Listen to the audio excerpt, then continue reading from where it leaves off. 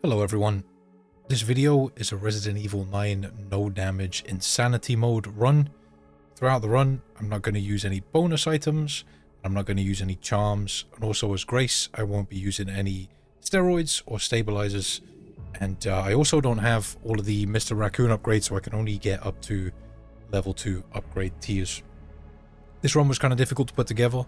There's still a lot of work I have to do to improve it, I feel, and over time I'll probably be creating some better runs. But yeah, I had a lot of fun putting this one together. I know some of you have been waiting for it. I appreciate your patience. It took me a lot of time to figure out how to do this. But yeah, you can also use this guide to get yourself the achievement for Insanity mode, if that's something you're after, or if there's a part you're stuck on in particular. Hopefully the video can help you out with that too. I wanted to say thank you very much for the support on the other video I made for Resident Evil 9 recently. It means a lot. Yeah, you guys are great. Thanks for all the support. It's been absolutely insane. You guys have been very welcoming, as it's the first video I've posted in quite a while. So yeah, much love, and I hope you enjoy the video. Let me know in the comment section what you think if you can.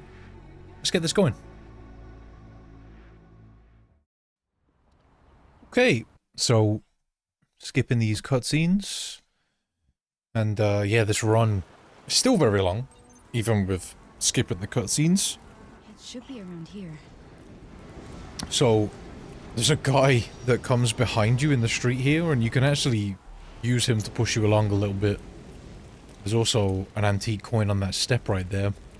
Nice and early. I think there's another one in the hotel somewhere, but to be honest, I get more than I need in this run. I don't get all of the items out of the little closets in the care center.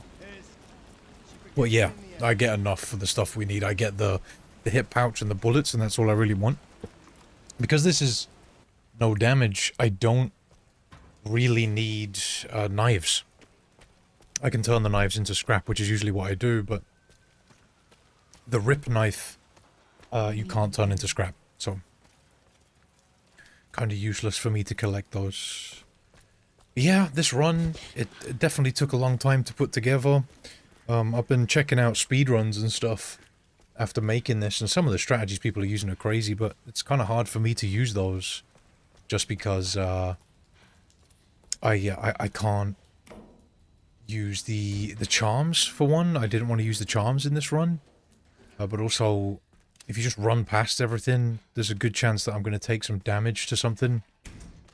It's a lot of RNG, and when I make these guides, I kind of like to just rule out, you know, the randomness and have everything really replicable, so people can copy it. That's kind of the point, I guess. But I would like to go a little faster in my next runs. I would like to try and get at least, at very least, the run under 4 hours.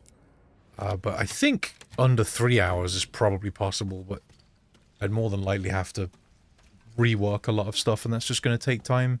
In the future, maybe that'll happen, but yeah, we'll see. We'll see. So I'm sure you all know the route in the hotel. There's nothing special about this area on Insanity except for the little section with the police guy, and that can be a little bit tricky, but you've kind of just got to see which way he's aiming and avoid it. Apart from that, the route is exactly the same as it would be in the other difficulties, so if you've beaten this once before, you should know what you're doing here. I really feel like much help is needed. That changes a lot when you get to the care center, and yeah, there's a ton of different routes you can take, but I worked a lot of stuff out on my own that you probably won't see yet. I don't know, there's probably some strategies that other people use in the same way as I do, but my strategies definitely differ a lot from the speedrun strats. Okay, so you gotta get stuck behind Alyssa here, and it just takes time. You've just got to chill out, keep catching up to her. You can't run past her. It just seems impossible. It'd be nice if you could, because you'd probably be able to get through the section a lot faster. I'm guessing she's scripted to stay in front of you, and Grace is just not allowed to go past her. It's always interesting to see what glitches people find in these games over time. But with my runs, I tend not to use glitches or exploits. Kind of like to do stuff the way the game's intended, you know? Alright, so we gotta go and catch up to the cop. So I definitely failed this a few times. I remember it feels like forever ago that I did this section, to be honest, because this run has taken me so long to put together. Some of the bosses are very, very, very difficult to do. No damage. I really struggled with a few of them towards the end, but God knows what I'm going to do if I go for a no damage, no save run on this. Which is probably what I'm going to try and put together. But I've got a bunch of other stuff that I also want to put together. I want to do some stuff with some other Resident Evil games. Alright, so we get this file, open it up, turn it down, open the book, examine the book, put it away, get the disc, cutscene, and then we're into this little fight with this guy. So I kind of just want to look what direction he points and move in that direction. He kept going right here for me. Sometimes he can sort of like go in the middle and clip you, and when you go in for no damage, that's just a reset. I don't know if there's anything you can do about that.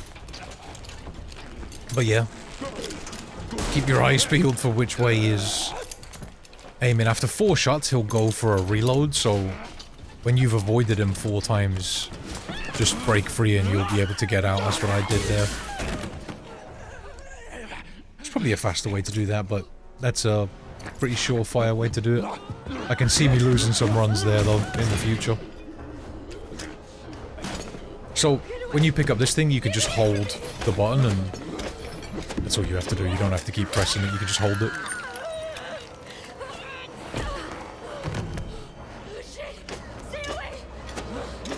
You get back. I'm not sure if he's faster here than he would be on the other difficulties, but I mean, just turn and run and you're good to go. So you know what's never really explained? Like, Grace gets bitten there, and she doesn't turn. Unless this, because it's like a variation of the T-virus that Victor's got, right? I guess it's like fast acting or whatever. Because people seem to turn really fast. No, they're wrong. But she doesn't turn.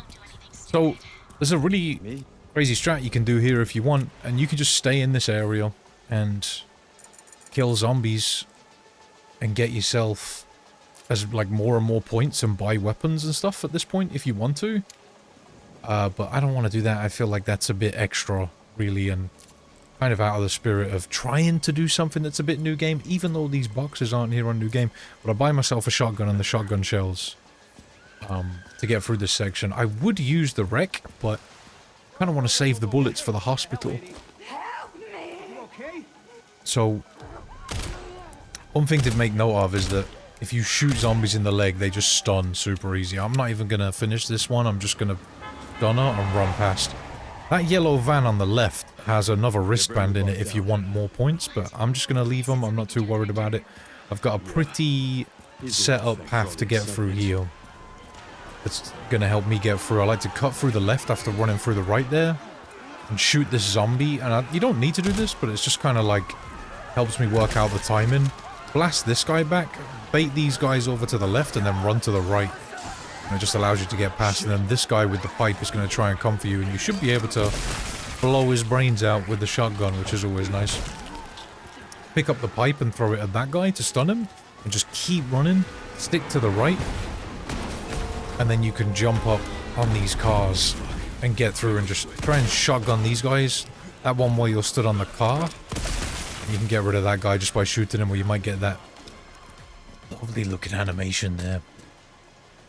That allows you to get through that section really quickly. Like I said, if you want to, you can stay in that area and farm enemies to get extra points and buy extra upgrades and weapons and stuff, and you can get like the rifle early and whatnot if you want to.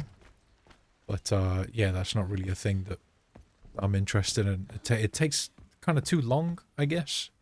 And you get enough points throughout the run to get all the stuff you need. So, we're doing this first section as Grace. We're going to turn the light on and come down here. We're going to swing it to the left. And all the way down here we can find the first key. So, This is my first save point coming up. And if you copy my saves, you'll have more than enough ink ribbons. I didn't create any ink ribbons with the tins or blood throughout the run. I feel like there's more than enough in the game for you to get through without crafting them, to be honest. I think I had some left over as well. I think I had like 3 or 4 left over. So we got the lighter there, grab this ink ribbon. Then you can save it if you want to. Feel free. I'm going to edit out my save screen so we're not sat here watching me save and stuff to make it nice and snappy, you know. Alright, so you can play this area really safe if you want to, or you can be a little bit risky. It's up to you. I'm falling somewhere in the middle, I guess. What I like to do is come through here, set off this cutscene. If you're quick to turn around and go back, she won't swing for you, which allows you to get to this room without her stopping, which makes her nice and quick to get here. There is a way you can squeeze to the right of her as the door opens, but again, it's a little bit risky to do, and it's probably going to take a bunch of practice to get it down. What the hell was that thing? And the strategy's just way more consistent if you're just trying to get through on Insanity, you know, and it's a small amount of time. So you can move this thing bit by bit. I actually want to bring the girl into the room, so we're just going to keep slamming this thing and keep moving it. If she comes in here, I'm pretty sure she smacks it for you over to where it needs to be, but we're just going to do this and grab the thing. Yeah, there we go. Yeah, because if you squeeze past her, she comes into the room, you hide behind this thing you see me get behind right now, and she just kind of smacks the table into place for you. But that's very similar to the speedrun strategy, and we'll talk a little bit about that along the way. Again, this area is pretty straightforward, but the only sort of technical part is coming up right now, so we wait for her to move forward, and when she's about here or so, we sneak past her and go through the door, and then we'll start sprinting. When you come through here, you'll burst through the door right here, and then if you go back and around, she'll actually, I'm pretty sure she doubles back on herself and goes back in through the way she just burst out. So we wait for her to pop through this door, then we go back. Use that lighter so I can see where I'm going. Just sprint to go and get the fuse for the gate, and that's this area done. You can feel a bit on edge while you're running down here, because you can just hear her stomping after you, and she's so much quicker on Insanity, but you're good. If you just keep sprinting, you'll make it. Just go straight for the fuse. Grab that. Yeah, I mean, I really enjoy watching speedruns, and I've done speedrunning myself in the past on different games. I've even had a few world records. But yeah, when I do these kind of no damage runs, I don't like to do the exploit stuff. You know? Like they're not really glitches, I'd say. Like, you know, when you sort of squeeze past enemies and stuff like that. I wouldn't really say they're glitches. But I kind of like to stick to the way the game intends you to play it, and that's not throwing shade at anybody who does speedruns at all, because I love speedrunning, man. But for these runs, I kind of like to keep it super vanilla, you know, and beat it the way it's sort of like intended to. I thought it was crazy that they have these boxes. I'm buying the shotgun ammo here, that's super important. And I'm also getting a couple of upgrades. I got one upgrade for the shotgun power there. And also, I think you get a free compensator for the alligator snapper. I think it's like because you've had the upgrade in the past. Technically, Insanity counts as New Game Plus. Oh, I bet it does. But yeah, I don't use the charms because I feel like, I don't know, the game's offering you the box to buy stuff, and that's fine by me. But the charms from different runs, not so much. So if you go for the shot as this guy gets close, you can just blow his brains out. We'll get the shotgun out here and shoot this chick in the legs, and then we'll use the axe to finish her off. We turn around, we'll have these two guys. I'm just gonna try and pistol this guy a few times, and then I'm gonna get a wreck shot on both of these guys to kill them. It's a much more efficient strategy here, but I feel like this one's a little less risky for me just to get through. Shotgun this guy in the legs. Smack him. Yeah, there we go. Let's smack this open. Grab the green herb. The other shotgun is actually a little more accurate when you have the scope on it. We're going to come here and make sure we're in position at this door and wait for these zombies to burst through. We're going to try and get 2 in 1 heal. You can get 3 from a different angle, but we're just going to go for 2 heal. We're going to shotgun this guy in the legs and this chick in the legs. We're just going to try and finish him off with the axe. This guy was getting a bit close, wasn't he? Got brave. Chainsaws are cool, man, but it's actually super annoying that the zombies just gravitate towards them. It's like the chainsaws have a gravitational pull, man. It's kind of weird, but yeah. So one thing to note with the wreck is it doesn't matter, I think. I'm pretty sure it doesn't matter how many bullets you leave in it. Like, Grace still has 1 shot in it, I think. I could be wrong about that, but I was just trying to get them used. I'm pretty sure when Leon gives it to her, it's only got 1 bullet in it. I had 1 left. Even if you end up with 0 as Leon, she still has 1 bullet in it. I'm not sure if Leon leaves bullet in it, if Grace just has more, but I don't think she does. I think it still just has 1. Right, and we're out of here, so yeah, use those wreck bullets if you need to, you might as well. There'll be plenty of people giving tips in the comment section, I'm sure. Feel free to let others know. That bastard did it again. Maybe it'll help someone. I just hacked into the center's network. Good. Feel free to correct me. YouTube commenters love to do that, man. I'll see what I can do. Well, in the meantime, Let me tell you I'll what. track him down. If complaining in YouTube comments was a paying job, there'd be some rich motherfuckers out there, you know what I mean? However, saying that, I did want... I probably mentioned this in the intro, but a lot of you have been really, really nice and really kind in my comment section on my previous video.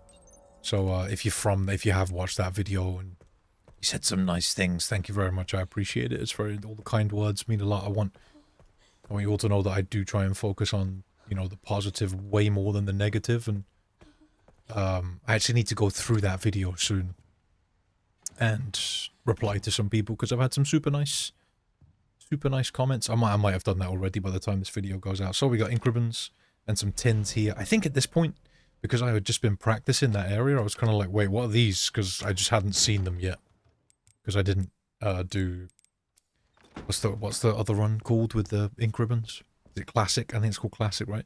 I'm going to store those up, and then we're going to go and check on Emily in here, grab the West Wing key card. I think I might have saved it here, just because I got that area out of the way. Yeah. Just put the tins away, right? Okay, so I'm going to put the wreck away, because I don't actually need it for this next section. And then we're going to go use the key card on the door. Yeah, when I did these early parts, there weren't really, like, any... And, like, people were still working a lot of this stuff, like, a lot of stuff out for Insanity, so I worked a lot of this out on my own. And it's crazy to see how far everything's developed. I grabbed these med injectors, but I don't think I actually used them. I think at this point I wasn't sure if I needed them for anything. So yeah, you can leave that if you like. If you're going for no damage, you can leave it, but if you're going to use them, you know, you can grab it. I did heal. You want to wait for the chef to start walking away and then crawl over to the thing here that you can push and just start pushing it. And keep an eye on him when he turns around. You need to move and crouch. Just wait.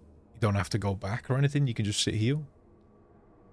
Again, you can just run past him and he can swing and completely miss you. But this strategy is just way more consistent, you know, it's a very consistent strategy, which is what I like to go for. I'm gonna sound like a broken record. I just keep pushing until he sees me, and then he'll swing in the direction you were standing, and then he'll knock the cart out of the way. When he starts walking around the table, we can go around and leave. One thing to note is what to the right of where he was standing chopping the meat, there's an antique coin in a pot. But I don't grab it. Again, I get more than I need. You don't need to turn that light on. I didn't know that at the time, but it doesn't matter if you do. It's just want to turn this one on. This is the one you want to go for. The guy that's messing with the light switch will come and turn them off. You don't need to turn the first one on. You can just go straight for the second one and he'll just walk straight for that. Although, I don't know if that'll mess with the timing because I come in here to get this antique coin. It kind of works out. You saw the one, or you may have heard the one light switch turn off, then that's the first one. So it doesn't hurt to do them both. But you don't actually need to get this coin if you grab the one that's in the kitchen with the chef. But it worked out really well timing-wise. Like, by the time I come out, he's walking away. I guess you could wait over here by the door and wait for him to walk past. But I'm not sure if the chef comes through, so again, it's like a chain of things that could intersect with each other. I'm going to unlock that door and grab the ink ribbon and then just quickly run through here. That guy's going to come out from underneath the table. We're not going to pay attention to him. We're going to come through and grab the empty bowl.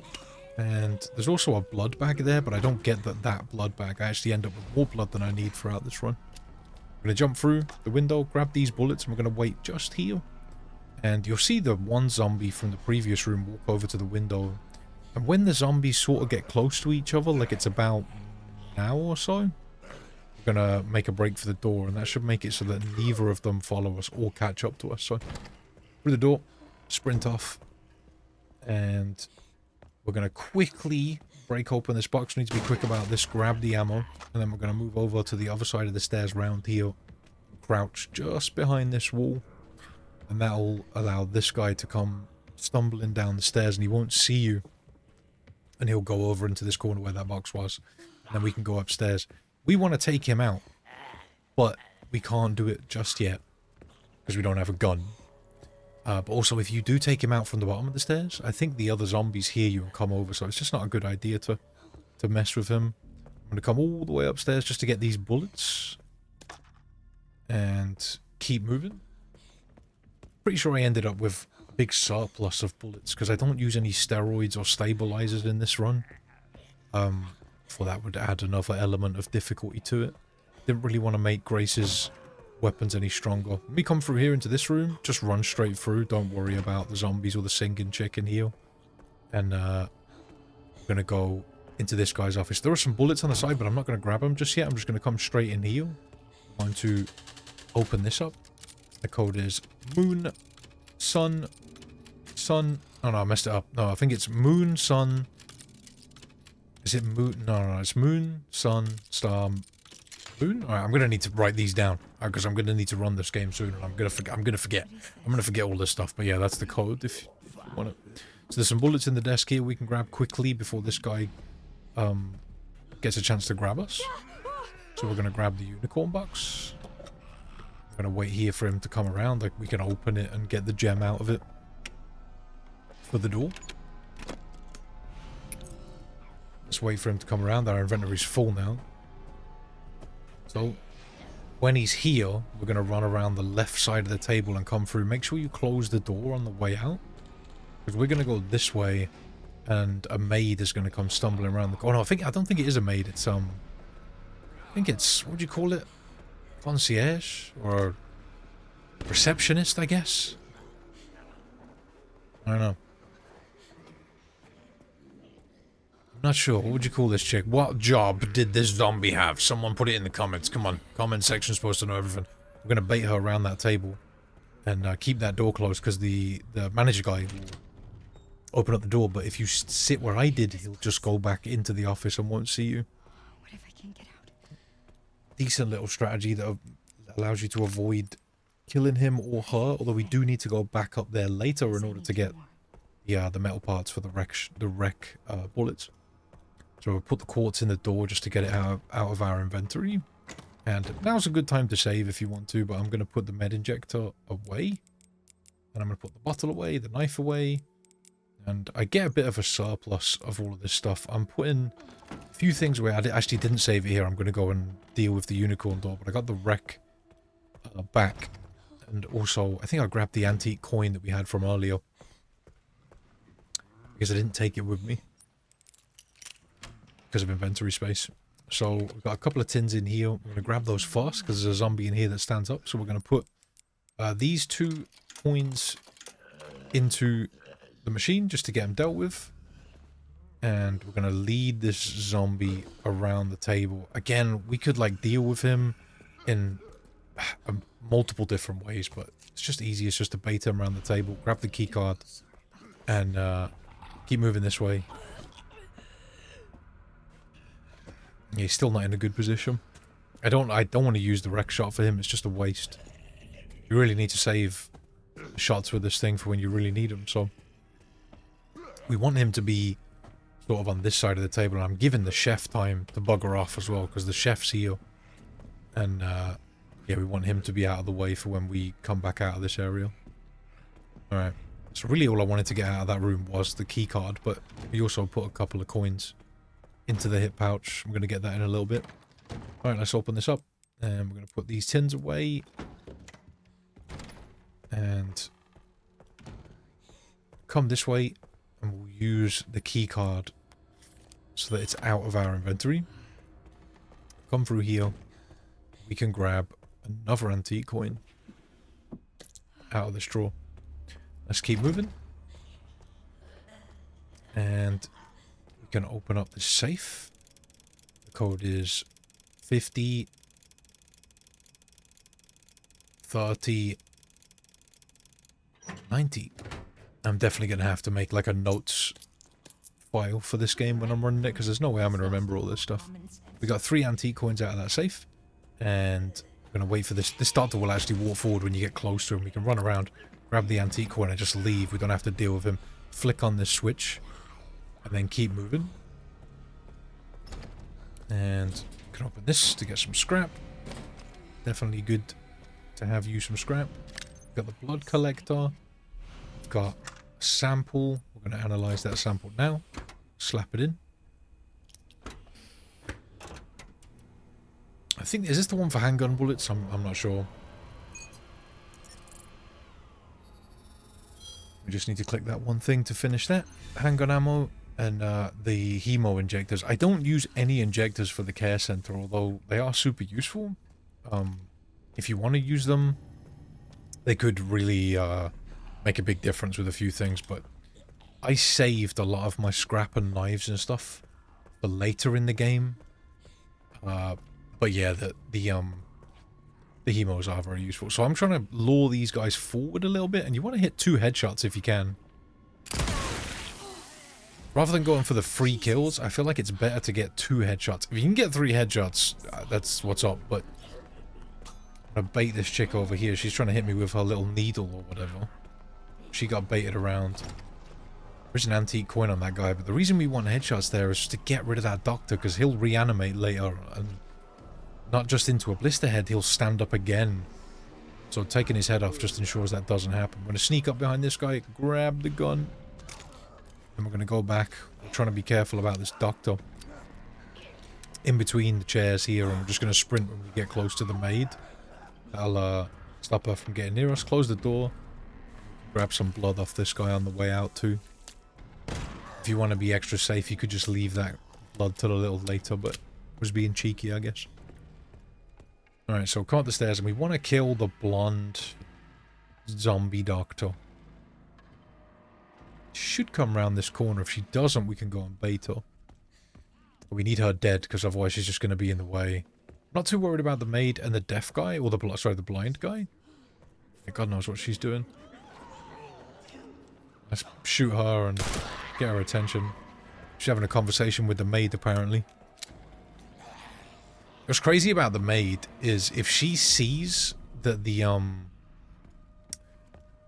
you've killed the other zombies outside the door, she'll go and start scrubbing up their blood, which is nuts. I don't know if she actually, like, scrubs the blood you can collect, like that's the gimmick. But she definitely goes and starts scrubbing the blood of the zombies you've killed. Alright, so we're gonna base ourselves, get rid of this zombie. Nice. She's done for. See if she dropped any blood. She didn't, but now that the area's safe, we can go back and collect the coin off this guy. There we go. And then we can dip. if you want to be really cheeky, you can chuck the bottle at the maid, and the blind zombie might smack her up enough to kill her. That's up to you. I didn't bother. I actually had a few spare bottles by the end of the game, but it's up to you if you want to try that. It's not really consistent, but it can work. Scrap in this vase. There was a tin in here too. We've got another lockpick. And I'm going to make some bullets at this point, I think. Yeah, just so I've got enough space to take this lockpick. We really need to get these lockpicked so that we can...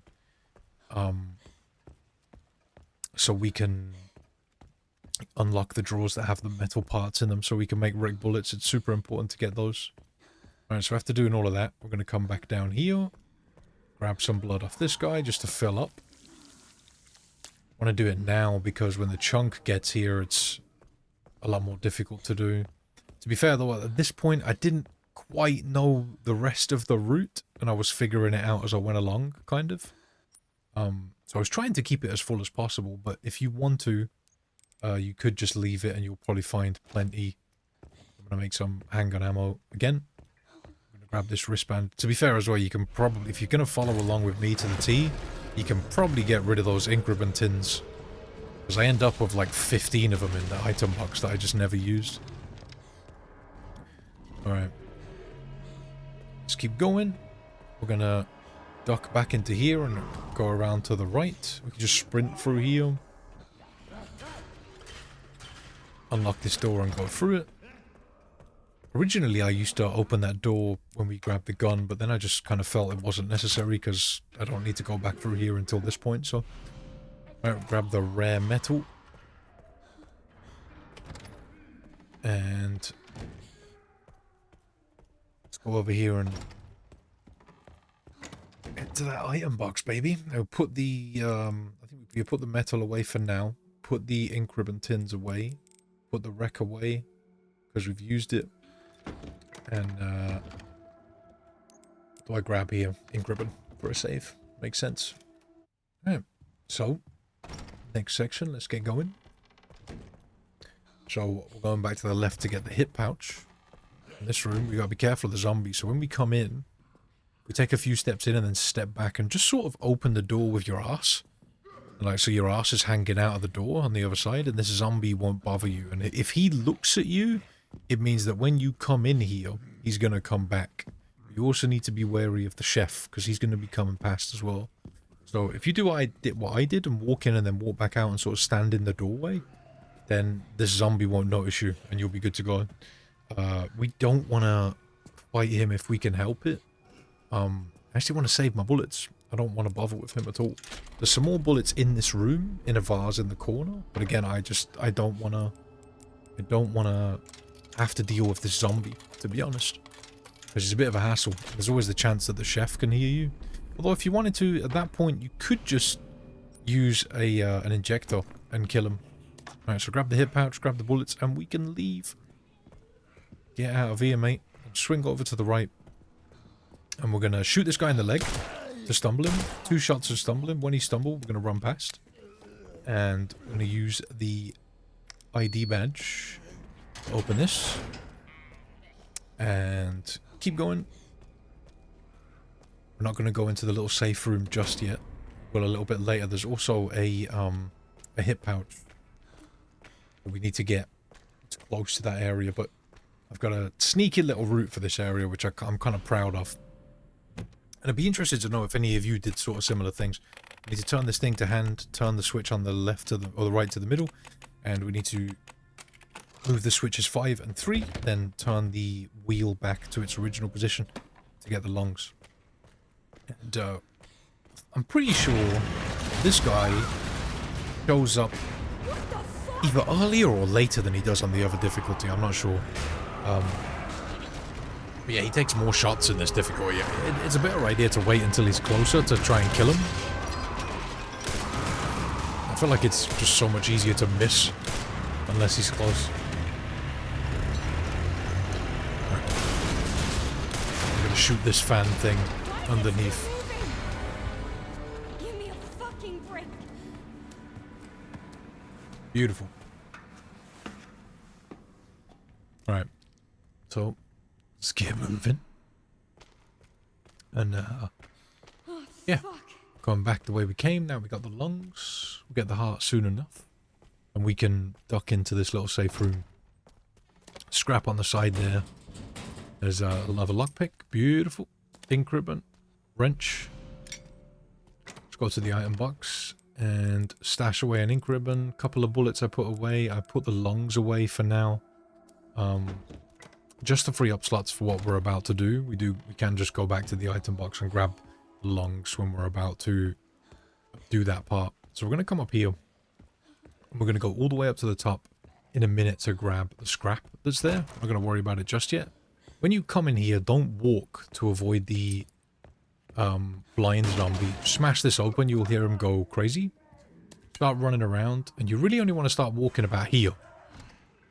And then, if you do that in the way I did, the vast majority of the time, the blind zombie will kill the other zombie that spawns with him, because he'll get angry and start thrashing around, and he'll smack him enough to kill him.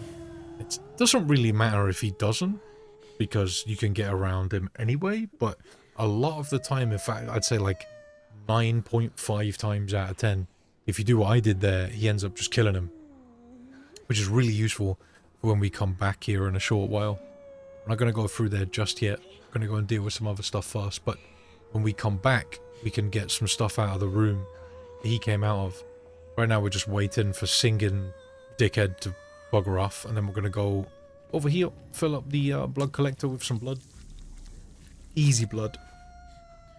We're going to head down, and we need to deal with this guy, because he's a problem. So, wait for him to walk over into this corner a little bit, and start shooting him. Try and hit them headshots. If you keep shooting him in the leg, there's a higher chance that his leg will break off, and you'll get extra blood if you want that.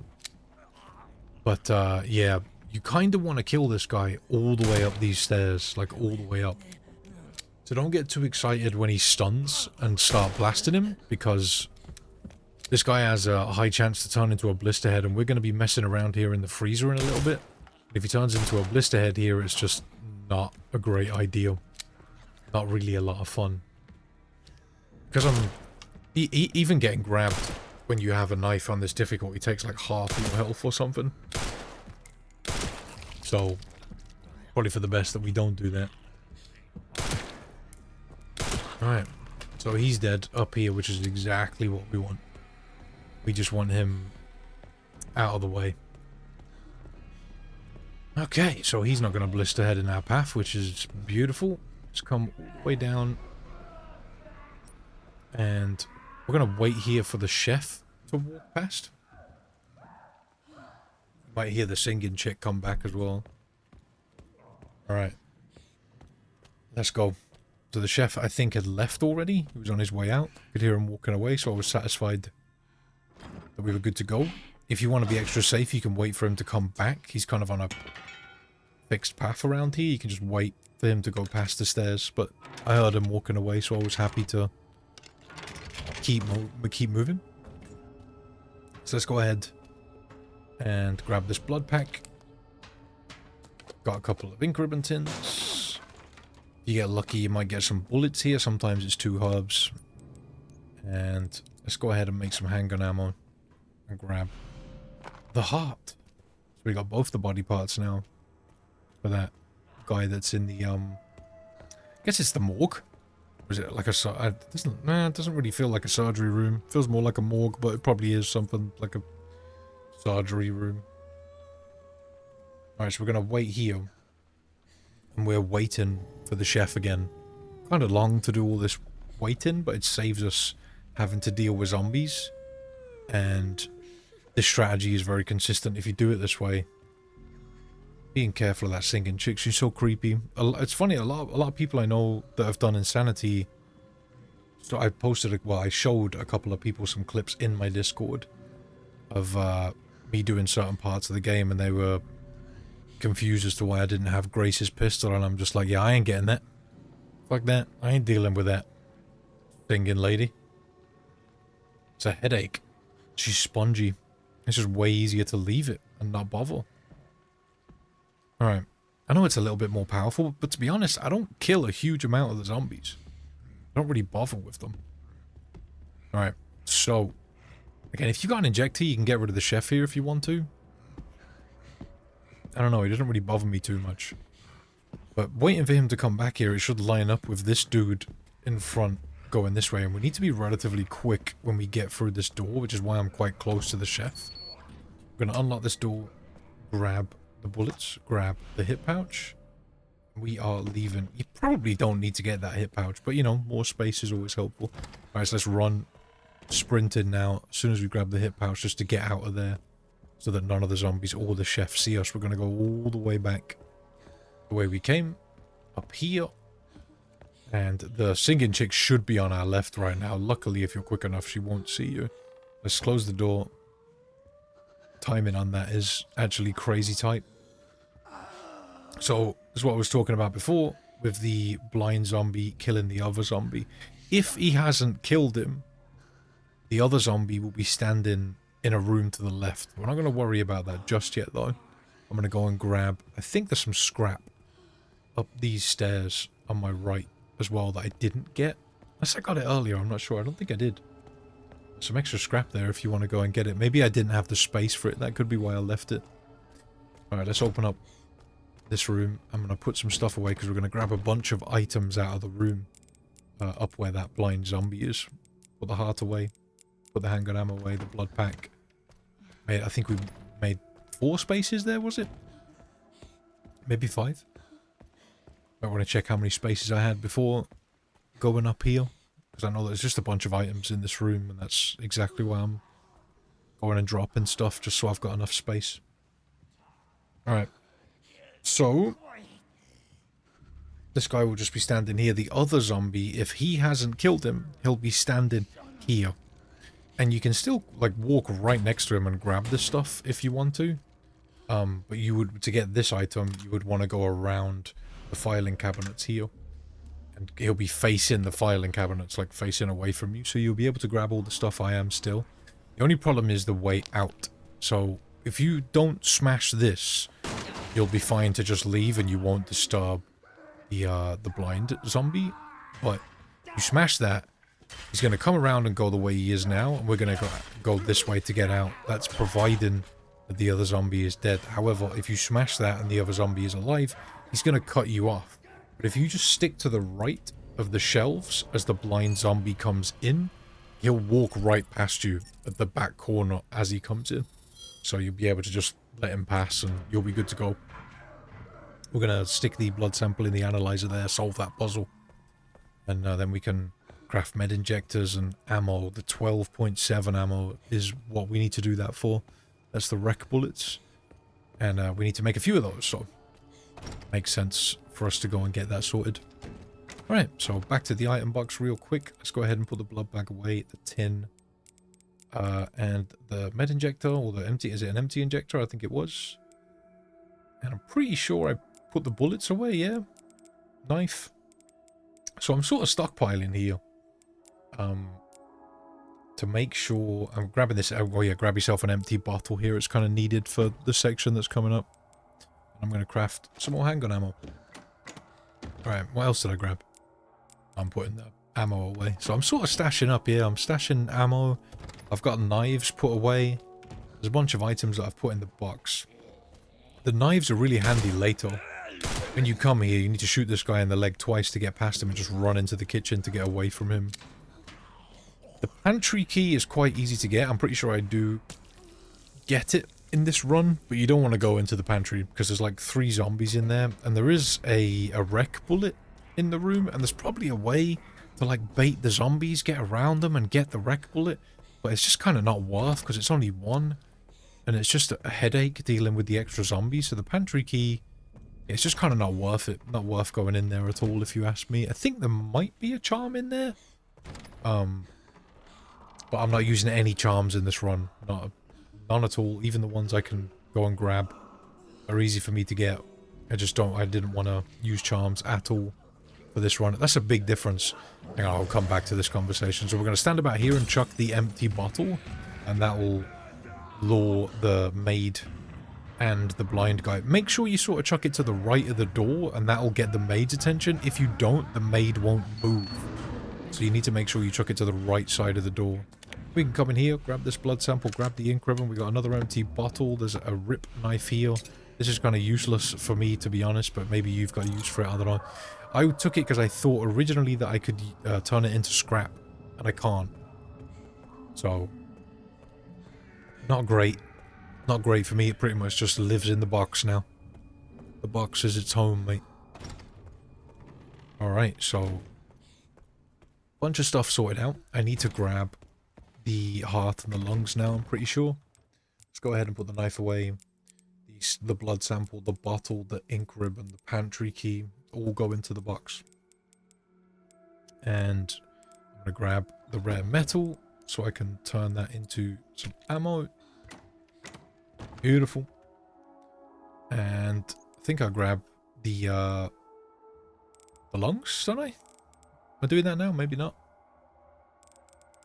I'm sure I was just figuring out what I was doing myself here, so I'm going to reload the brick. I think I go and get another rare metal in a moment. I think I had forgotten about by this point, although it is actually at this point I should go and get it. And I think I was lucky to remember at exactly the right moment, because this is when I should go and get it. So yeah, we come up here and we go through this door. And we've got our lockpick, but we need to be careful of the zombies that are here. So when this chick walks away, I like to keep the pistol ready in case she does turn around. I can shoot her in the leg a couple of times and stumble her. But we're going to stand here, get her attention. She should spot us around here somewhere, but she didn't. I'm going to have to bait her a little bit more. All right. This is another reason why we want to keep the manager in his office, because if he spots us, yeah, she's taking her time. She's not sure what's going on, mate. Yeah, there we go. Bloody hell. Take your time, love. Alright, so when she's stumbled into that area, we can come over here and open this with the lockpick. Get ourselves another rare metal. So be careful on your way out here, because she might catch up to you. You might want to just wait and go all the way around again to get back out. But yeah, we need that rare metal to make some 12.7 ammo. Got 4 shots in it now, which is cool. One thing to note is, if you have bullets left as grace when you're done with her sections and Leon gets the gun back, any bullets that are in it, Leon will get. So it might be in your best interest to leave some in it for Leon. But that's up to you to do. I think I did have a couple left over that I gave back to him. Because it's super useful for him too. Like, it's so powerful. Dealing with certain enemies is just a bit of a godsend, to be honest. Alright, so we've got our lungs and our heart. We're heading this way. We're actually really close to dropping a save. I know this has been quite a chunky part. Let's go ahead, put the lungs in. The heart. But I'm telling you, with a bit of practice, man, everything I just did is very consistent. Very easy to get consistent. Alright, so this guy, you don't actually have to shoot. Because we haven't dealt with the other zombies, we don't really want to be shooting in this area. Because these 2 zombies are a fucking headache. We want as little dead zombies as possible when we're playing as Grace, just because the blister heads are just annoying to deal with. Unless you're playing really risky and just running past everything, you know? Or when you're playing it safe for no damage. Kind of shit you gotta do. But yeah, he'll get to around here somewhere and just die. Them organs were mouldy, mate. Been out of the freezer for too long, innit? Alright, so let's grab the ID wristband. And I think I was kind of like, what am I doing now? I was a bit confused. Yeah, let's go. Right. So, I think this is a save point. Yeah. Probably trying to think about what I should be putting away here, but I think I need everything I have on me. Alright. So, we are heading back this way to go and get ourselves another rare metal, I think. So we're going to use this doorway trick again to make sure this zombie doesn't see us. For some reason he keeps teleporting back out of this room,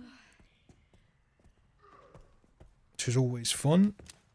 So we're going to head this way And all the way down. This guy's still fugging around with a light switch. Use the lockpick to open this drawer.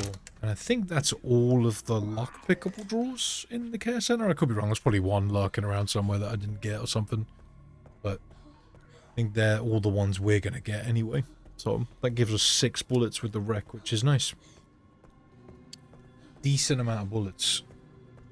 Alright, so we're going back this way now. And we need to go and get the level 3 wristband. So if we come back through here, we've got the maid still. And this guy. Get to about here and crouch. This guy won't bug us. And we can go way past. And it's pretty consistent that the chunk doesn't show up for me. I don't think that is RNG with the route I've taken. If you take a different route, he may show up there. But, you know, one of those things that probably requires a little more testing. But with my route, at least, he doesn't show up, which is nice. Also, when I'm running past with Emily, he just doesn't show up either. So I don't know if it's something to do with just the route I've taken or zombies that are in certain places. But yeah, we got some scrap in that room. We need to check this guy's stuff. Check the computer here. Or, computer, it's a funny looking computer, mate. Puzzle box, I guess. Got the ID band, there's some bullets on the whiteboard. And an ink ribbon right there.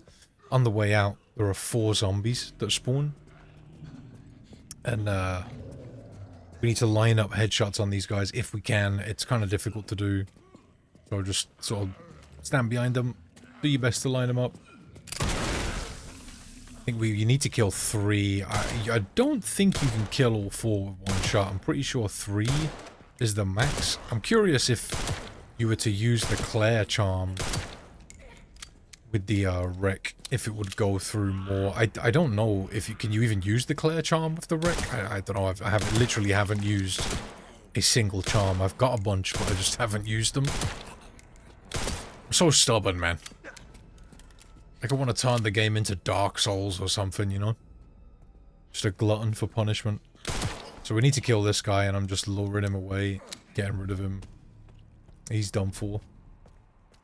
See, the problem is with these guys, they'll blister head on the way back. Doesn't really matter, because we can just get past them all. But, yeah. Going for headshots just means they can't do that, you know? So we can turn the, is it the hunted knife, or whatever it's called, into scrap. A little bit later, but I'm gonna go ahead and make these wreck bullets. I've got 5 in there now. Decent amount, we're doing well.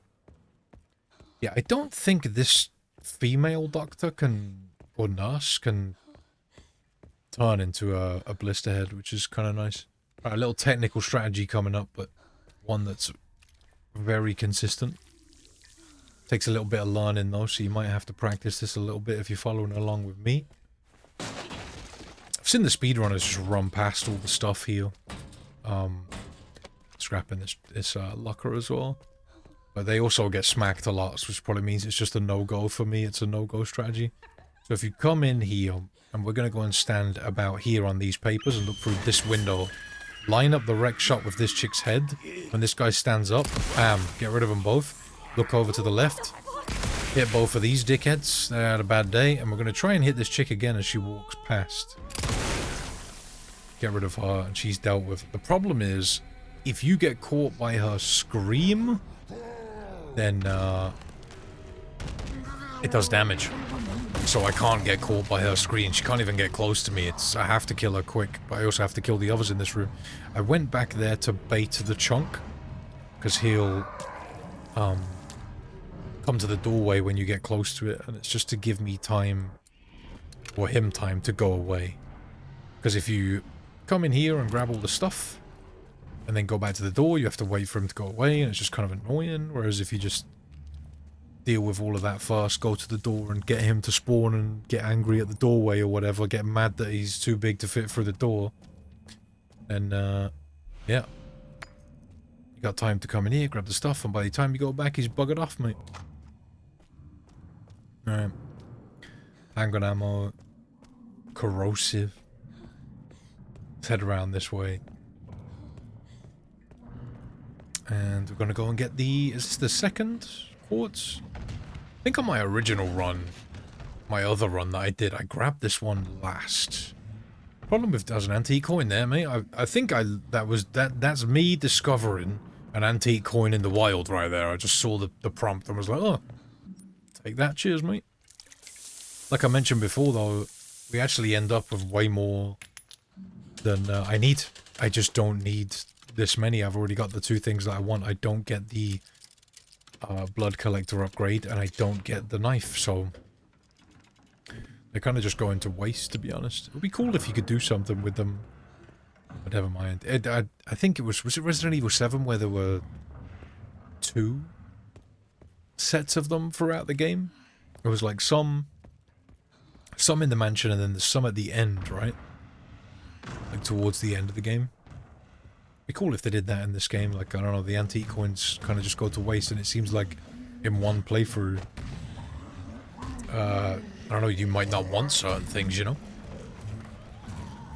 Anyway, Chunk's trying to wedge himself through the door, mate. He's trying to get to his DoorDash or something, mate. He's got Uber Eats on the way, you feel me? Alright, so we're heading back. We're going to walk through this room and ignore those zombies that are in there. We're going to go put the quartz in. Slap this quartz in the door. It's 2 out of 3. Happy days. And let's go down. We could probably put some stuff in the item box again. Alright. So, coins are away. Ink ribbon. Probably keeping that to save. I'm going to store these knives. Those knives are kind of shitty, so I'm probably going to end up turning them into scrap. Not going to lie. Alright, so if you want one of the raccoons, it's in the level 3 door to your left. In there. I don't think you can open it while carrying Emily. There's some buttons with braille on them. Can you read them and then push the buttons in this order? Star, moon. Alright. So, I unlocked the door and then saved it, just so I don't have to deal with it every time I load a save. Yeah, keep it together, dig it. Alright. So this is a chunky part we're about to do. I think yeah, this is the basement, right? I actually did the basement in one segment, but the basement is really consistent. As you come through here, you just want to walk past these guys, push past them, and when you get into this room and put Emily down, they'll despawn. So you don't have to deal with them, because fighting 6 fucking blister heads is not really the strat. So we're going to shoot this guy in the leg to stun him up, and then run back to the door here. And we're trying to stun him so that we can knock him down. Give him the injector. Oh, I did use an injector here. Damn. I think I used any. I'm trash. Alright, let's keep shooting this guy by running around. You can sort of bait him through this window if you want to. You can also wait for him to come around to you if he doesn't jump through the window, and just jump through the window yourself and just keep going back and forward. It's a good little strategy to keep this guy busy, is just to hang out by this window. But if he does crawl through the window like he did for me, it's just easy shots, man. Pretty sure he died right there, though. The way he fell over was kind of funny, also. He's usually the one that blister heads. Alright. This guy's going down. Use the wreck shot on him to get rid of him. I probably could have avoided doing that, to be honest with you, but I think he was causing me a lot of problems during this section. I think you've just got this guy to deal with. You just keep bullying him, mate. I think what I would do different here, redoing this run, is I would probably have injected that guy. Because I think some of the blood bags that I've got put away in the stash, I don't actually end up using. I think one of them, I end up having extra in the end. And also, I've got a couple of extra scrap lying about, I'm fairly certain as well. Wouldn't have hurt me to use an extra injector. Alright, so waiting for this guy to turn. Trying to get rid of him. Bang! Good night. Yeah, because I feel like I could probably get away with saving that bullet, and I was thinking extra rec bullets would go a long way in a future no damage playthrough, especially with some of the later bosses in the game, particularly Mr. X and Victor. There is a strategy for Mr. X where you can just pretty much lock him in place though, but I don't know if I'm going to use it, because again, it's for a challenge run. You know, I'm such a purist with this stuff. It's so... This is the big difference. I've probably got a moment here to explain it to you guys. But there's a big difference with speed runs and challenge runs, you know. Speed runs, it's all about going as fast as you can.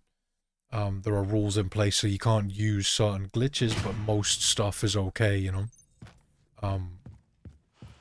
Which is, you know, hats off to the speedrunners, man. I know some of the speedrunners, they're cool guys.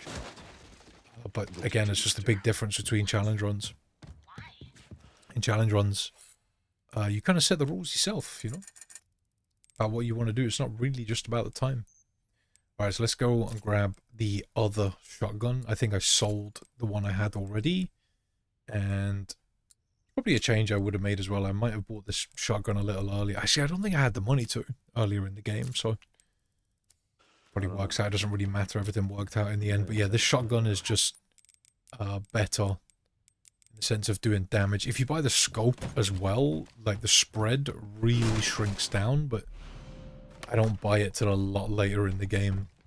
So that's up to you. If you want to buy it, whatever you prefer, you know, it does do a little more damage, I've heard, if you buy the other scope, because the spread is so centered. But yeah, that's up to you. You may have seen... For instance, you may have seen speedrunners do this fight with the shotgun I have. They can just stand here and blast him, and he just dies like straight away. But I just can't do that because I don't have the cute bear charm. Probably could have done more damage to him there, though. I probably could have hit him a bunch more.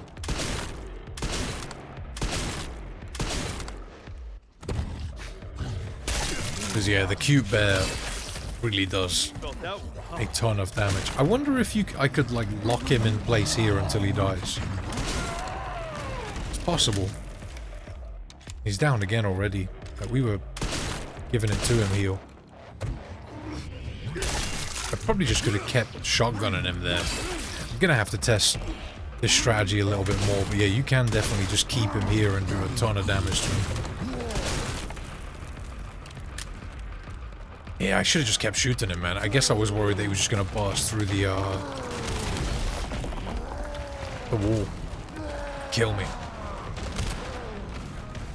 Yeah, I would like to do a little bit more testing with this fight and probably do a lot more, but when he's doing this stomp attack, you really gotta keep moving. You've got another door there as well. Although we seem to break through that one a lot faster. So my strategy here was basically just keep moving round in circles, don't stay in one place for too long, and just keep on the move, hitting him with shots as you can. Also, what the fuck was that noise he just made? Sounded like an old-timey kettle going off or something. Alright. Reload up.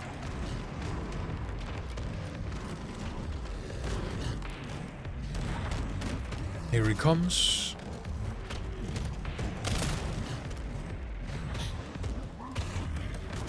Keep going, keep going.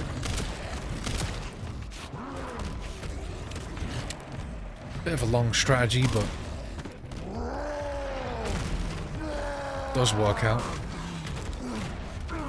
Oh, is it angry man? Yeah, this attack can be kind of scary because I think he gains distance on you while he's doing this. I went ahead and crafted some shotgun shells right there. I want to try and get him to smash into the wall so that you can get the ammo that's behind him too. Pretty sure here when he stopped I chucked this grenade at him. Yeah. Let's Let's reload again. 6 bullets left. I do want to keep some shotgun ammo. I think there's plenty in this room. I end up grabbing in a little bit.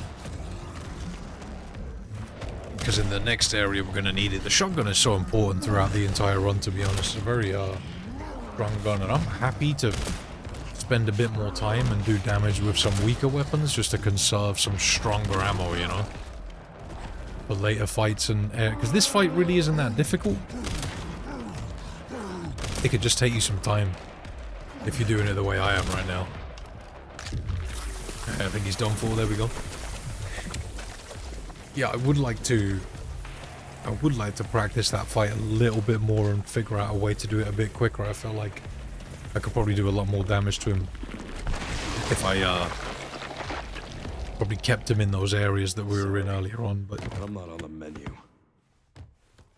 yeah, when I'm doing these fights, man, I'm a little bit on edge. I haven't really got anything too crazy fast yet. Although in the future I probably will figure out some really cool strats, because I think this run ended up being about like just over 4.5 hours, which is a long run. That's a very long run. I think the speed run now is down to like 2 hours or something. It's crazy.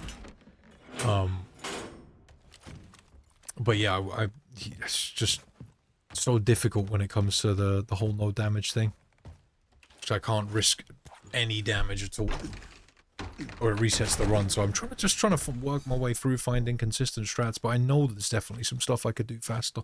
I would ultimately like to get under 4 hours, as we were talking about earlier, and 3 hours is probably possible. Alright. I did that with Resident Evil 4 Remake. I got that run, no damage, no save, under 3 hours. I don't think I ever uploaded that video to YouTube. I'm pretty sure it's only on Twitch. Alright, so we got this dickhead. We can sneak up on him and ask him a question. Alright. He drops an antique coin, but obviously we can't take that as Leon. If we come out here, we need to be careful, because this chick can be in a couple of different places. Just be careful coming out of that door. Be ready to shoot your shotgun as you come through that door. We can open this. I think some ammo and stuff in here, and I think one of the safe codes was that the previous thing we opened. That's talking about the pantry key, yeah. Alright, so come through here, get sprinting. We can get rid of the singing chick. I should be upstairs. Was he? Sorry to cut you Alright. out short. Up we go. See, we've got like 29 shotgun bullets, it's kind of crazy. We get up here, we want to shoot that explosive to get rid of that guy. He's done for. And we need to pry open this door. If we keep moving, we don't have to deal with the blister head that's spawning behind us.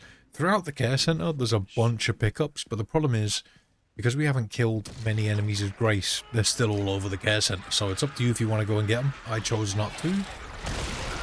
Just to keep moving. So there's a few different ways you can deal with the blister heads. You can parry them and use the axe just to finish them off, or you can just shotgun them in the knees like I do and just drop them when they hit the floor. That can be a little bit sketchy. Well, not really sketchy, but just inconsistent in the sense that they don't always fly to their back so that you can hit them with the axe. But yeah, they usually do stun the vast majority of the time. It's pretty rare that they don't. It's my strategy, and it does work really well. See, they do this weird stun thing. You have to shoot them a couple of times. The problem is you have to get up on them really quickly. Here goes another one. See, like right here, I knock him to the floor, but I can't do anything with it. That door hit me in the face. You know there's going to be someone in the comment. Someone's going to be in the comments, boys. Someone's going to be there like, door made you take damage. Redo the run. Someone's going to say it. It's funny. Alright. Door damage don't count. Run invalid. Restart. So what I like to do here is go back into the first room. Those first few enemies are pretty spread out, so they're easy to deal with. But this guy, is chilling in the corner over here, and we want to get rid of him. And then use his axe to throw at one of these guys when they get close. Don't do it straight away. Just wait for them to come in. And then you can chuck the axe in their face and get an easy kill. Although they were being pretty slow.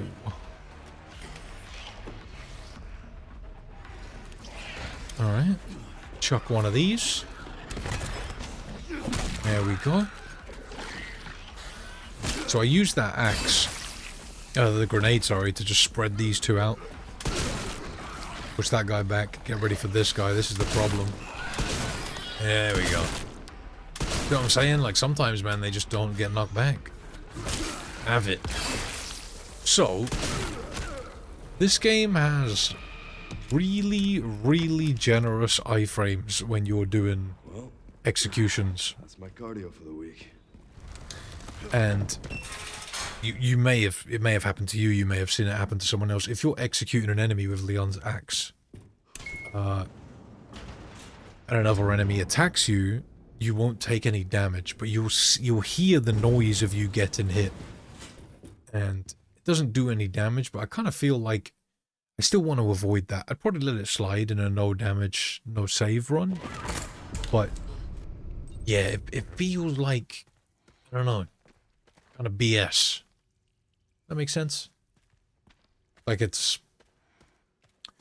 Why is this under the hospital?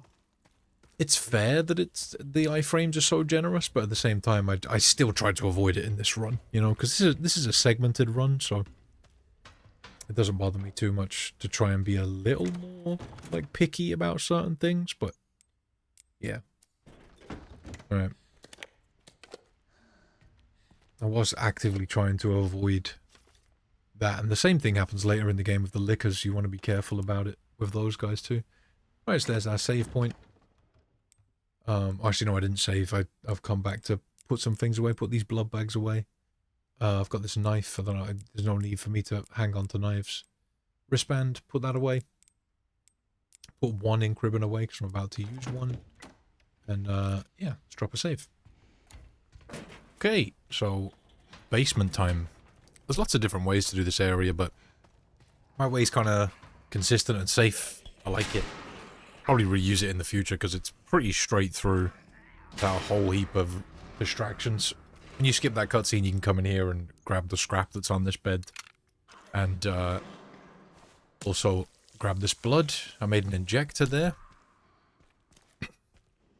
And we can grab the first joint plug out of this. And then we need to immediately turn around and start running back here. And you can make it all the way to the left turn without the girl catching up to you. You need to move really fast over here to put the joint plug in the switch. I've seen some people do some different paths through here, but I kind of like this one. Feels good. Alright, so when we come down here, we've got this guy. I used to shoot this guy to get rid of him, but I changed that strategy to use an injector on him because this guy can blister head a lot of the time later in this section, so let's just knock him down, injector him. Get rid of him. So we're going to come in here and open this safe. I can't remember the code. What is it? 70... 50... 20? Yeah, 70, 50, 20. You get some handgun bullets out of that. Alright, so... get some blood there, but... I left it for the moment. I'm not sure if I get that blood or not. Go ahead and grab the plug. I think I wanted to craft something so I didn't waste any of the blood. Managed to get it all in, so yeah, we're chilling. Alright, so when we come into this little crawl space, there's a zombie at the end you'll see getting dragged away, but don't worry too much about him. It's just kind of like an in-game cutscene type deal. All the way through, we can get past the girl going into the roof. We got some more blood we can take.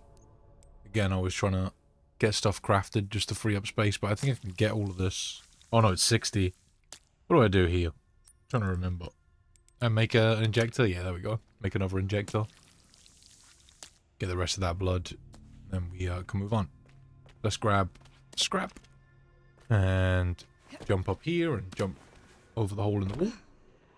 And then come this way, go all the way back to this area. We're going to throw a bottle at this guy to get rid of him quickly.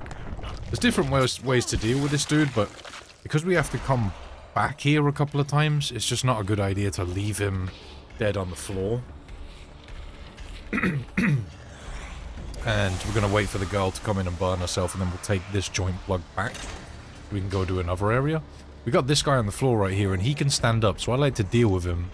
So shoot him in the head, and then run down the corridor here. And if we put a joint plug, or the only joint plug we have, into this, these doors open. There's items in here we want to gather, so let's shoot this guy, just to get their attention, and then come in here, and then move all the way around.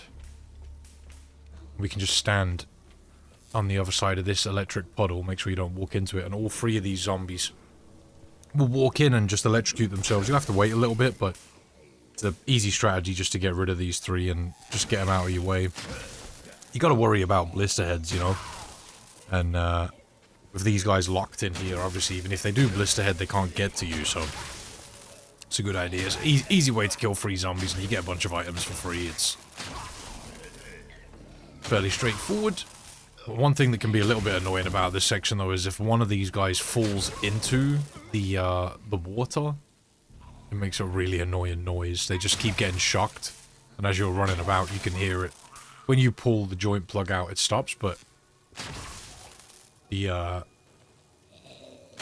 constant shocking sound can be kind of annoying, but we got lucky here and they didn't do that. Doesn't really make a difference to what you've got to do, it's just annoying to listen to. So I was checking to see if they dropped anything or any blood, but they didn't. So let's come back here and we can get some crafting recipes. The Molotov cocktail.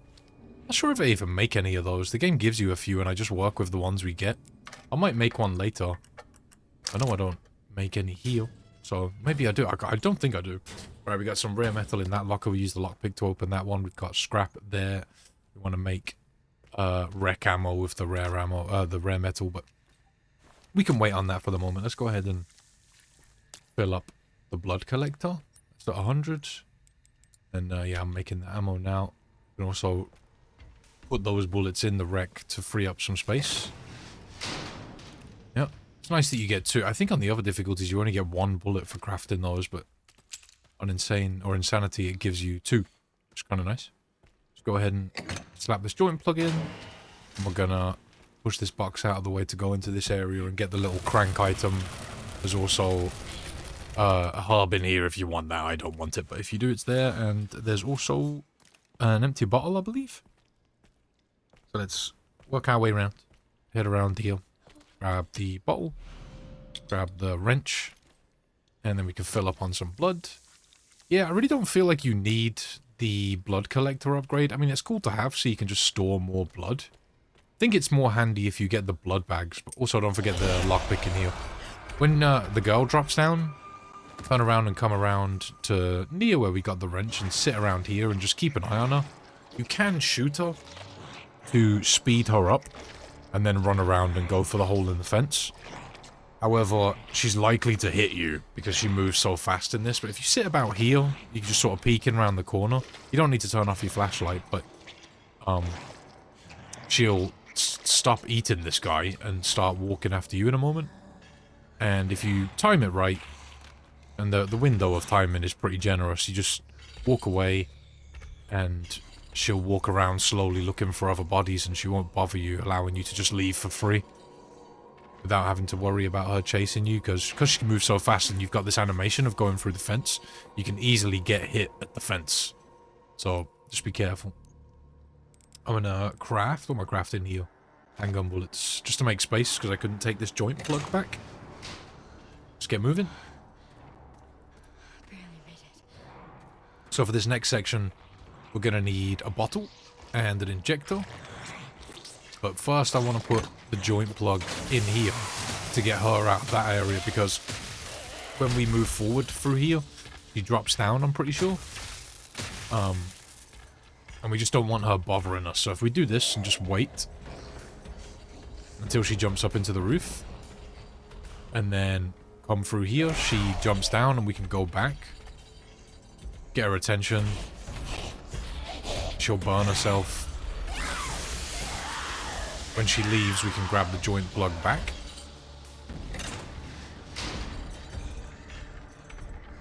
As long as you wait until she's walking away, you'll be fine to move. If you go too early, she can hit you, but if you just wait till she's moving away.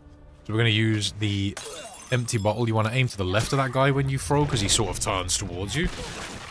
And that'll stun him, giving you the opportunity to hit him with an injector, and then we can open this. Yeah, a big worry in this run is just blister heads, because I don't use knives. So getting rid of the zombies that are kind of problematic and that can get in your way later is just kind of essential, because we have to come back and forward through this area a few times. Alright, let's make another injector and get moving. Swing around here to the left. Need to go and get the forklift key. So yeah, this area really wasn't that difficult. I thought this area would take me a while to get through, but it's fairly straightforward. I did see a comment from somebody saying they really don't like this area. I don't know if any of you feel the same, but I don't mind it too much. I think the area that probably gives people a bit of trouble in this place is the processor thing down on the right, when you've got to do that. But I've got a fairly consistent strategy for it, so hopefully it helps some of you out. And without the upgrades, it can be a little bit more difficult. I feel like if you've got steroids and stabilizers, it's probably a bit easier. Let's use the key to open the forklift and we can get another hit pouch and some bullets in here. There's an ink ribbon and the map also if you want those. We've got a bunch of slots now, doing more for slots. Ink ribbon, bullets, tin as well. Like I mentioned before, I didn't use any of the tins, but I collected a bunch of them. I just didn't know at this point if I would need them or not, but I think the next thing I'm going to do with this game is try to lower the amount of segments in a run, and then eventually I'm going to work it down to not saving at all. But I need to practice entire segments, because the way I put this video together was to save it and then work through the segment piece by piece to sort of like get an idea of what I'm going to do with a full run. So I think the next thing I'm going to do is try and extend those segments and use less saves, and then eventually move towards using no saves. The one thing that's... Oh, let me give you guys some instruction. So we got this guy banging on the door now, and we can just inject him to get rid of him. Again, we don't want him in this area because he can blister head. Even if he doesn't, though, we've got to pretty much come straight back here in a moment, and we don't want him hanging around. So, put the joint plug in. Go ahead and... We need to get the girl's attention. So I like to shoot her if she's not paying attention to us. Sometimes she'll just see you though, so be ready to run away. When you get to here, she'll sometimes stop following you. And she did it to me here, and I just couldn't hear her coming, so I waited. And when she showed herself, shot her again. Shot near her to get her attention. And I saw her coming through the door, so I was fairly certain she was chasing me. And then we're going to come back into this room. And, yeah. She's done for. So we can chase after her and go and use the forklift to get into the other room. Yeah, what was I saying? Here we were talking about less segments, and that's probably what's next. Just making the segments longer and then eventually working towards not using any saves. Seeing how many times I get hit going through the whole game, and then eventually working that down until we don't get hit at all. And that really gives you an idea of like problematic areas and stuff. Yeah, I'm sure I'll figure it out. It just takes time. Stuff like this just takes a lot of time. But I will be trying to get a no damage, no save run on this game. So let's use the lockpick to open this. Go in. Grab the rare metal. Really, I think for no save, no damage, the big problem is just going to be the bosses. The bosses are not easy to deal with. A lot of the game is probably going to be fairly easy. But, yeah, the boss fights are a different beast.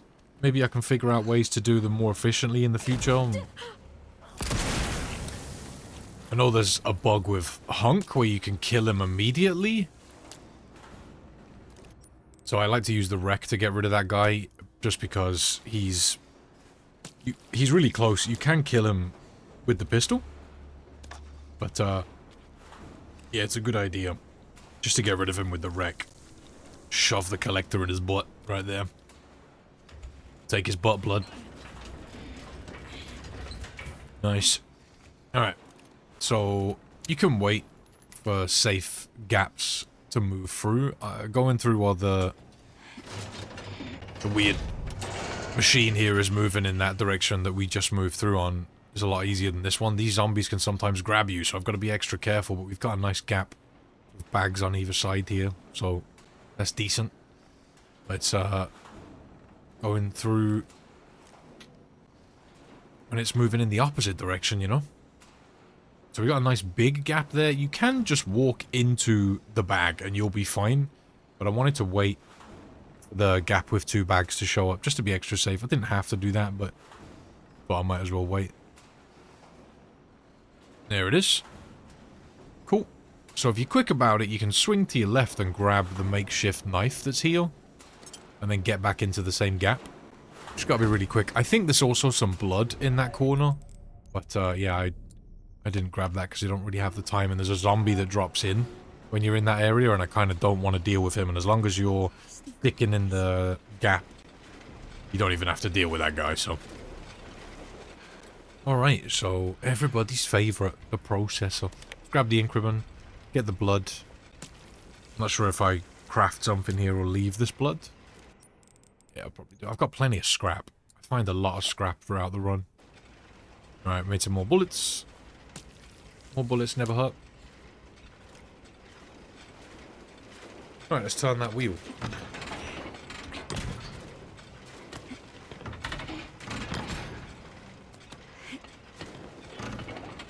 There we go. Alright, so when the blood drains out, we can hop down onto the conveyor belt. And we've got bullets here, a Molotov here, and the conveyor belt should start once we grab that Molotov. Also got more bullets right there. So, this guy's going to stand up first, and we want to shoot him in the leg as he stands up twice, and that'll stun him enough to get him straight into the grinder. Grab the Molotov, and we're looking for 2 specific zombies that always stand up at this point. I'm staying between, sort of in the middle of the conveyor belt. But it's these 2 zombies, we're going to throw it in the middle of them when this one stands up, and then immediately move to the right. I like to shoot this one in the leg just in case he stumbles over to me, which can happen. So those 2 will die on their way to the belt. And then this guy's going to stand up, we're going to shoot him in the leg. 2 shots will stumble him, 6 will usually take him down. Let's give him a kick, and he should end up in the grinder now. So, I used the wreck to take out 1 zombie in this area, because he's kind of problematic. We got this guy now. Let's keep shooting him. That 1 zombie I kicked away decided to stay alive. So I'd take this guy down to his knee, and then use the wreck to take out those 2 zombies when he falls over. I line up the shot. And then this guy needs to be taken out with the wreck as well. Those 2 zombies that I just dealt with the 1 shot are kind of easy to deal with, but these next 2 are really problematic. This guy managed to survive also, but he's really weak. Keep going for them leg shots. Stumble in the zombies. Move him back as well into this corner. And give him a kick. I think that's the last one. Yep, sorted. So, might take a little bit of practice to get that strategy down, but yeah, you might also want to save before you do that, because I know it's an area that people have trouble with, but yeah, without the stabilizers, that part can be really tough. I guess one good thing about me not using the stabilizers is if anybody needs help with a section and they don't have any stabilizers, they haven't used any, at least they can use this guide as sort of a reference to help them get through.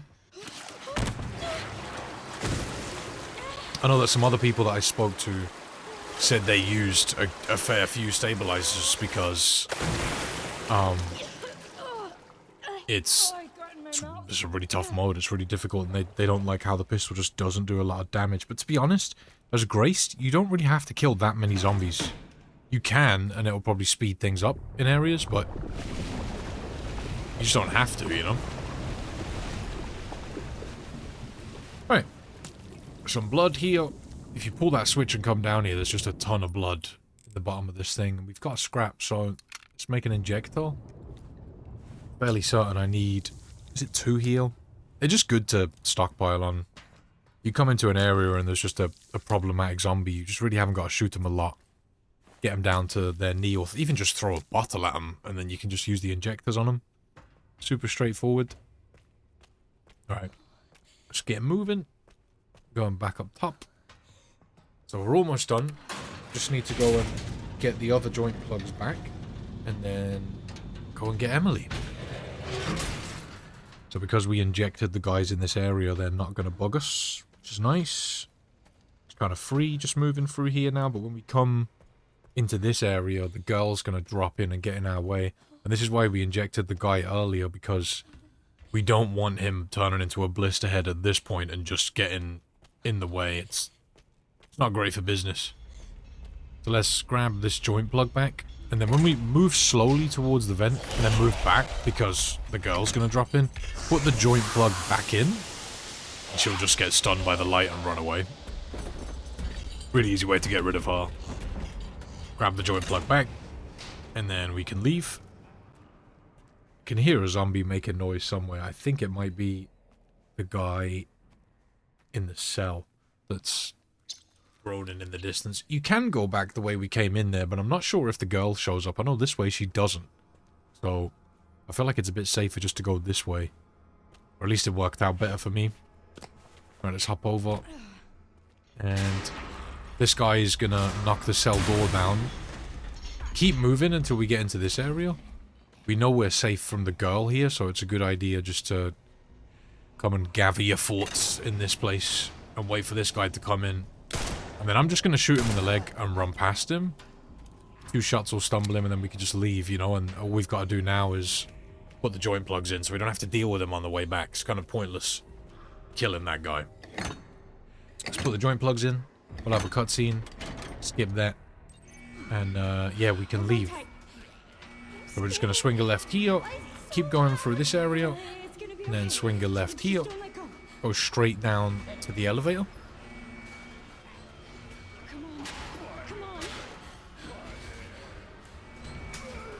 We're gonna put Emily down. And we need to move this, get ready to just interact with this pallet and mash your mashing button to get that out of the way. And then we're done. Only thing we gotta do now is shoot the girl when she breaks through the top of the elevator, but yeah.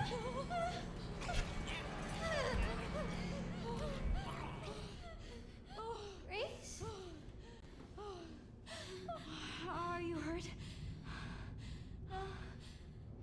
I'm okay. That's good. Good, Emily. Alright. So, the girl will crawl up the side of the elevator in a minute. We'll have to shoot her when she's up top.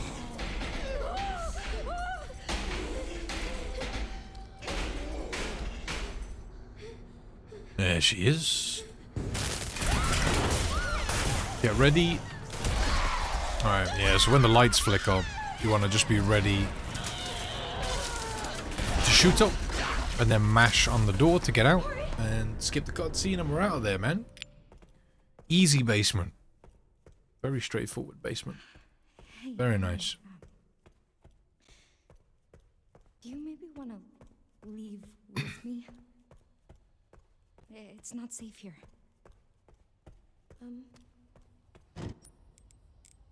Alright. Okay. Finally. We made it. We did it.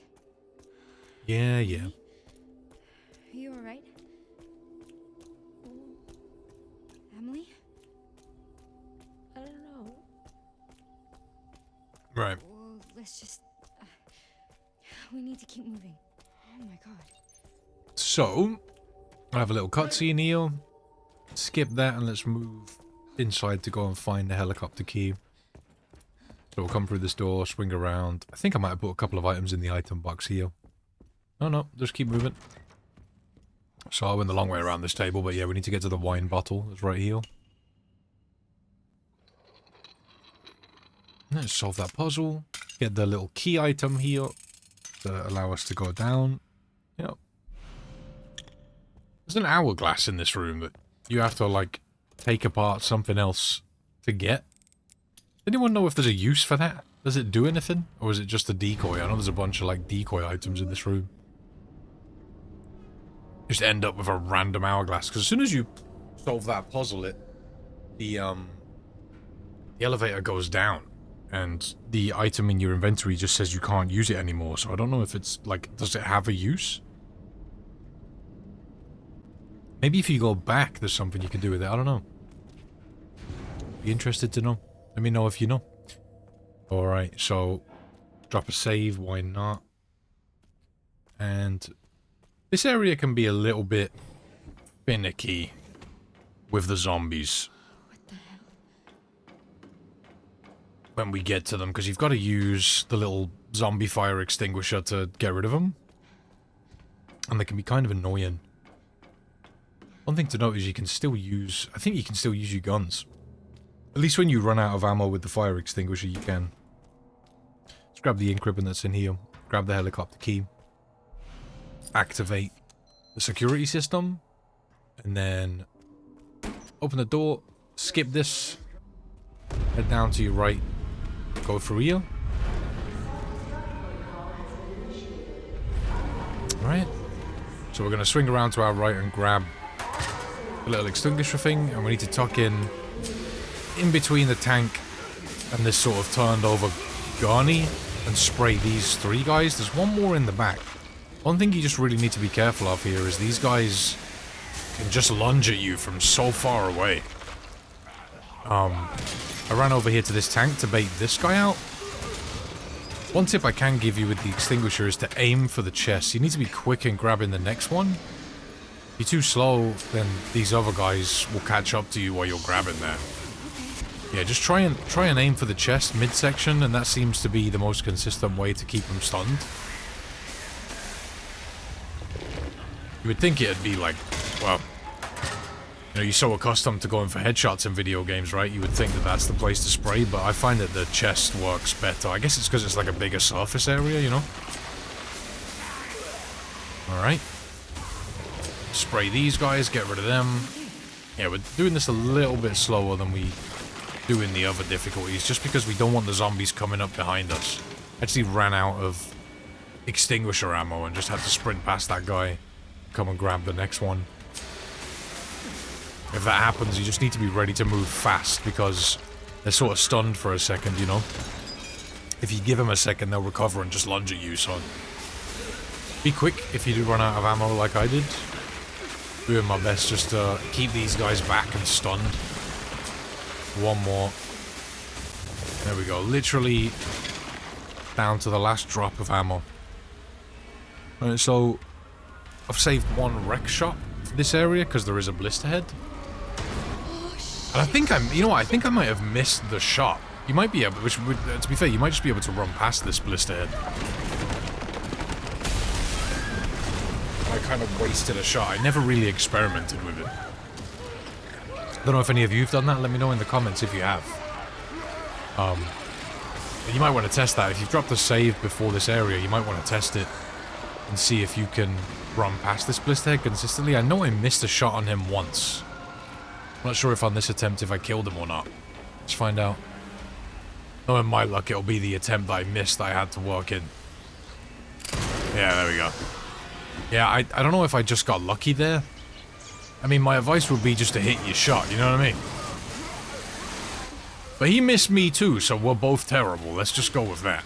You know, can you really fault me if he missed me as well? Yeah. I think it's because he's missing one arm, so maybe it's like if you run to the left of him, he just won't be able to hit you or grab you. I don't know. Someone who's tested that a bit more will have to let me know in the comments.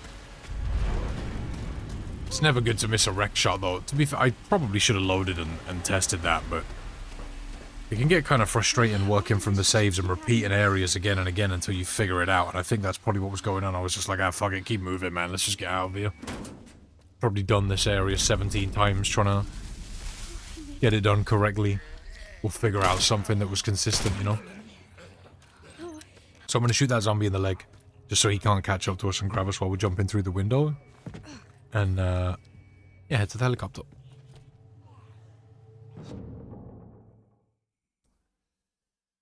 Beautiful. That's that section done.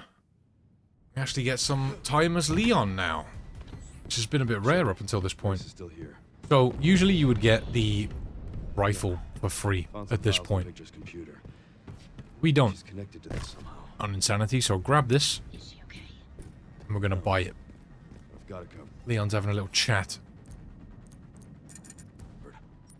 Alright, so I'm gonna combine these 3 green herbs, because obviously I can't use them, so I can just sell them. And it's better to combine the herbs for more money. So I don't use the scope with the classic. It's up to you if you want to. Selling the med injector and the herb for a little extra money. I'm gonna buy the rifle ammo and the shotgun shells, because we're gonna have to use them in the little chapel area. Got some more ammo on the windowsill there. I'm gonna put this in slot number 5 for me. It's just kind of where I like the rifle to be from previous games, but yeah, I don't use the scope. It's up to you if you want to buy it. I kind of like not using the scope. Happy not to use it. But yeah, it's entirely up to you if you want to use it or not. Just look out for these zombies standing up.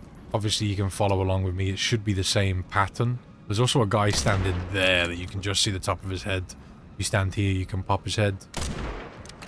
Really, we want to try and shoot the zombies before they get to Grace, but they can be a little bit spongy, which is kind of annoying. You'll, go to shoot them, and they'll just eat the shot. You'll have to shoot them again. It's kind of frustrating. Right. So eventually, you're going to have a zombie next to you stand up. I think it's after these guys. Yeah, I missed a shot there. Crash. Got this guy walking up on her as well. You'll hear him growl. There we go. Excuse me. There we go. There's a blister head that comes behind you too. You've got time for another shot on this guy, but I'm going to use the shotgun. Shoot this guy down and use the axe. Grace is getting grabbed. Let's get that sorted. Get the reload off. Let's see, I'm pretty sure I hit him with that first shot, but he just ate it. Alright. Again, there's going to be someone in the comment section like, oh, Grace got grab damage. Redo you trash. Redo the run. Trash, trash, trash. Incapable of saying anything positive. You're trash. So the chef's going to come down in a minute, but we're not going to shoot him, and that's why I haven't shot the red barrel yet. You save that red barrel for when the chef gets next to it. You can just insta-kill him with the pistol by shooting it, and there's a couple of zombies that'll be in the same sort of area as him, so you can just take them out with him. Nice and easy. Saves you messing around shooting the chef a bunch of times, you know? Alright. Yeah, Grace's health doesn't change when you gain control of her later, so I'm assuming she doesn't take damage there. Nevertheless, there'll be somebody complaining about it more than likely. There's always someone like, actually, I think you're fine, that counts as damage. Excuse me. Excuse me. Alright, we're gonna come down. That guy got crushed. Got this guy on the floor, we need a pistol. We can throw this tank. Get rid of these guys.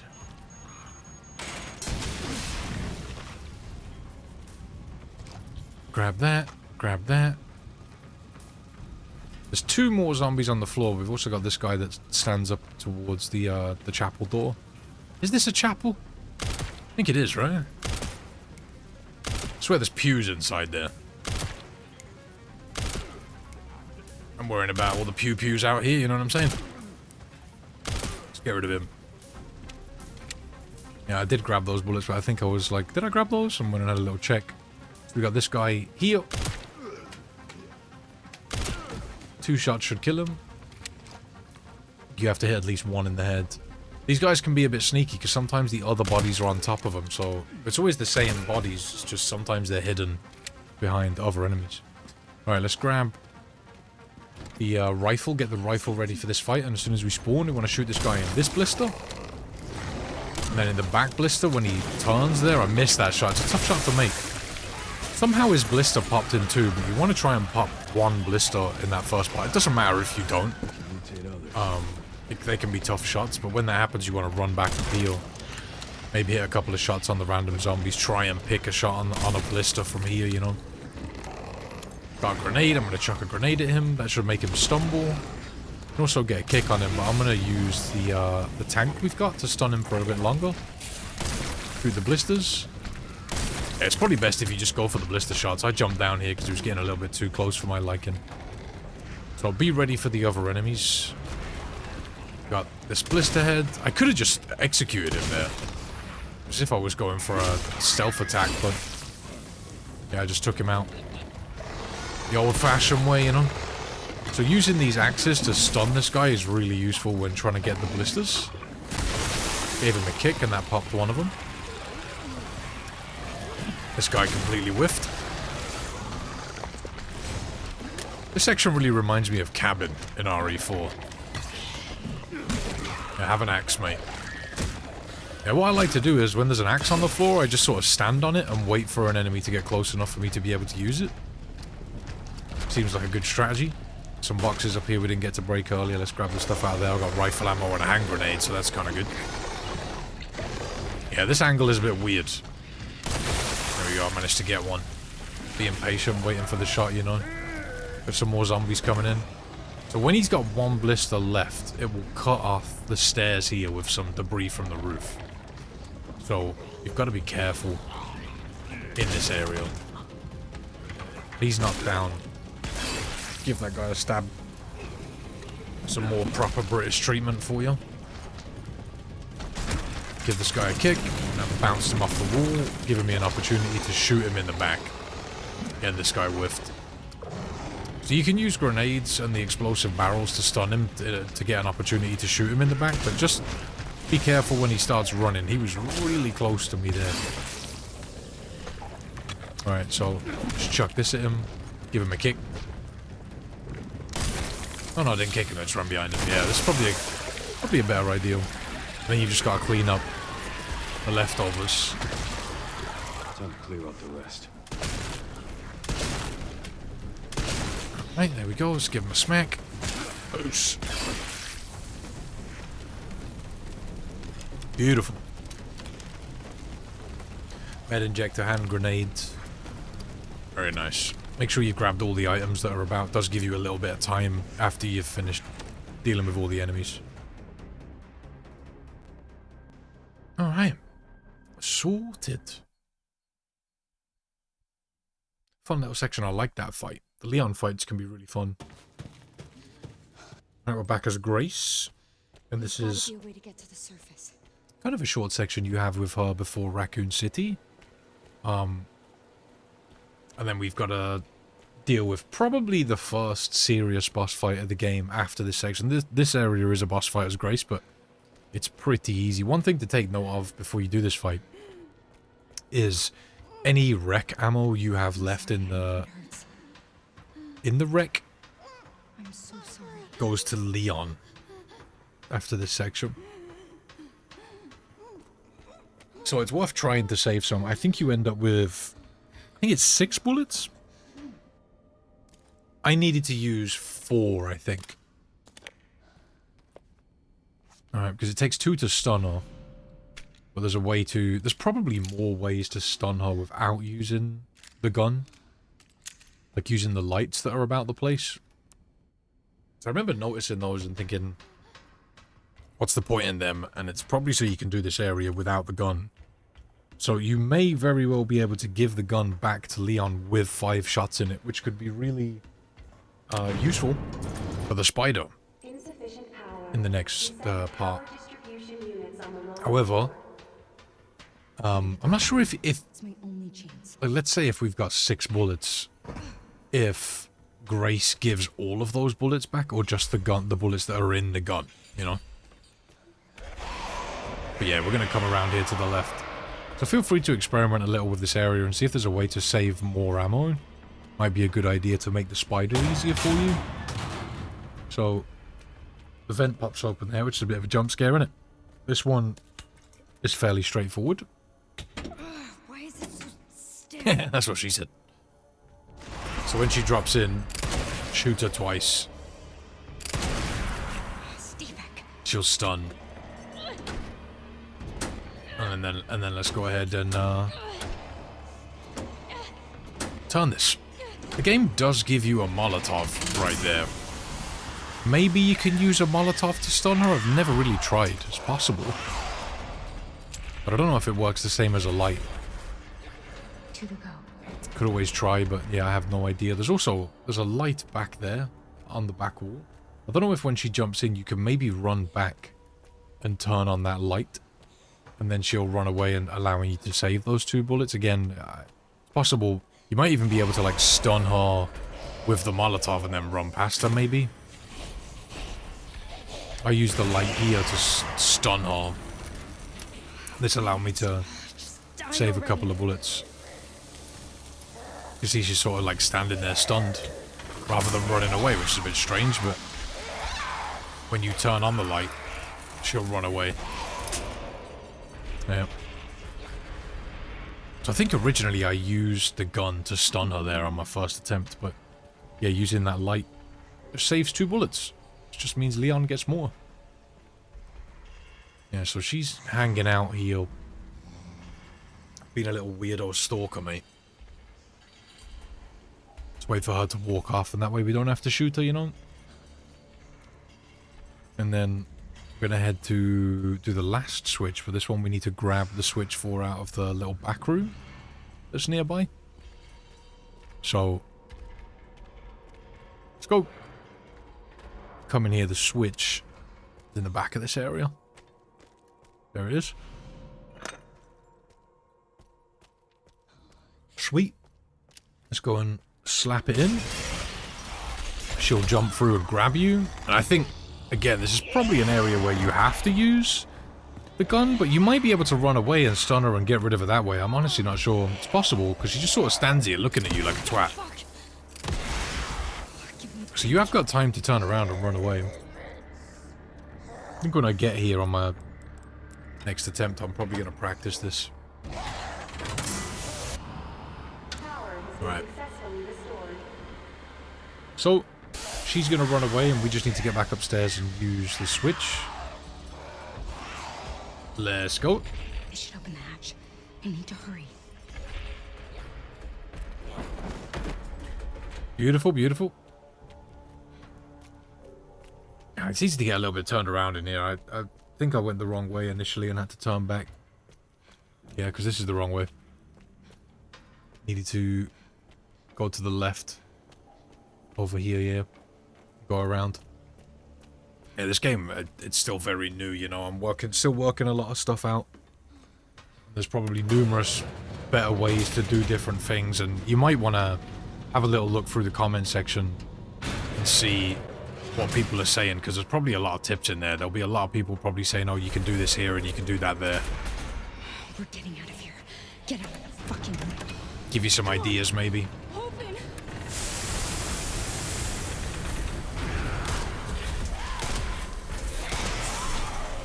Alright. So, I need to go back to Emily here. Finally. Yeah, Twitch is well, not Twitch, sorry. YouTube comments is a weird place, man. It's strange. People are... There's a lot of people who are very negative, but it's really nice to see the positive people, and I noticed a lot of positive comments recently, so I really appreciate all the kind words that everybody's putting in the comments. A lot of you guys have been really welcoming as I've come back and stuff, so I appreciate that a lot. So when you skip that cutscene after shooting Emily, you'll get an option to save. And I recommend doing it because we're going to have the spider after this. But yeah, there are certain people who will just never say anything positive. And they'll only say like negative stuff. Alright, so cashing in here. Sure what I'm going to get. They're probably going to get some upgrades. Some ammo, more than likely. Am I upgrading the classic? It is my favorite gun. I really like the classic. Getting the power is really useful. I'm getting an upgrade for the snapper. I think at this point I just cleared out some zombies from some extra points. If you just want to run through this area, you probably can, but you know, extra points is extra points, man. And I like to use the weaker guns in these areas. I wouldn't use for bosses just to gather up points, you know. Using the handgun here is pretty straightforward. Yeah, what was I saying? Yeah, there's people who will just never say anything positive. Like, you could do 100 things perfectly in a video. You mess up one thing and they're gonna say something about that. You know, they're waiting for you to mess up. I find that mentality, like, whatever it, you know, you're not gonna change those people, but surely that's like a really unhealthy mentality, right? You know? Like, you're just always looking for the bad, always looking for the negative in things, I guess. Strange. But it is what it is. People love to, I guess, see other people's, or point out other people's mistakes, see people's downfall and whatnot, you know? People love to be that guy, which is just kind of just strange to me. But like, yeah, the mentality changes a lot when you don't think that way, you know? Try and be positive and whatnot. Real easy to be shitty, man, but sometimes it's better for you to see the good in people, you know, see the good in things, I guess, is what I'm trying to say. But that's it's difficult. I know that can be really difficult if you're in a, you have like a negative mentality. It can be tough to get out of, man. Not easy to get out of. But anyway, I'm getting off topic a little bit. We've cleared out the streets. We're gonna have the spider in a minute. Let's get along with it. One thing I noticed, I love about reading the comments of these videos is just the amount of people that they do help. I love seeing, you know, people say, I got my achievements, appreciate your help, all that good stuff. It's always nice to see. And it's kind of like, with Resident Evil these days, it's kind of like a bit of a tradition on my channel that we do these challenge runs. I've done it with, I think ever since Resident Evil 2 Remake, I've done these sort of like achievement guides and... Actually, I think Resident Evil 7 was the first game I did it with, but one thing I want to go back and do is I want to no damage a lot of the games, like, as many of them as I enjoy, because there's a couple of them I don't really enjoy playing. But I guess, you know, it's always good to get input from you guys, so I guess what exactly do you want to see? You know? Doing no damage runs of the other Resident Evil games is definitely something I want to do, but I'd kind of like to do some other games as well, which I probably will. One thing I don't really do a lot of anymore that I used to do a lot of is just playing new games casually. And that's just because they're a bit of a... I feel like they're a bit of a detriment to the channel. They don't really help the channel. So it's best not to be too into that, you know? And nowadays I kind of do that on Twitch. And even on Twitch, you see that when I play a new game, my viewers drop. You think it would be the other way around. Like, oh, new game, you know, hype around the game. I think it comes down to there's so many people playing it that, you know, there's less, like, viewers to go around kind of deal, you know? And people are more likely to watch their favorite streamer play a game or their favorite YouTuber play that game rather than, say, someone new like me that they haven't watched much or they haven't watched before. So that's why what I tend to do with when a game comes out, I'm buying all the ammo here, by the way. When a game comes out is I'll look at what challenges I can do for that game in order to make a special kind of video, kind of like this one, you know? And those videos tend to do a lot better and get a lot more traction for me, which is kind of something you've got to focus on if you want to make videos, you know? You've got to think at least a little bit about, like, what's going to get views. You can't just blindly, unless it depends on what, if you don't care about growth or trying to, you know, bring in new viewers and stuff, I guess it doesn't matter. But if you do want your channel to grow, it's kind of something you've got to focus on, you know? You've got to think about what gets views versus what doesn't. And I used to do a lot of Let's Plays, a lot of casual stuff. where I would just play new games when they came out and whatnot. But that just sort of fell off, and I'd like to somewhat do that again. Not to the extent that I used to, but yeah, it'd be cool to play a couple of games. Although, like I said, if you're the kind of person that wants to see that from me, it might be worth you coming over and follow me on Twitch. One thing I do see a fair few times in my comment section is people asking for live streams. And I guess they want live streams on YouTube. They don't know that I stream on Twitch. If you want live streams from me, you're better off coming over to my Twitch, man. I mention it all the time.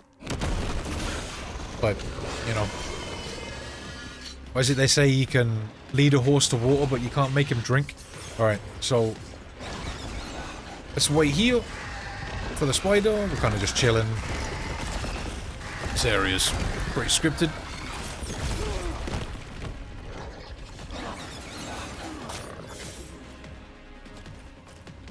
Alright, so we're coming around here quickly. We just don't want to bother with the spider. Open the door. Alright. We gotta go upstairs here.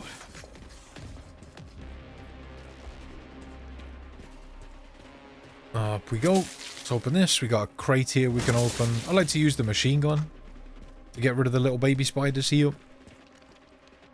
It's not really the most powerful of weapons. It is good. I do use it in some boss fights, but it's good for situations like this when you need a quick fire rate. You know, you only need to hit these guys with like one singular shot. We go, they're all dealt with. Let's get moving. Right. So we'll bait the spider there, jumping through the window so we don't get hit. I craft some rifle ammo. This fight can be a little bit tedious. I'm definitely going to look into doing this fight a little bit more efficiently, although my strategy is fairly consistent. You've just kind of got to be careful. As he crawls down, you can hit him.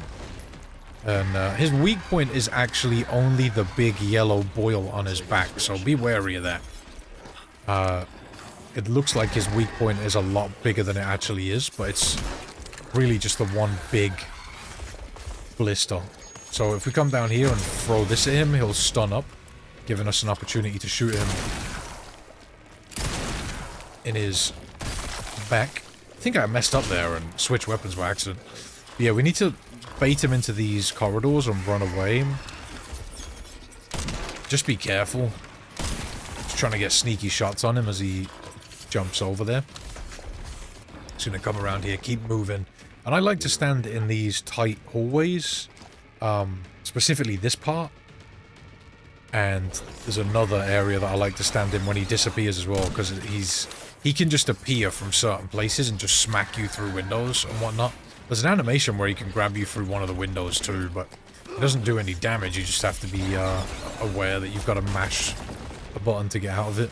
I was being really careful here because you don't want to stop and break those boxes when you're up there, because it just gives him an opportunity to smack you. When you climb the ladders, you need to move as fast as you can. When he crawls down off that ledge, you've got a good opportunity to shoot him in the back. Although, believe it or not, I didn't hit him in the weak spot there.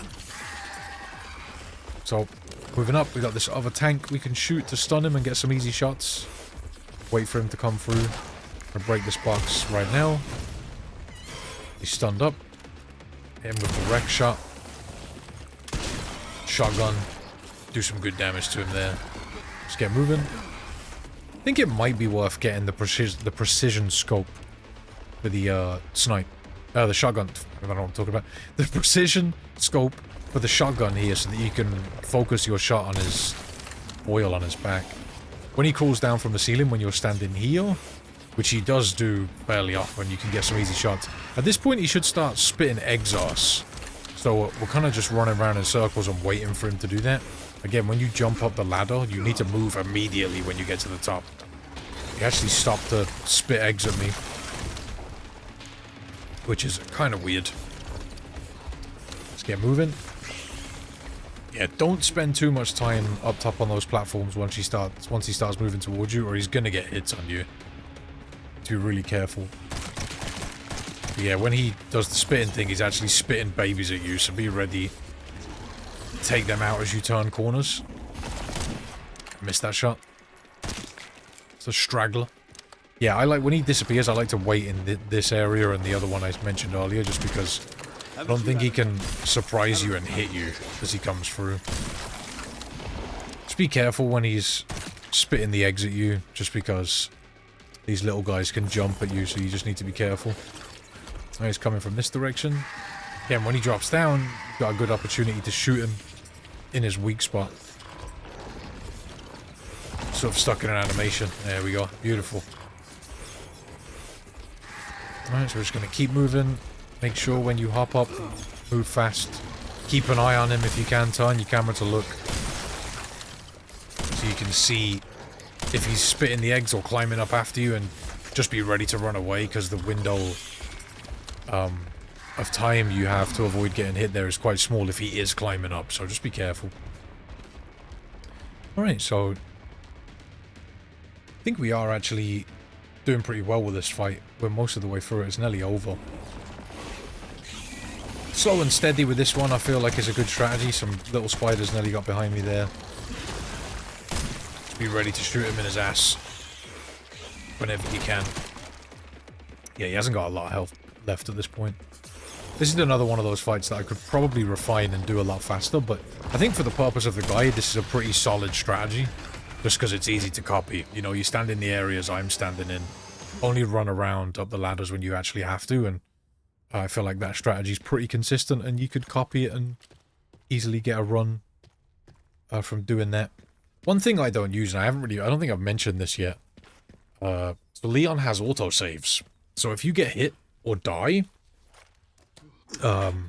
you can just press continue and load up the game.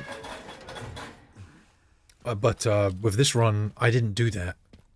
I was just working from save, so if I got hit or I died, I quit the game and loaded my save to make it a real segmented run, you know? I could have just loaded from the saves. The reason I was doing that, there's a couple of reasons I was doing that.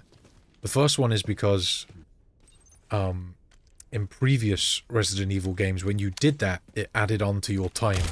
But I don't think it does in this game. I think if you continue, it doesn't add up the time like it did in previous games. I know if you pause the game, it pauses the timer like it did in previous Resident Evil games.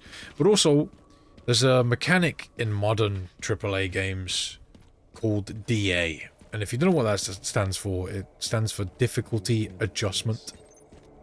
And basically what it means is, the more times you die or take damage or whatever, do bad things, essentially, as the more time you spend not doing very well, the easier the game becomes. I don't know how it works exactly in this game, but it's been a thing in all of the previous Resident Evil games. I'm not 100% if it's the same in this game. So if you keep continuing and restarting again and again and again, the game essentially should become easier. I don't know if that is the way it works, but because of that, I was avoiding messing around and using continues. I was just working from save points.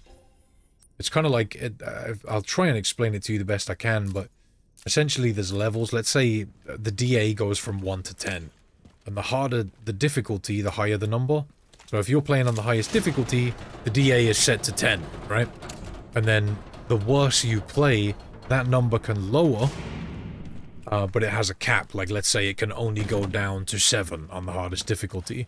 Whereas if you were playing on, like, normal difficulty, you could be, the difficulty will start at, let's say, I don't know, 6. But it can go all the way down to 2 if you're playing really bad, you know, and then the game comes really easy. I don't know if you've ever had a situation in a video game where you've been trying to beat a boss and you're dying and dying and dying and dying. And then eventually you beat him, and you're like, wow, that was so easy. That's probably DA coming into effect. Alright, so we need to get rid of these gun zombies, because they suck. I hate gun zombies. We had a big rant about it in my previous video, and I don't think they really belong in this game, but they're in it, so we gotta deal with them. And you want to get rid of them first if you can. If you shoot that one as he drops down, he's an easy shot, the first one. And the second one will be above you, so just listen out for his shots and take him out when you can. And then we're going to run over here and we'll have all these zombies around us. I know I've been fighting them for a little while now, but yeah, these guys are fairly easy to deal with. Just abuse the shotgun. The shotgun is very strong. Just be ready to shoot them as they get close to you. You can use the pistol if you're feeling a bit brave. Also, you can parry their lunge grabs and stuff. I like to be a bit safer with the shotgun and just push them back, man. Get ready to ask them a question, you know. Also got the rifle, and I have got other weapons I can use to deal with these guys, but at the moment, without the power upgrade and the rate of fire upgrade for the machine gun, it's just kind of trash. If you've got an enemy injured, it can be good to finish them off, but using it to take out a zombie from scratch is just not really a good idea. And one can have an axe to the face. I don't know if I'll make it to this guy to finish him, maybe. Ah, it's a little bit too late. Alright. Let's get rid of him this way then. So you can just run past these zombies if you want to and jump up on the thing and leave. But yeah, the chances of you getting grabbed are fairly high. You could probably bait them back and then jump up so that they're all away from this area we've got to jump up on. Just getting a little bit flicky there, wasn't I? Alright. Let's grab anything they've dropped, usually ammo. Grab whatever we can. We'll head up that ladder. But yeah, if you jump up, you'll more than likely get grabbed, and you might see speedrunners doing that. That's kind of the strategy in this area, is literally to run in, knock down the thing. I think you maybe kill the gun zombies and then jump up. That's literally the strategy, but you will see people getting grabbed there. And again, keep moving here because a zombie jumps through the boxes. Just be ready for that. Again, that's a big difference between these runs and speed runs. You may, if you're the kind of person that watches speed runs, you might find yourself watching my run here and being like, oh, you know, you can do it this way. You can just run past everything. But if you've watched a successful or a fast speed run, it might be a situation where you think something is consistent because you've seen somebody else do it. But if you're into speedrunning a little bit, you'll know exactly what I'm about to say. Like, a lot of those strategies rely on luck or good RNG, you know? You have to hope the game is kind of just nice to you with letting you past. And with no damage runs, that's kind of just not a risk you can take. Let's say how long we've been going for here? Like 2 hours, 10 minutes? Let's say I get all this way and I haven't taken any damage yet, and then I'm like, I'm just gonna run for it, and I get grabbed because the game's like, nah, you ain't going anywhere. It's a big difference between speedruns and no damage stuff, you know? You've got to be way more careful with no damage. Just because one little touch will just ruin your run, whereas with a speedrun, it may not be perfect if you get grabbed, but it's like, ah, fuck it, just bang on a heel and keep going, you know? Like, it doesn't ruin the run. And you're expecting, in most runs of Resident Evil games, that at some point you're going to get grabbed. You know, at some point you're going to take some damage. It's not great if you do, but at some point you're going to, especially with the longer games. Be ready with this chick to bust through the door with a shotgun. Just checking behind me to make sure no one's left. Again, that area is fairly straightforward. It's kind of just a combat section, you know? It's not really anything special that we have to do, but we do get the key for the apartments next door. This place is overrun with zombies. What? That's impossible. They should have all been wiped out by the missile. Yeah, they should have. So it was a nuke and now it's a missile, apparently. But whatever. I mean, some people have argued, you know, that if it was a nuke, there'd be nothing left, and I don't know about that. I don't know if there'd be nothing left. Close to the blast radius, there'd be nothing left, but in the surrounding areas, it's kind of like different, right? I don't know, I'm not a nuke expert, but I think that's how that works. Like, it doesn't just annihilate, you know, everything for like miles and miles and miles and miles and miles. It's like close to the blast radius, it's worse, right? Detonator for that gate. Great. Can you see any more from your position? It's still done a fair amount of damage. It should have the signal receiver. Let's spin it around. I don't know, maybe I'm wrong, correct me if I'm wrong, I'm not an expert on these things, it's just what I assume, that, like, you know, close to the initial impact with a nuke would be, obviously, things are getting destroyed. Like, everything in that area is just getting melted.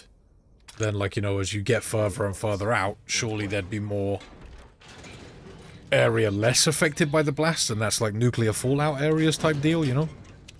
I don't know, though. I don't know. Maybe I'm wrong. Alright. So, heading back to the box, cash in our stuff, and now to buy some ammo. It's a good idea whenever you see ammo in the shop, just to buy it. What else am I going to upgrade here? Power on the shotgun. Beautiful. I think that's literally all of my points except 100. That's crazy. Alright, let's drop a save. Okay, so I actually made a mistake in my editing, and this part didn't get put into my edit.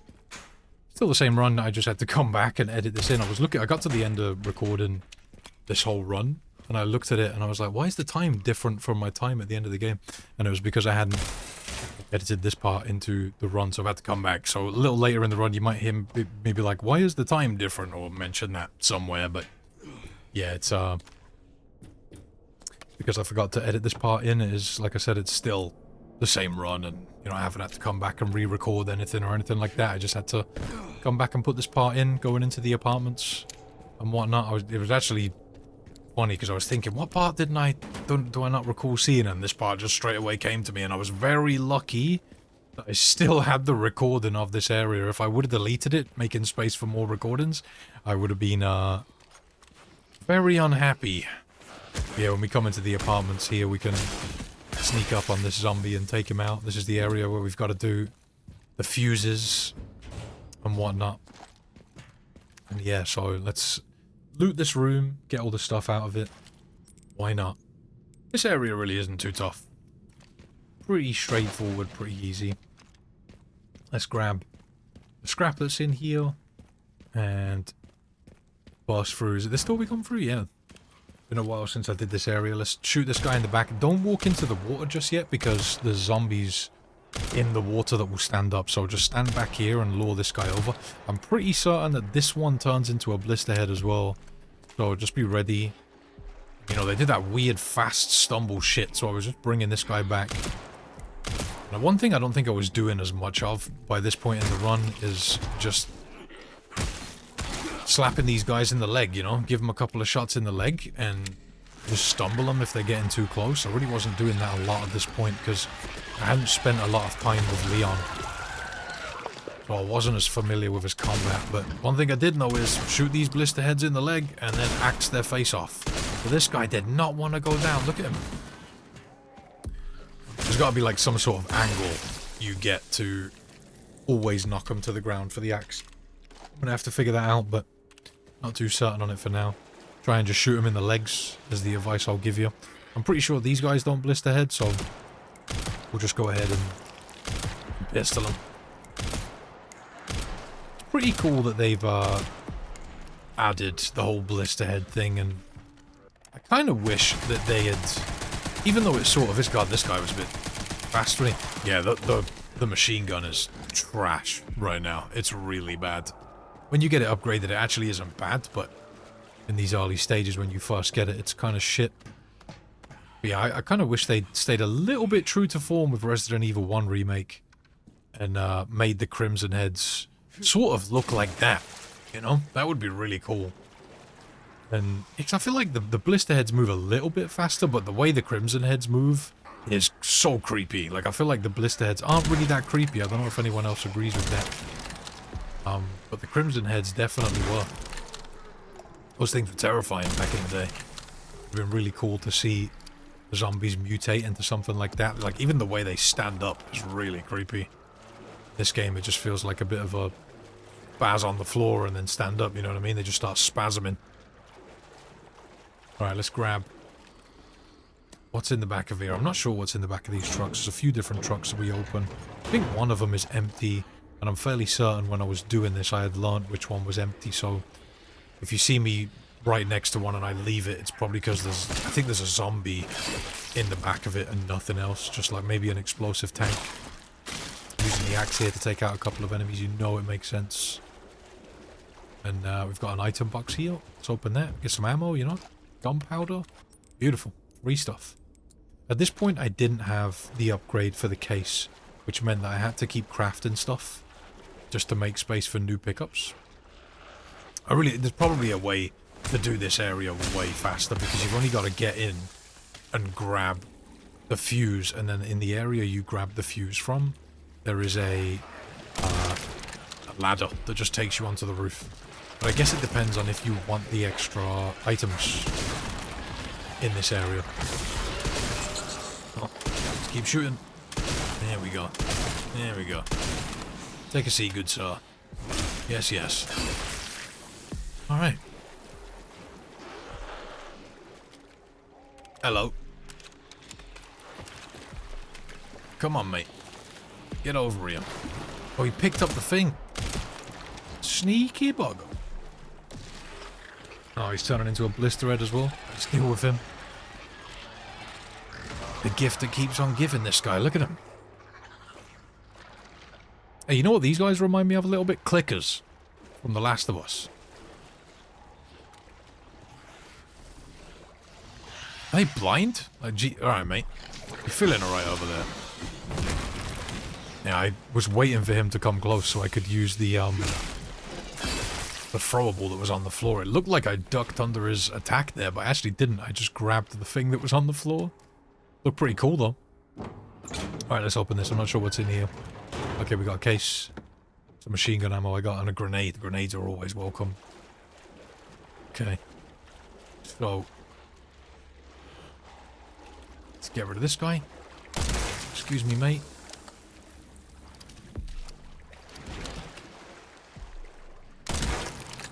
You can take a seat as well, bud. This one's blister-headed. Jesus, loads of them. Alright. Deal with you too, I guess. Shoot him in the leg. I wonder if you... yeah, I was just talking about it. I wonder if you, like, approach them from the side. Shoot them in the side of the leg if they're more likely to fly back, giving you the opportunity to axe them in the head. You know, ask them that all-important question. Alright, so... I think this is the one here that has a zombie in it. Yeah, this one that I'm right next to has a zombie and an explosive tank in it. Be careful when you come up here. As you approach this guy, another guy will come through the door. Just want to watch out for their throwables and stabbables. Oh, Jesus, yeah, watch out for that guy. Threw a grenade at that one. And grenades have always been a bit weird in Resident Evil with Leon. When you throw the grenade, he's stuck in an animation, and there's not a fat lot you can do. There are other animations in the game that you can cancel, but for some reason with grenades, I don't know why, Capcom does not like allowing you to cancel grenade throwing animations. I think it's probably got something to do with duplicating the grenade. I think there's probably some bug where if you throw the grenade and then cancel the animation, you can keep the grenade and throw it. So there may well be some sort of weird thing in place that is stopping Leon from cancelling that animation. And they're a bit more lax with the other animations, like when you reload or when you jump off a building. In Resident Evil 4, those were all over the place, but still, in Resident Evil 4, with the grenades, you were locked in place when you threw them. You were just stuck. But, no, it is what it is, I guess. If it stops people from duplicating items, I guess it makes sense. Yeah, this machine gun is terrible right now. We've got the fuse. We've climbed up here, and we just need to head back on ourselves, but I'm just clearing up these enemies. Especially these ones with throwables, because they can just ruin your day, you know what I mean? Let's go ahead and jump down here. Cool. And through here. Nice, nice, nice.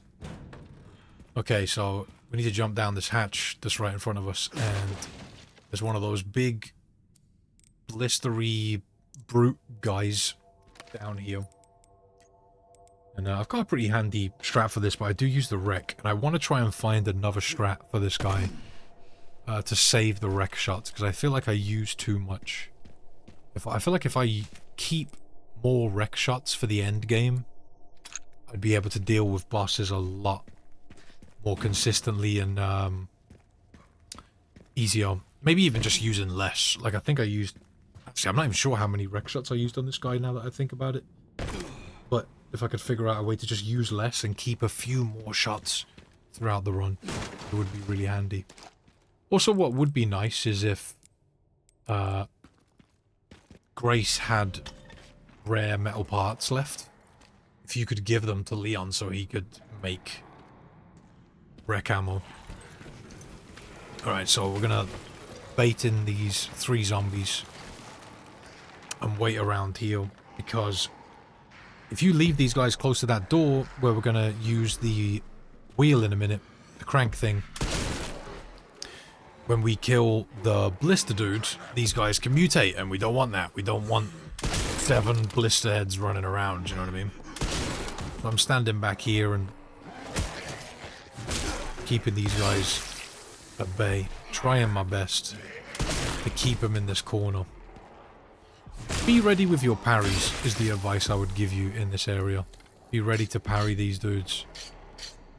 Never really looked at it, but in other games, in Resident Evil 4 with the parries, you had like a little thing on the bottom right of the screen that could tell you when to parry. I never used it, but I don't know if it's in this game. I think you just have to judge it in this game. Okay, so I'm going to throw the double grenade. I'll take out the zombie in the back and stun this guy. And then we can shoot him in his blisters with the wreck. Go, there's 3. Used 4 shots on him, man. That's a lot. Just feels like a lot, man. I could probably get away with rifling at least one of those. Yeah, 4 shots is crazy. There might even be a way to, like, stun him and then turn the wheel and just run past and get the fuse that's up top and leave. But you might be able to turn this all the way, then like kick him after throwing the grenade to stun him for a little bit longer, and then just run past and leave. It's possible. There's also a throwable here that I'm guessing is dropped by the enemy that got blown up by the grenade. That I could also use, but I don't know what enemies are in here and whatnot, you know, like I obviously kill a few with that grenade. I'd have to figure that out too. I know there's a couple of enemies that come through the door with him, and the whole, I guess, gimmick with this area is that as you're popping his blisters, you're creating blister heads, which is causing you problems. And that's what I wanted to avoid. I don't know, maybe I, you know, the way I did that is still an effective way to get through the area, and later in the run, I'll be able to figure out other ways to deal with the bosses, like with the 3rd tier upgrades and the charms and stuff. It's going to be fun to look into the no damage, no save run for this, and how to make the... Because for that run, everything has to be so airtight all the time. Or at least a lot more tight. You know? It's also really tough, because you've got to sit there in one sitting and get the run, you know? Like, when a game like this is, you know, knocking on 4 hours for a run, it's tough to sit there and do it all in one go. I definitely felt that doing some of my other longer runs. Very difficult to sit for long periods of time for me. I need to move after a few hours, and it's just not good for you to, you know, sit in one spot for long periods of time. Alright, so we're leaving. We got the other fuse thing. I think we've got maybe some more stuff that I do before we leave. I might go and grab a couple of items or something. Let's have a look. And we're heading out definitely now. We've got both of the fuses. We're going to go over here, slap them both in. Get out of here. Beautiful.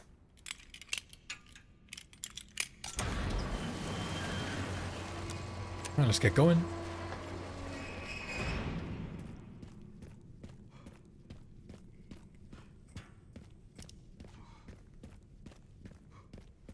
We have a cutscene here? Yeah. Zombies with guns are coming.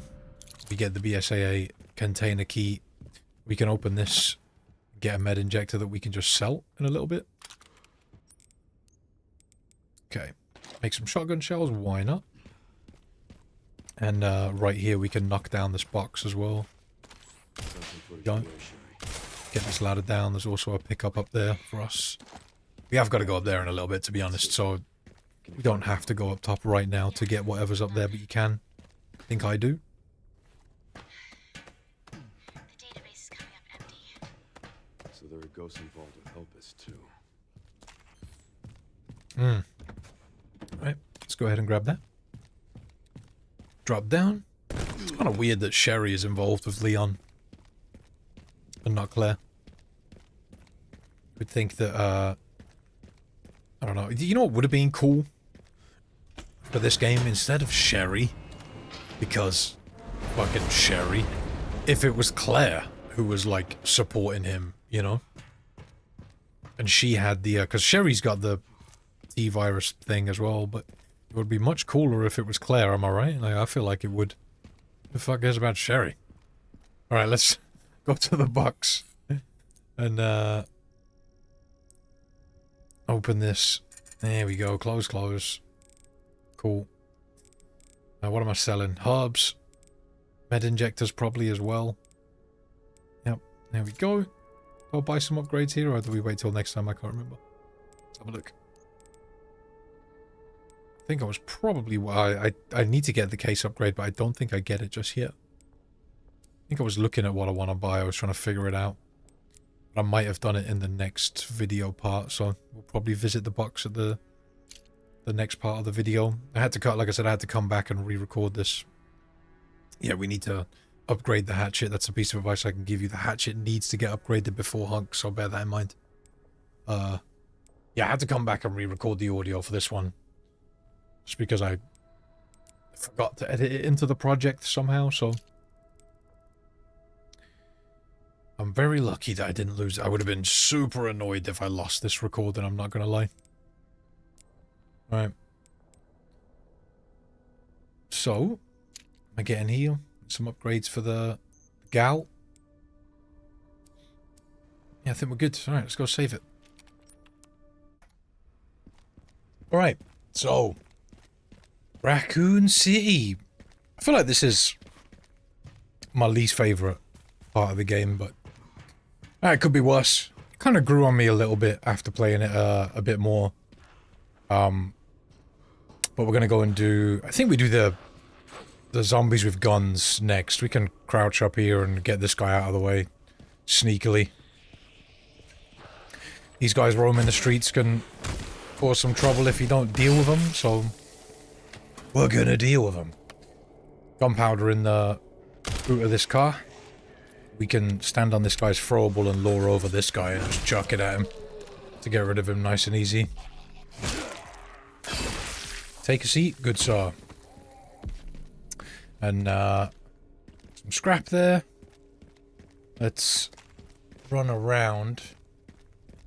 We've got a med injector in that crate to the right if you want it, but I'm not sure if I got it actually, but yeah, it's basically just a sellable for me, but it's only like 1500 credits or whatever, so it's not really worth that much. But we got some bullets in there. We got to go up here and go and sort out this crank. So yeah, just follow the path around. You know how I love cranking it, mate. Let's fucking go this way and gotta deal with this zombie. We can just pistol this guy from a distance, and if he gets too close we can just run back out the door. Yeah, I like the third person in this game. Always been a bit more of a fan of third person over first. Let me walk you through this bit before I carry on. So we're gonna jump down. And we got this one guy in the back corner here. We gotta shoot him quick. If you miss this shot, you kind of need to move. I got lucky and hit him with the second. Because yeah, gun zombie. Yay, gun zombies. These guys will just melt you on this difficulty as well. Knock this helmet off and try and get rid of him, but I needed to reload. You got these boxes you can crouch behind if you find yourself in a tough spot. My aim was poo. Quite poo here. There we go. Sorted. Right, grab whatever we can from those guys. We should have some machine gun bullets. I think there's probably some more in the corner on the other guy, but I ended up leaving them. So yeah, I feel like this game was designed around first person, to be honest, because the third person... I could be wrong about that, but the third person just doesn't feel as smooth or snappy as Resident Evil 4 did. just the controls just aren't as fluent. Especially, I'm not sure on controller. Maybe it's different on controller.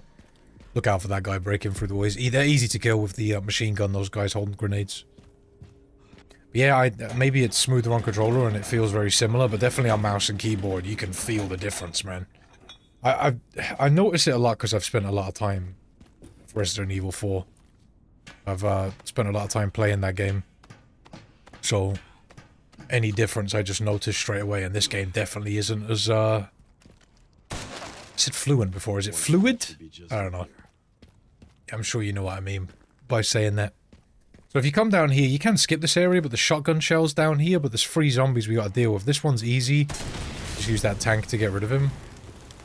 If you shoot that zombie, you might be able to use the tank to kill the 2 zombies that are coming down here, but it's kind of an awkward angle, because you have to get relatively close to the zombies. These double stack grenades are really powerful, so it kind of pays to get this one. I'm going to make some rifle bullets to make space, because I'm running low on space.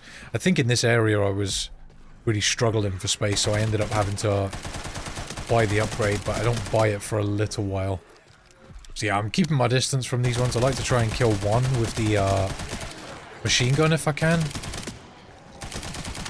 This guy gets a little too close to the comfort, so I just shotgun him. Yeah, they're quite weak, and the shotgun is very strong. Don't know how I feel about the scope on the shotgun. I haven't done a lot of testing, but it would make sense that the scope, because it tightens the spread a lot, right? It tightens the spread into a much smaller area when you buy the little scope for the shotgun. And I know that's what speedrunners use to hit weak points and stuff, but I feel like I do better damage without the scope. That could just be placebo though. I need to test that a little bit, because there's certain areas of the game that I did with and without the scope, and enemies were taking less shots without the scope, so I don't know. Maybe it's something to do with bosses. You can just focus weak points on bosses so much easier when you've got the scope, I guess. It essentially turns the shotgun into a slug. So we're going to come over here to the left. There's going to be 2 zombies that come out.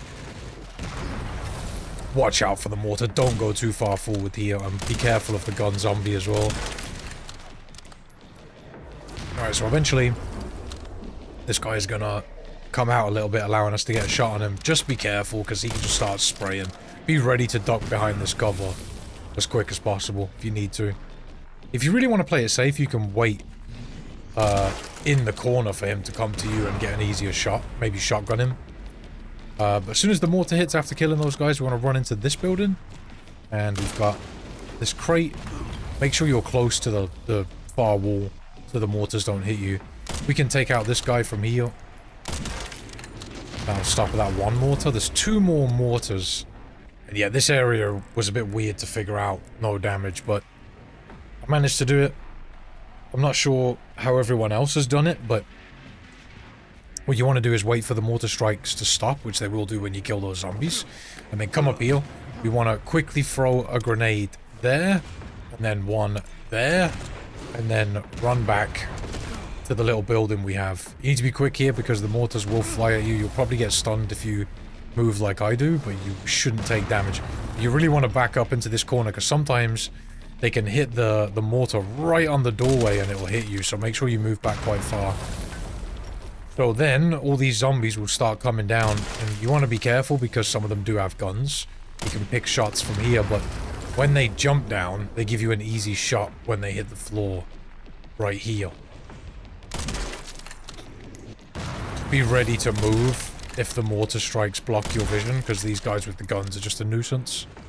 So, even though it might seem like we're done, we're not. There should be at least 1 more zombie with a grenade.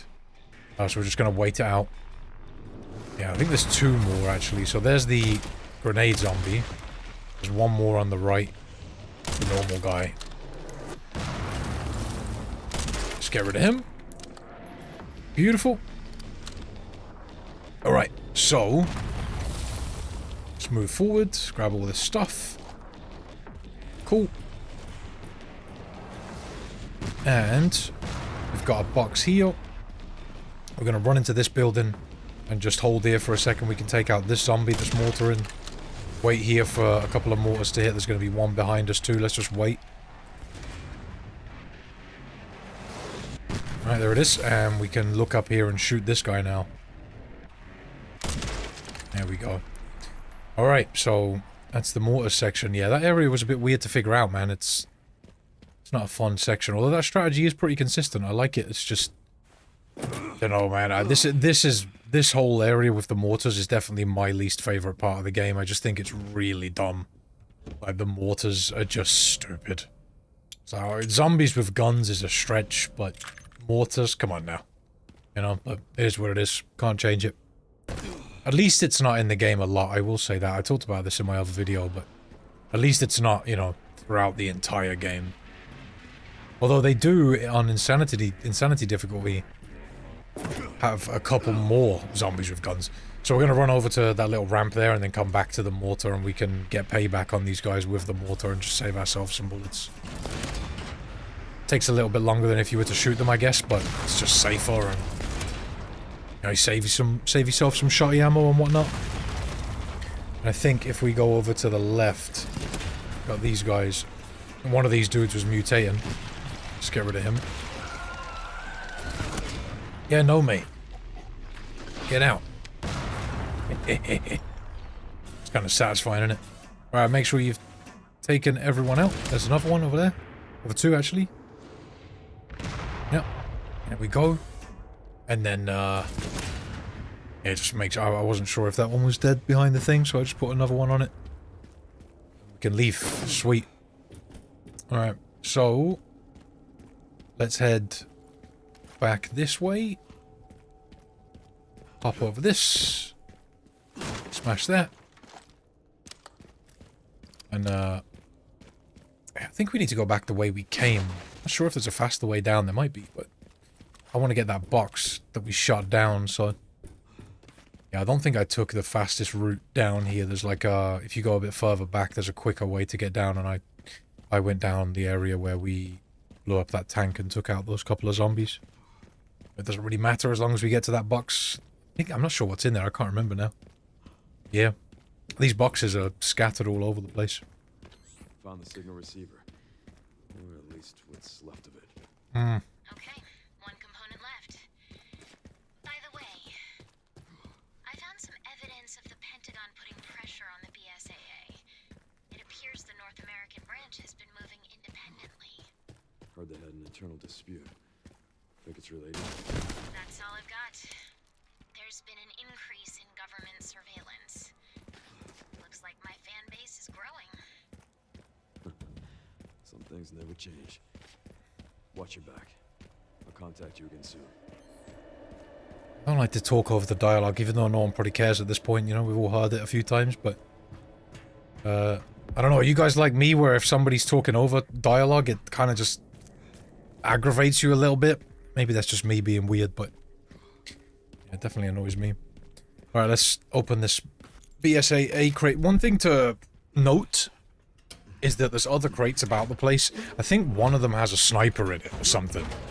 And there's one with a charm in it, the BSAA charm, that makes using the rifle without the scope more powerful, I think. I think that's that charm. And for that one, you have to get the fuel first of all from the gas station and go through one of the side areas. I'll mention it when I run past it, but I don't go and get it because I don't want to use charms first of all. And it's just kind of like extra risks, do you know what I mean?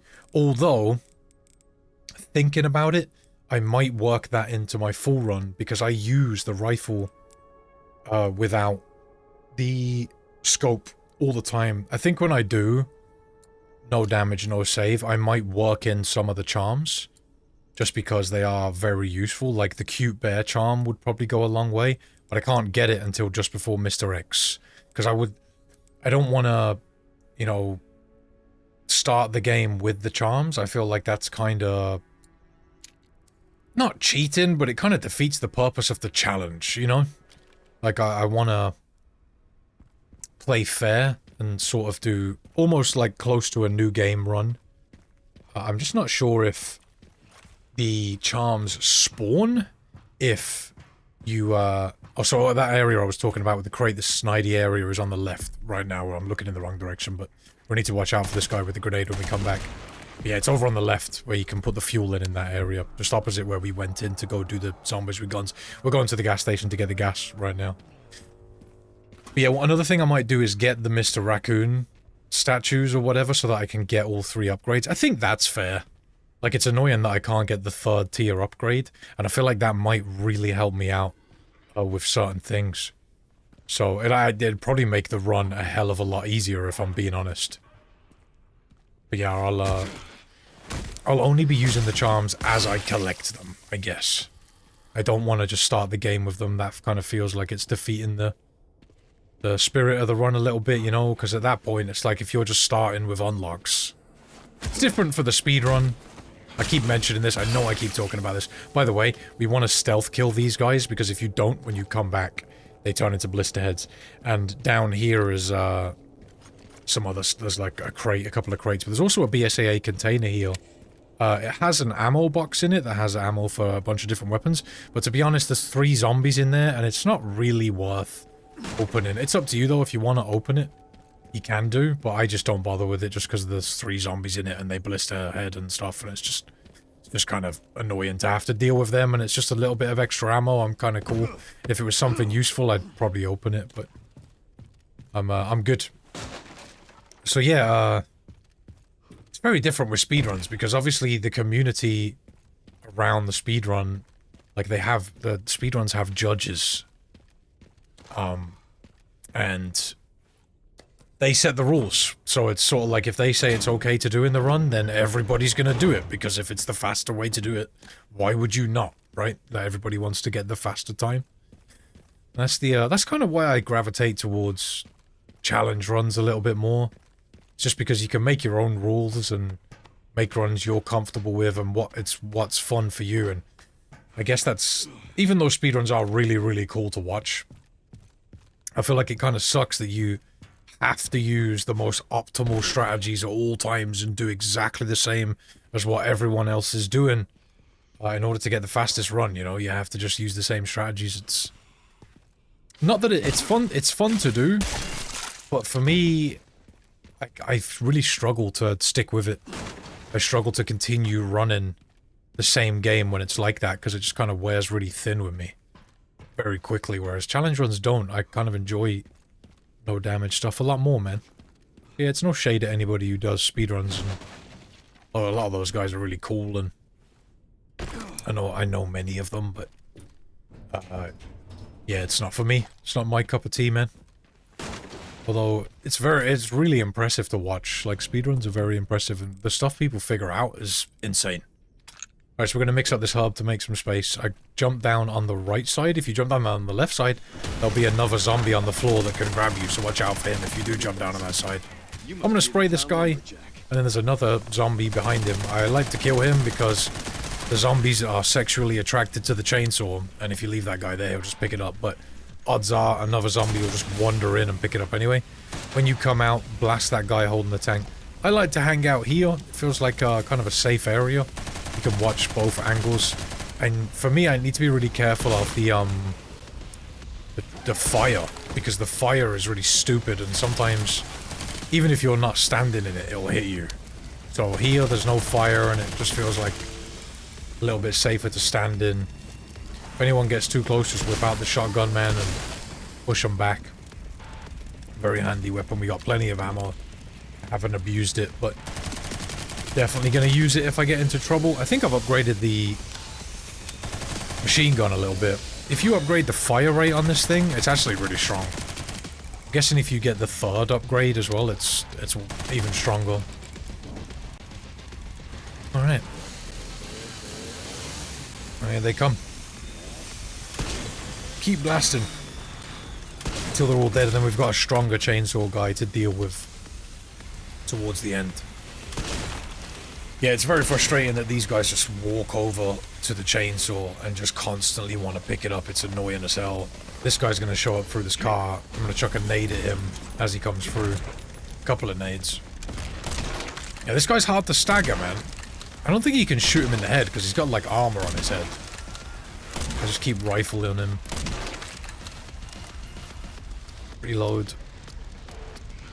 Yeah, I think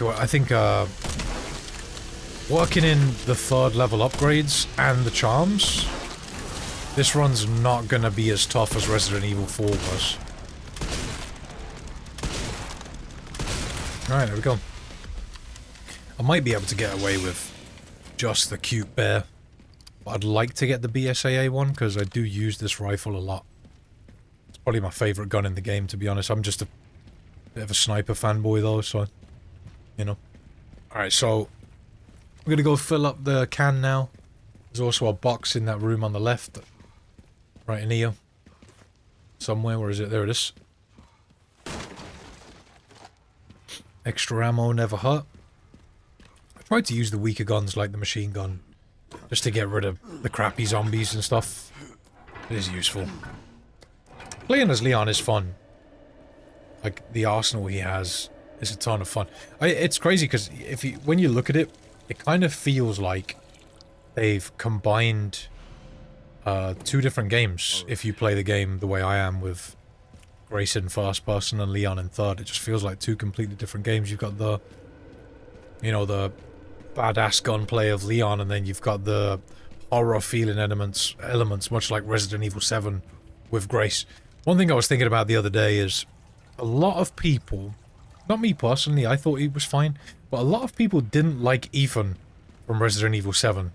They felt he was like a bitch and, I don't know, not a good protagonist. I thought he was good. I didn't mind playing as Ethan at all, to be honest, but a lot of people I found out through talking with other fans of the series just didn't like him.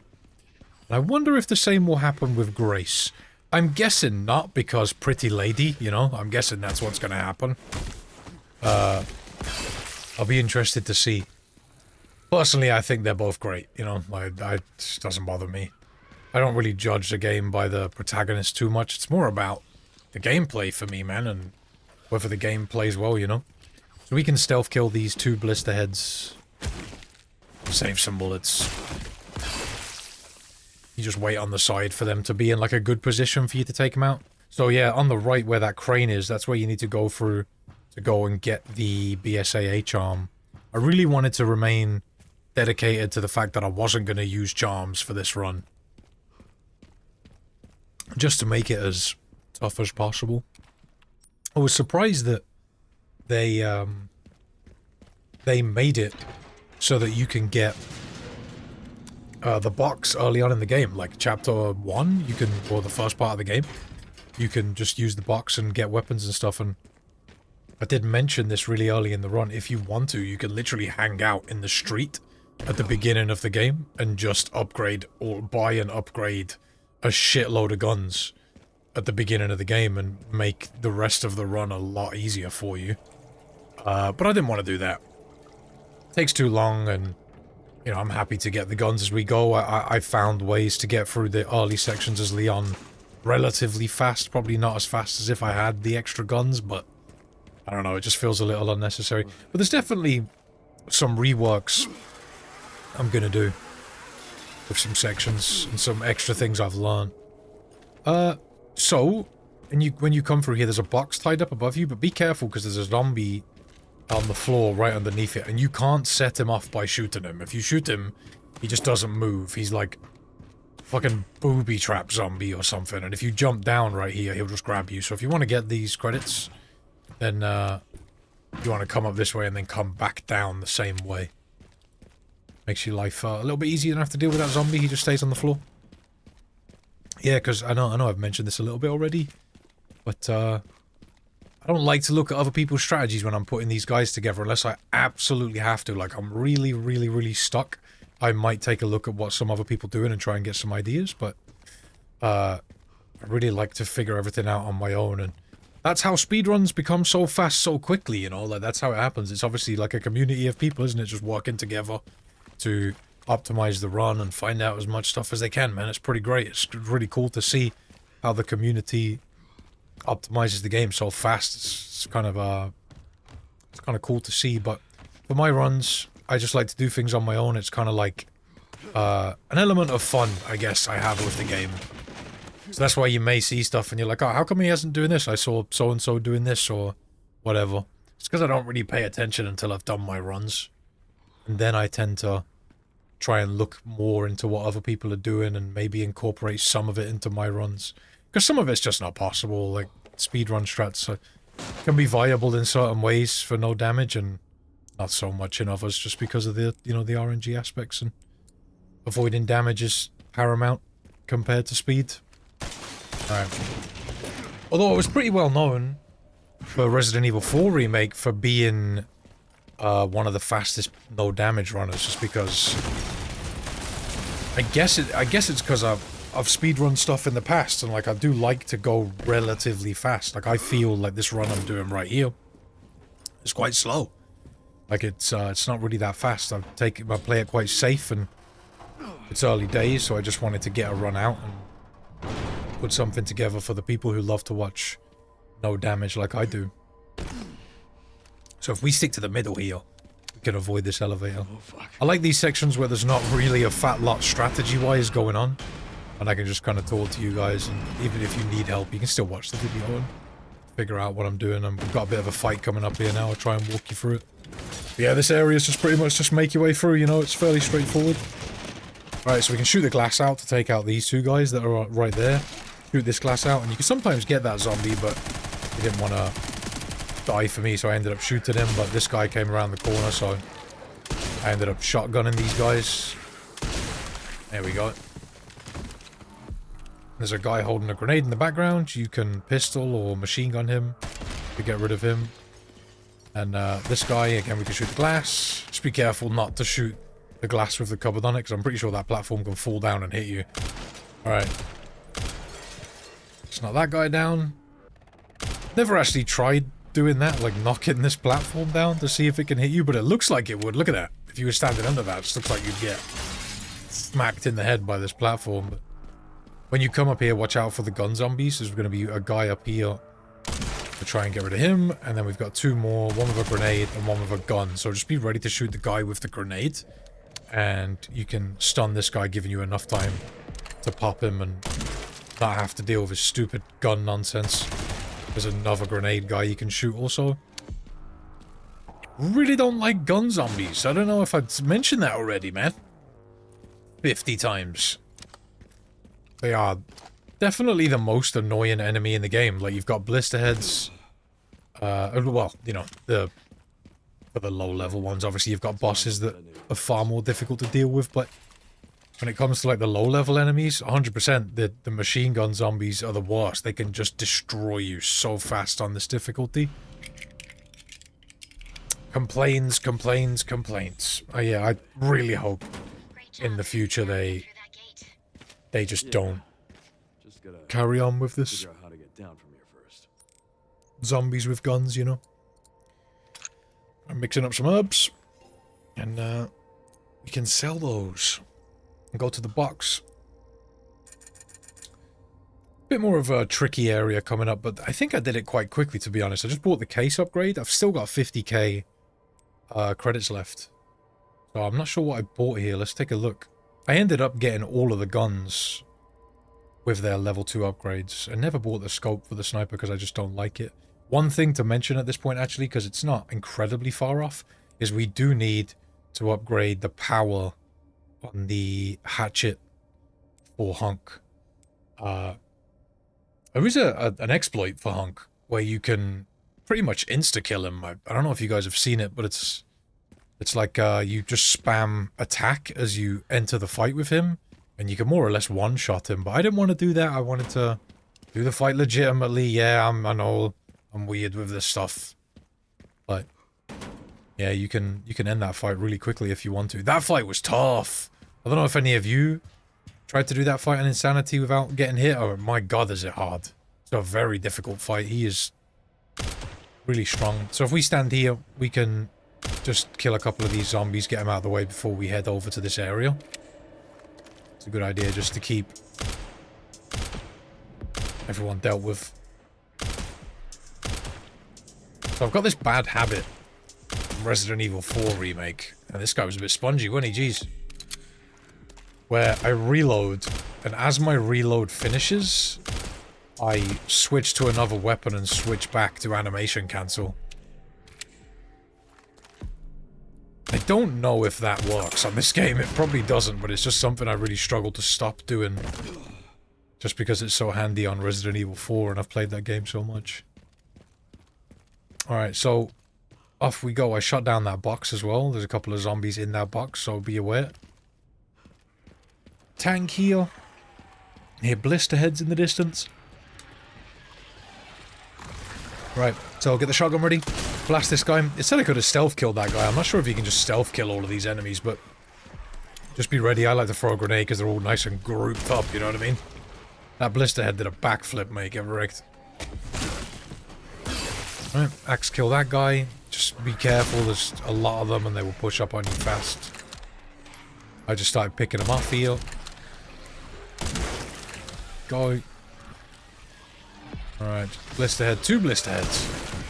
Using a lot of ammo, man. Yeah, this guy just didn't want to give me the execution, but there we go. One thing this game's pretty good at is... He got really close, didn't he? Jeez. One thing this game's pretty good at is giving you ammo you need. So once you start to run low on a certain ammo type... This guy coming up behind me, look at him! The game will give you more of that ammo type, which is kind of nice.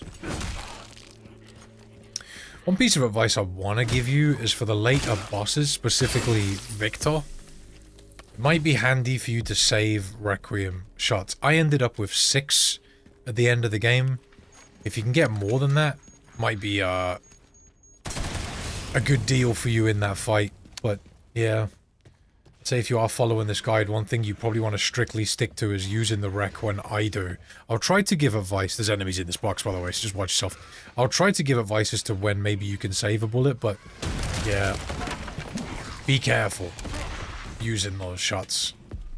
Let's get rid of this chick. Blister head. Throw this out. Get her easily stunned. Just run up and give her one of them, mate. Beautiful. Another zombie there. Jesus, where'd she come from? You zombies, actually. Guess they spawned when I ran to that corner or something. 99.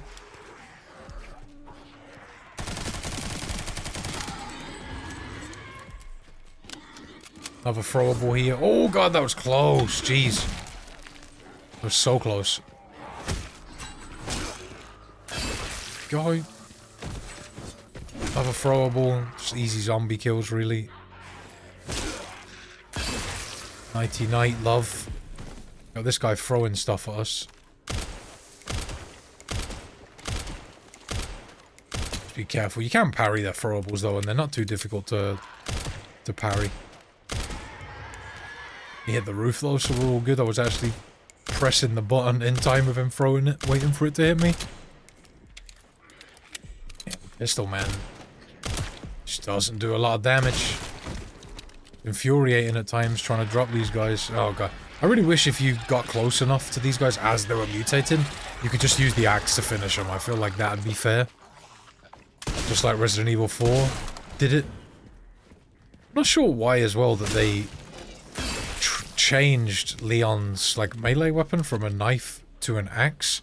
I also don't know how I feel about the whole sharpening the axe thing.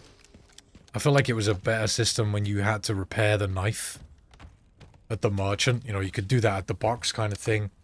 And if the knife broke, you had other knives, like weaker knives, that you could use. Again, like, yeah, just... I think it's kind of stupid that the axe... Don't get me wrong, the combat's fun with it. The parrying's great. I love the parrying. I feel like the whole axe situation could have been done a little bit better. I would have also preferred just for Leon to have a knife. I don't feel like the axe fits, really. I don't know if he's trying to become Lara Croft or whatever. But, yeah, I feel like he's better suited to a knife. Also, he was, like, trained with knives, I guess. I don't know, but whatever. It is what it is. I feel like they could have easily kept similar mechanics to RE4, but this one it's not terrible. The sharpening thing seems a little bit overpowered to me, that you can just, basically you've got an infinite parry system, you know? You can just parry forever. Right, so if you want to, you can go back and save before you drop down here. The the door to save is over on over that way, where we dropped down from. So if you want to, you can go and save, but I wanted to try and brave it out. Finish this area before I saved. Let's go. Yeah, this is a chunky section. Sometimes I would work out a few little sections and then try and work them together, depending on how difficult they were. And for how many enemies are here, this area really isn't that difficult. You've kind of just got to watch out for the blister heads and these guys throwing stuff.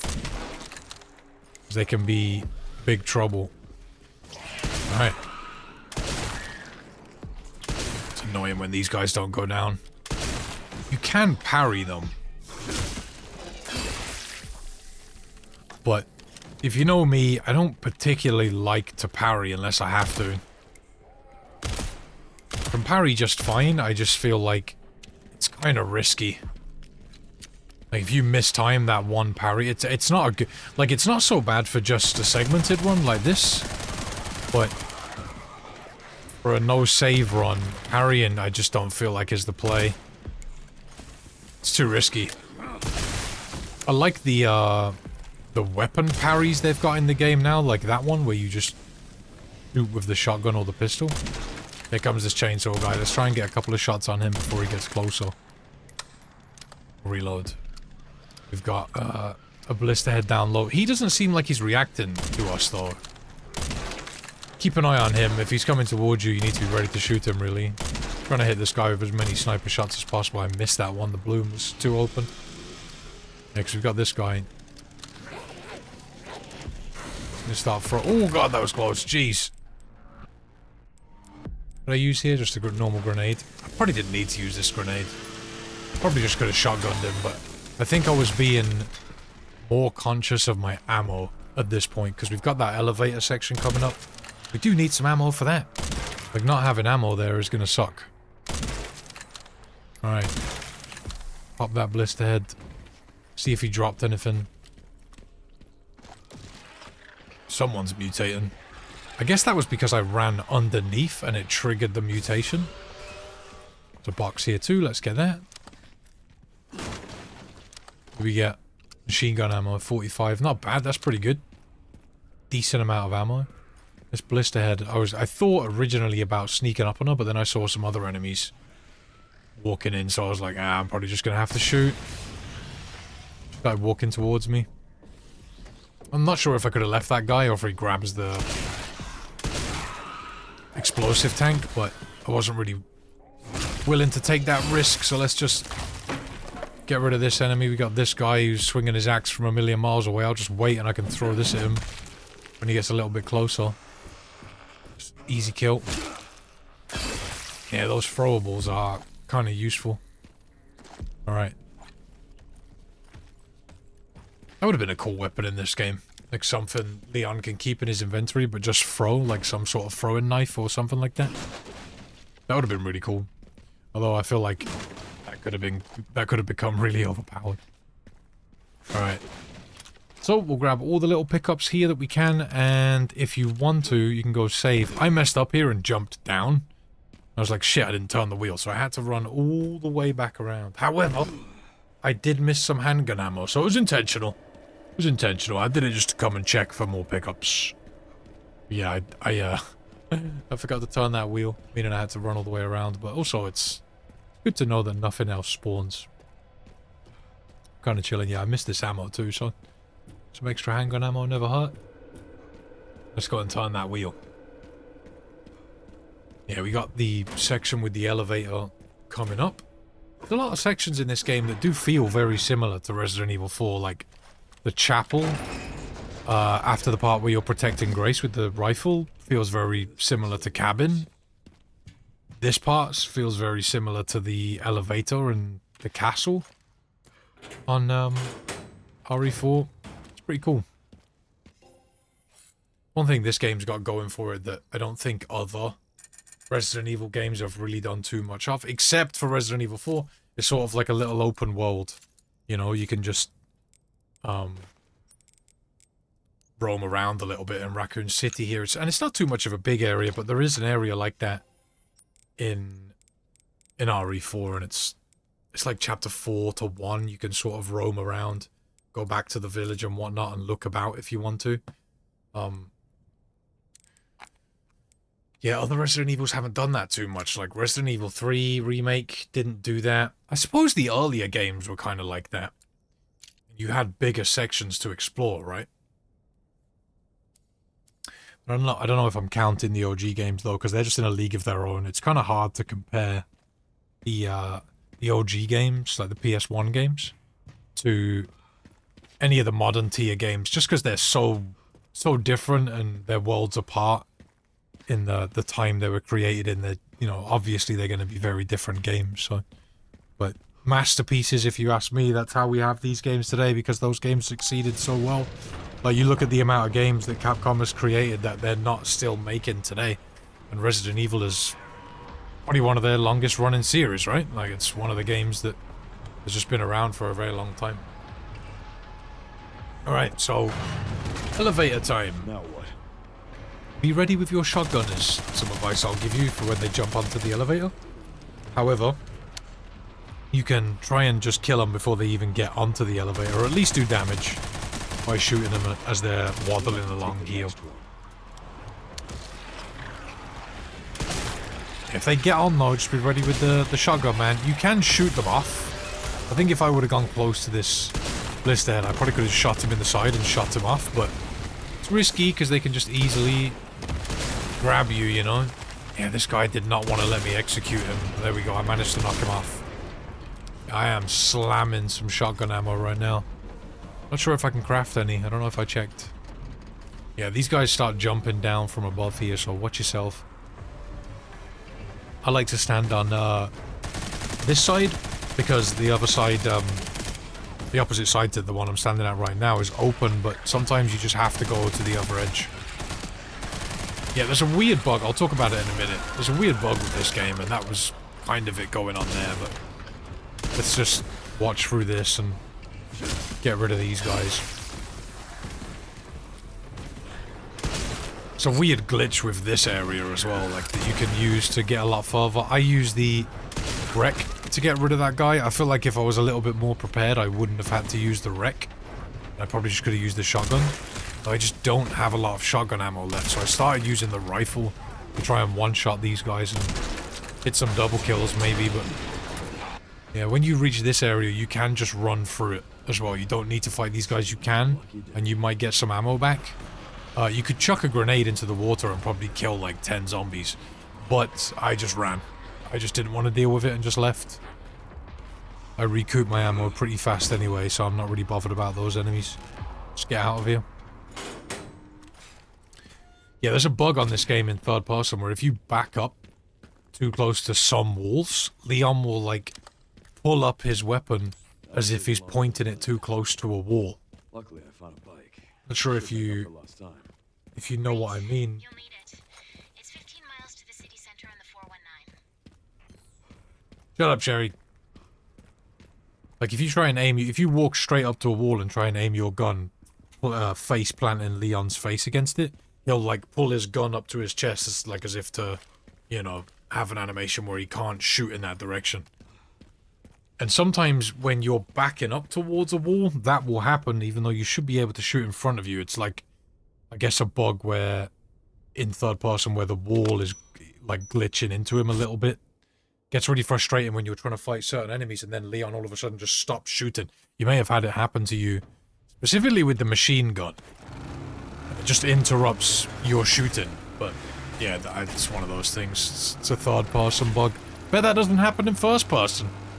Just saying. Alright, should make it there in no time. Third person not getting any love, man. How are the roads? Leon? Just a few potholes. Saying that though, for all I know, it could happen in first person. I haven't really played Leon's section in first person. Right, so the key to this part is hitting your shots. That's literally what you can do, really. You just need to shoot these guys. I actually had someone say that on AMD GPUs, this part of the game can really bug out. If you're playing on PC and you've got an AMD GPU, let me know if something happened to you. But a friend of mine was saying there's a problem with AMD GPUs that makes Leon jump off the roof instead of right onto it at one point. Alright. Knock these two guys out. I think those two zombies are weaker. It's probably this point. Yeah, I think like there's a bug here if you've got an AMD GPU or something. And if you are having that bug, by the way, apparently the fix is to lock your frame rate to 60 and crank your graphics up, and then it will allow you to get through this part properly. Alright, so we'll spray at him when we see the arrows above his head. Watch out for the dogs that show up in a minute. These are where the dogs, I feel like, are a little bit trickier and you need to really smack them. See, like, this section feels a little bit like minecarts in RE4 Remake as well. Definitely feels like they've taken some inspiration from the bits and pieces people liked from RE4. Alright. Let's go! Watch for the direct route.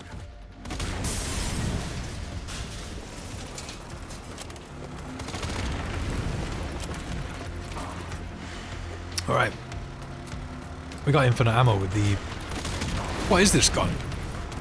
Just a random Uzi that Leon's got from somewhere? Okay. There's a bunch of unlockable guns as well. And...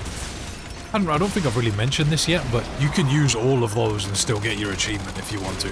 I'm fairly certain you can literally use the infinite rocket launcher and get the insanity achievement. Could be wrong about that, but I don't think there's anything stopping you from doing it. Ken, seriously. Not for me, though. I don't give up that easy. That's cheating in my book, at least for a fast playthrough, you know? That's kind of how I feel about the charms and stuff from the beginning of the game, though, too. It's like, why stop there, you know?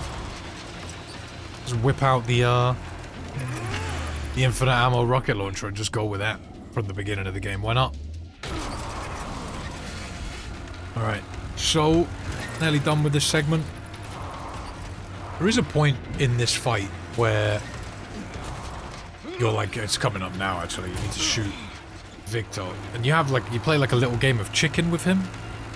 And he does shoot you, but you don't take any damage. And I think you've just got to shoot him. And that's it, you win.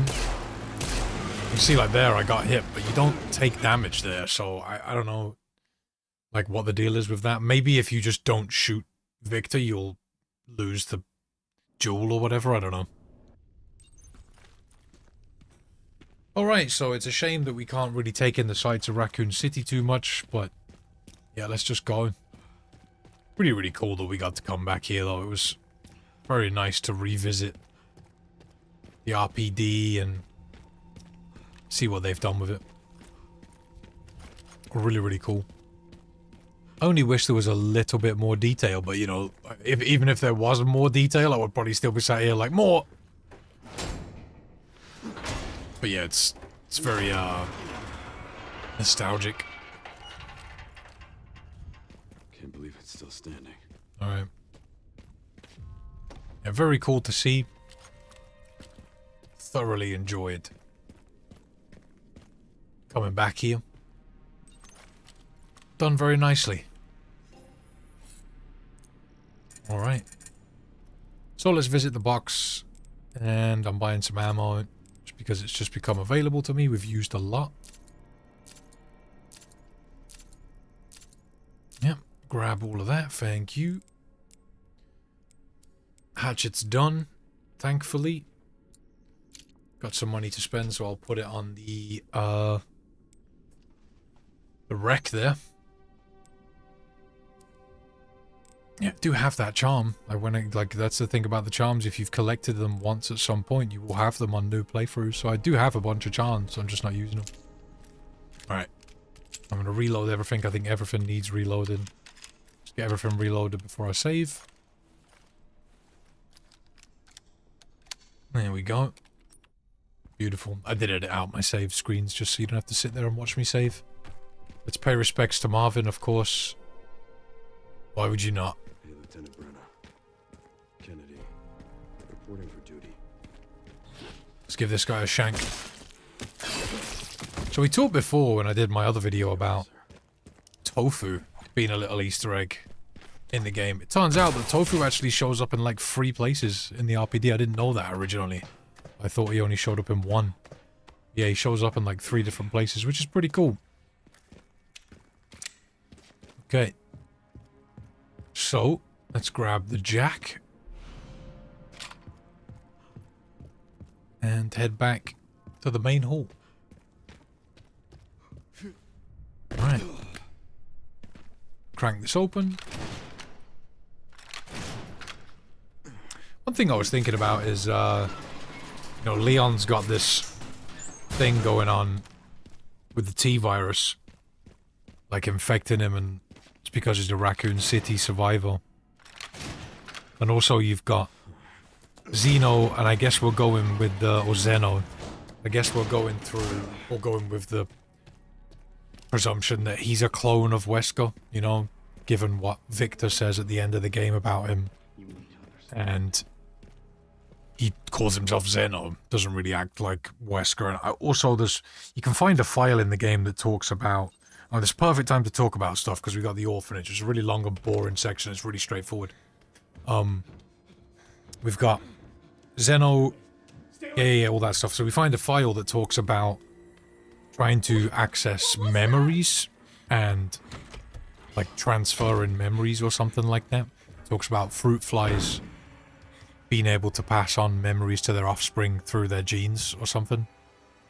First of all, what the fuck are flies remembering? Like, you know, passing memories of landing on shit to their offspring. Yeah, that's great, great to pass on. But also, I don't know, how the hell do you figure that out? How the hell do you figure out that fruit flies pass on memories to their kids? Like, what? Okay, sure.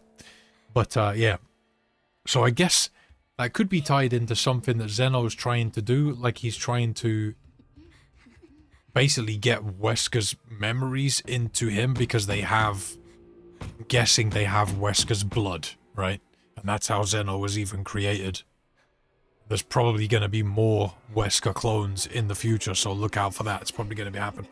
Got a fun fact for you. I was actually talking about them cloning Wesker for years. I was saying, like, that's something they haven't explored. Is Capcom lurking in my streams? Couldn't tell you. I like to think so, but I'm not going to take credit for that. But it is something that I said they could do.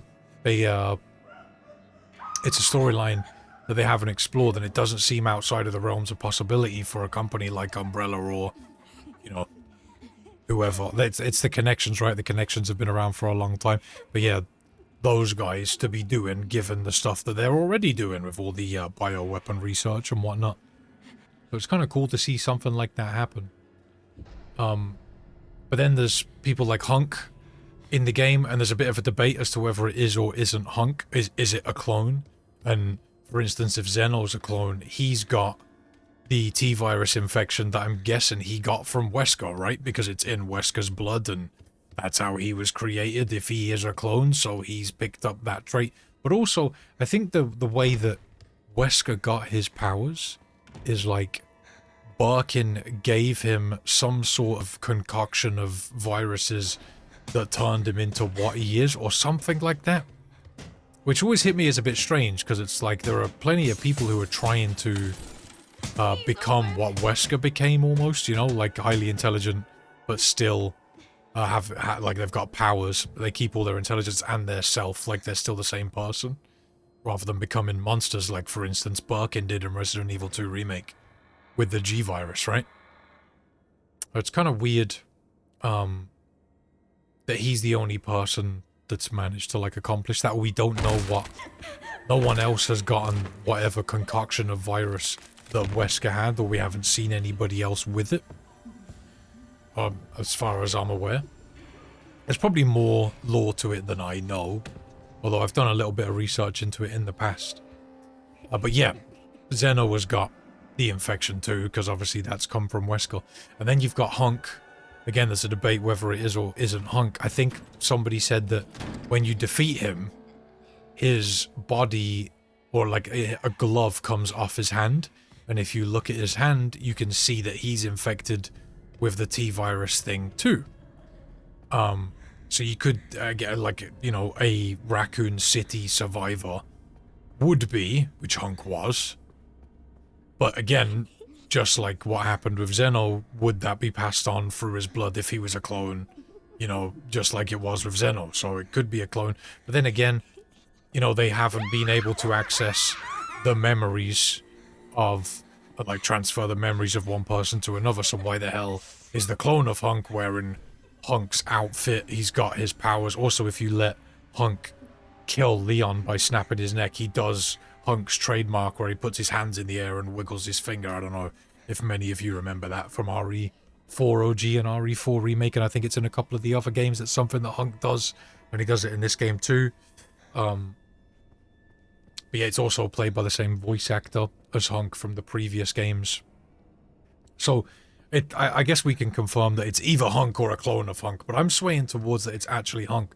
Also, though, after the fight, if you kill, like, there's like 3 or 4 henchmen that come into the room after you fight him on Insane, and those bodies stay there. If you leave the area and then come back to it later, those bodies you've killed of the other guys are there, but Hunk's body has disappeared. So he could still very well be alive, which is interesting. But yeah, so what I was thinking is, what about if all these people who are in Raccoon City are infected, what about the other main characters that we love? Like Chris and Jill and Claire, Barry, you know? There's a bunch of other characters there that should also have the same problems. I hope you guys are following along with the orphanage okay. I'm kind of just babbling about the lore, but this area is pretty straightforward. It's exactly the same as it is in the other difficulties, so, you know, I'm sure you all know how to get around the orphanage by now. But yeah, I feel like, shouldn't those guys be infected too? Like, they should also have the same sort of problems that Leon and Sherry are having right now. They should also need Elpis to cure themselves, right? So maybe, I don't know, Leon they get a sample of it and they say they're giving it to Sherry, right? But maybe they also have a sample that they reverse engineer and make more of in case anybody else is affected by the T-virus, which I'm guessing a lot of other people are. Because I think, one thing that's kind of funny actually is me doing these no damage type runs. Me and the community over on Twitch have talked a little bit about them being canon runs, in the sense of really the only way that the characters are going to survive getting out of these situations is if they don't take damage, you know, like they don't get bitten by a zombie, because obviously they'd turn into a zombie. But maybe that isn't canon, and there are documents, I think, in this game that talk about individuals who are strong enough to withstand the T-virus and retain their intelligence. Like, they don't turn into zombies, but they still get affected by the T-virus. It's still inside of them. And I guess that could be what's happening with somebody like Leon, but, you know, if that's the case, then that's also happening with someone like Jill, Chris Redfield, Claire, you know, all these other people. So they're going to need Elpis too, and there's no mention of that. Maybe that's going to be, the DLC has been confirmed, so maybe there's going to be some sort of DLC with that. Who knows? I swear to God, if we get another Chris DLC, I'm going to be pissed. Like, we need some other characters involved, man. But I would say that it's very likely that some of those other big OG characters have also got the same problem that Leon's got right now, right? But also, I mentioned this at the beginning of the run, Grace got bitten by a zombie at the start of the game. So even if she is one of the people who is strong enough to withstand a bite, like, you know, Jill and Claire and Leon have been in the past, she's still infected with the T-virus, right? So shouldn't she's gonna have the same problem as Leon? I'm probably reading way too much into this, but I think it's just interesting. I guess I just love Resident Evil's lore a lot and like to talk about it. But later in life, she could have the same problem as Leon, right? She could also be affected like he is, which is also interesting to think about, because she doesn't take an Elpis injection. But yeah, very interesting. Very interesting. Also, there's an outbreak in, what's it called? The hotel area. There's like a new outbreak there. Like at the beginning of the game, and not really much gets said about that. Interesting also. Because I think, Victor's got some enhanced version of the T-virus, hasn't he, that he's engineered, and that's how he's able to infect people so quickly or whatever. Alright, we're almost done with this section, which is another one of the areas of the game I'm not particularly fond of, because it's kind of just boring after you've played it once. It's the same as, reminds me a lot of Sherry's section from Resident Evil 2 Remake, and it's, you know, obviously set in exactly the same place. But What is this place? yeah, it feels very similar to that, and I didn't like that in Resident Evil 2 Remake. I was always bored doing that part because it's just very samey. Alright. So, let's get out of here. Interesting to think about, though. Be cool to see how they, you know, work their way through that. I feel like Resident Evil lore is always changing. Like I was talking the other day with somebody about Raccoon City getting nuked, and it's one of those things where it's a bit crazy that so much of it, like the zombies have survived, you know? Somebody said they retconned it and it changed it from a nuke to a missile, but sure, whatever. Right, so when Mr. X jumps through, we need to run back and wait around here a little bit. Or burst through this wall. Run back on yourself. And, like, wait around here and see which way he goes. Whichever way he goes, obviously we need to go the other way. He is very fast and he can easily grab you there. So you need to be very careful. Let's jump up here. Back to the more technical, non-boring stuff, am I right? I like talking about this stuff, though. I like using those segments to talk about some interesting things. Alright, so when we come in here, we need to wait for the helicopter to burst through the wall. I thought it was so cool the first time I saw Mr. X using the helicopter to break through the wall. I thought that was fucking awesome. Right, let's wait here for Mr. X to come along. You're gonna hear him stomping any second now.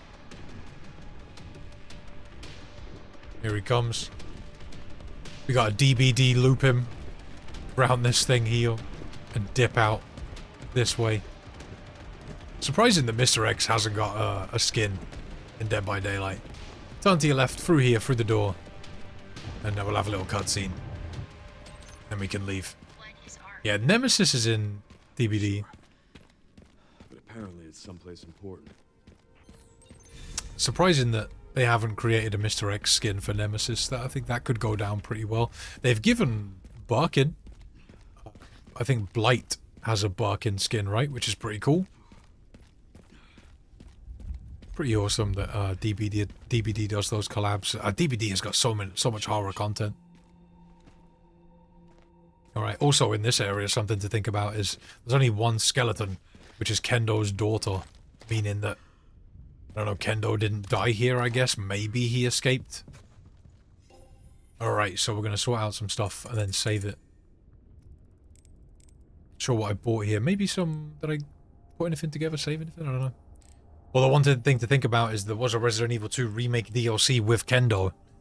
And they are not canon. And Kendo escapes in that DLC. And they did say that those aren't canon, so... Alright, so drop yourself save. We're about to fight Mr. X. Okay, so we gotta fight Mr. X now. I'm gonna equip this heavy grenade, chuck it straight at him at the start of the fight. Start blasting him a couple of times with the shotgun. These parries are quite easy to hit against him. One thing you really need to be careful of in this fight is him smacking the cars at you. If you just run in a straight line, you can hit him with the one wreck shot we've got. Parry him again. You really need to be on sharpening your knife or your axe during this fight. When he jumps on the car, I like to hit him 3 times with the rifle just to knock him off. Pretty sure at this point I've got the level 2 upgrade on the power with the rifle. You've got the level 3, he might come off in 2 shots, I'm not sure, but... Yeah, I'm also just using the machine gun here just to get rid of the ammo for it and do a bit of damage to him and save the more powerful stuff. We're kind of just working backwards and forwards.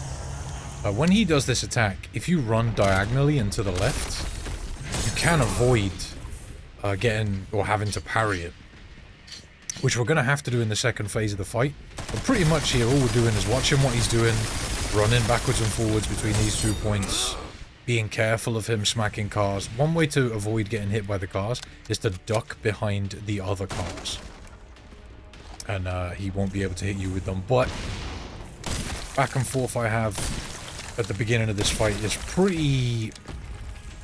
I wouldn't say scripted, but it's definitely pretty consistent. Like, he does the same thing again and again. But after that point, the second time he jumps on a car, I tend to start working my way over to the other cars to avoid him.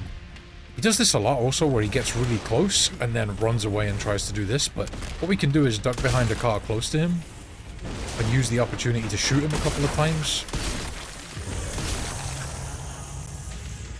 Just keep running away. Get ready for these parries. Again, like, you really want to be on sharpening your axe during this fight. You don't want to get caught with your pants down having no durability on it.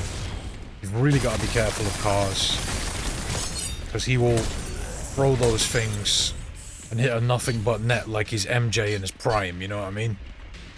Crazy. So I'm almost out of ammo for this. One thing I'm also managing throughout the fight is keeping bullets in my rifle. I'm making sure that it's always got at least 3 in it, because I need 3 to knock him off of the cars.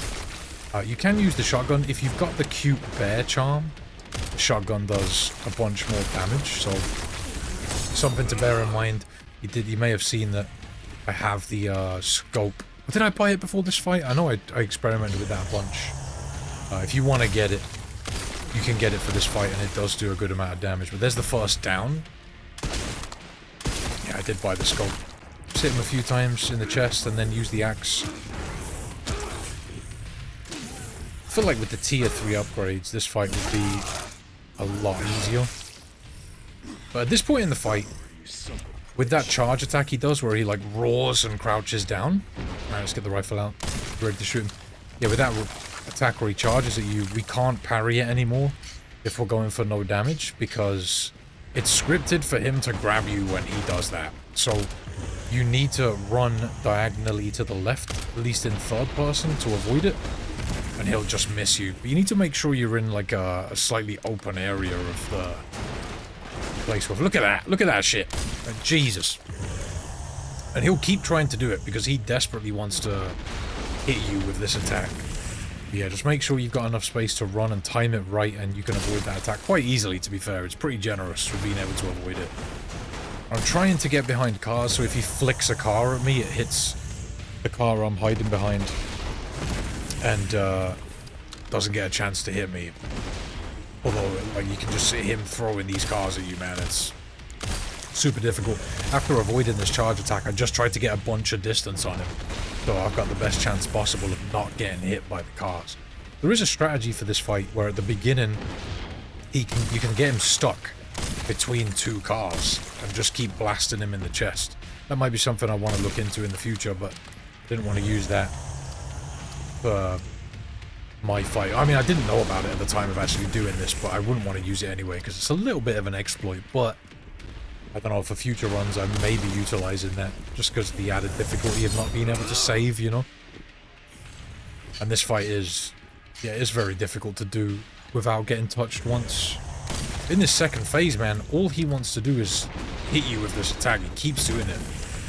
And it's the one where he throws Leon into a car, tries to attack him with his claw, and you need to mash to stand up and avoid it. And obviously, because no damage, man, I just got to avoid that. Him throwing Leon into the car means Leon takes some damage, like his health gets reduced from that. So it doesn't actually hurt him a lot, but it's just something we've got to avoid. Alright, let's knock him off. He's pretty close now. I think at the end of this fight, I had very little ammo left. Don't know what that was all about. He's jumping to get to this car. Again, when this happens, just crouch behind a car. There will, from time to time, you can have some bullshit happen where, like, he'll throw the car and it'll get all buggy and bounce over and hit you and stuff. Like, I've definitely seen that a couple of times, but I don't think it's intentional. I think it's, like, some weird glitch stuff that happens. Also, sometimes he'll do this where he sort of gets stuck behind the car and he just keeps smacking it, giving you free attacks on him. But you still need to be careful of this, because he can, like, smack the car, and like I said, it can get weird and buggy and flip over the other car and hit you. It's definitely strange, but I can see this fight getting some patches in the future, if I'm being honest, because it's definitely got some problems. So I'm gonna hit him with a couple of shotgun shots by the looks of it here. I know he's close at this point. I can tell I've been fighting him for a while, and it gets to the point where, because of the ammo I've got left, I kind of just know where I'm at in the fight. Alright, so I think I have to shoot him one more time after this to finish him off. Not sure what I shoot him with, maybe the shotgun? Bastards. Rifle. Yeah, there we go, he's done. That fight is hard. For doing that fight no damage was really tough. And it's not even so much avoiding his attacks, it's the cars, man. Like, he can flick those cars into you, and it's so frustrating the way he does it.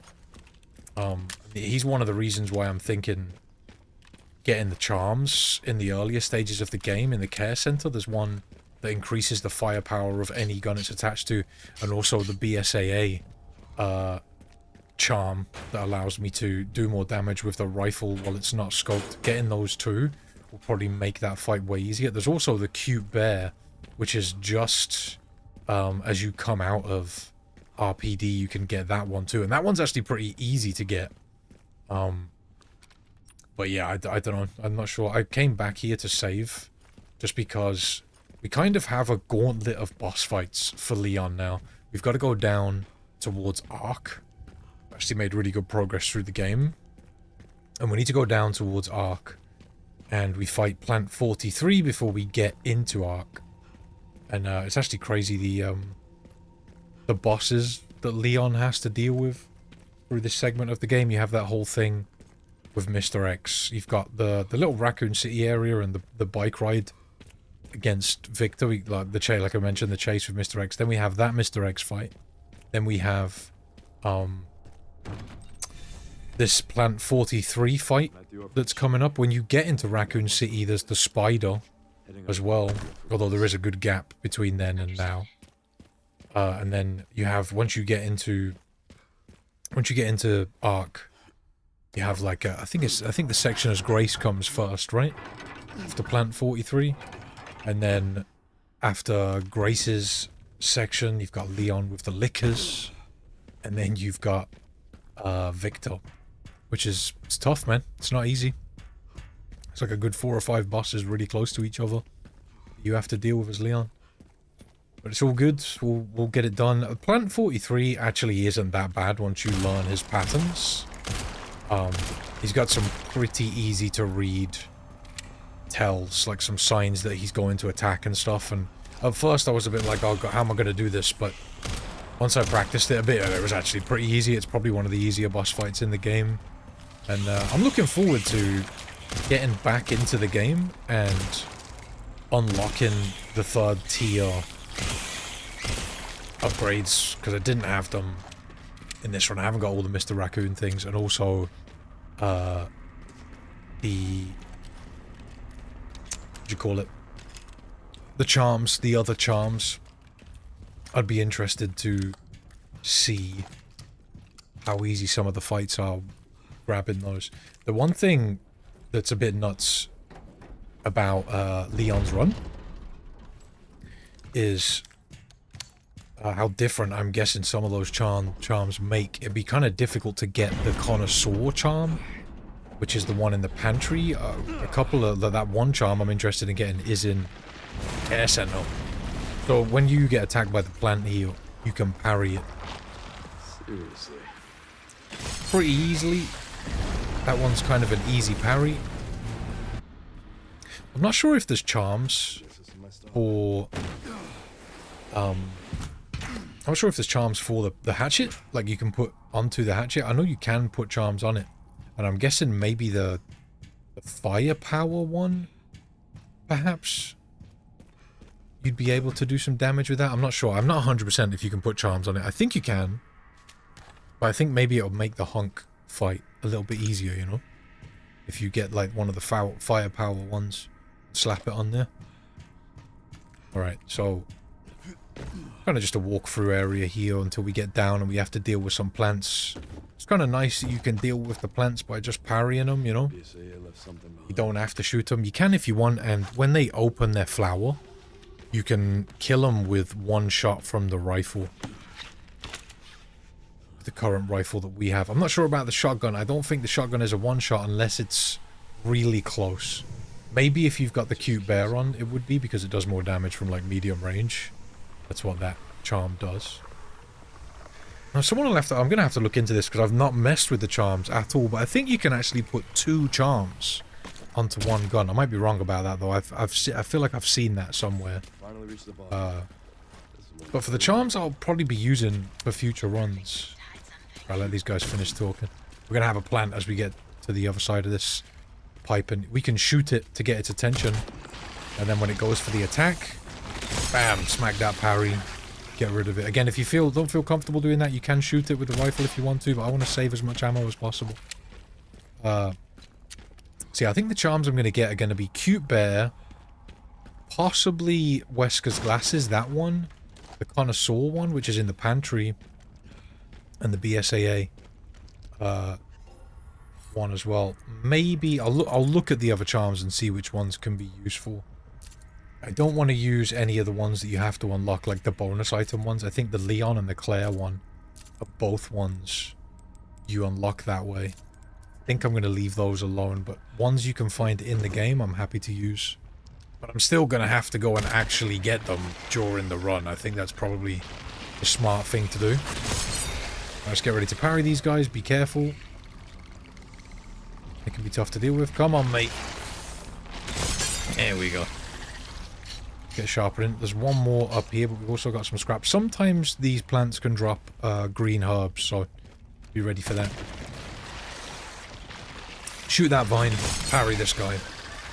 Get rid of him. And let's keep moving.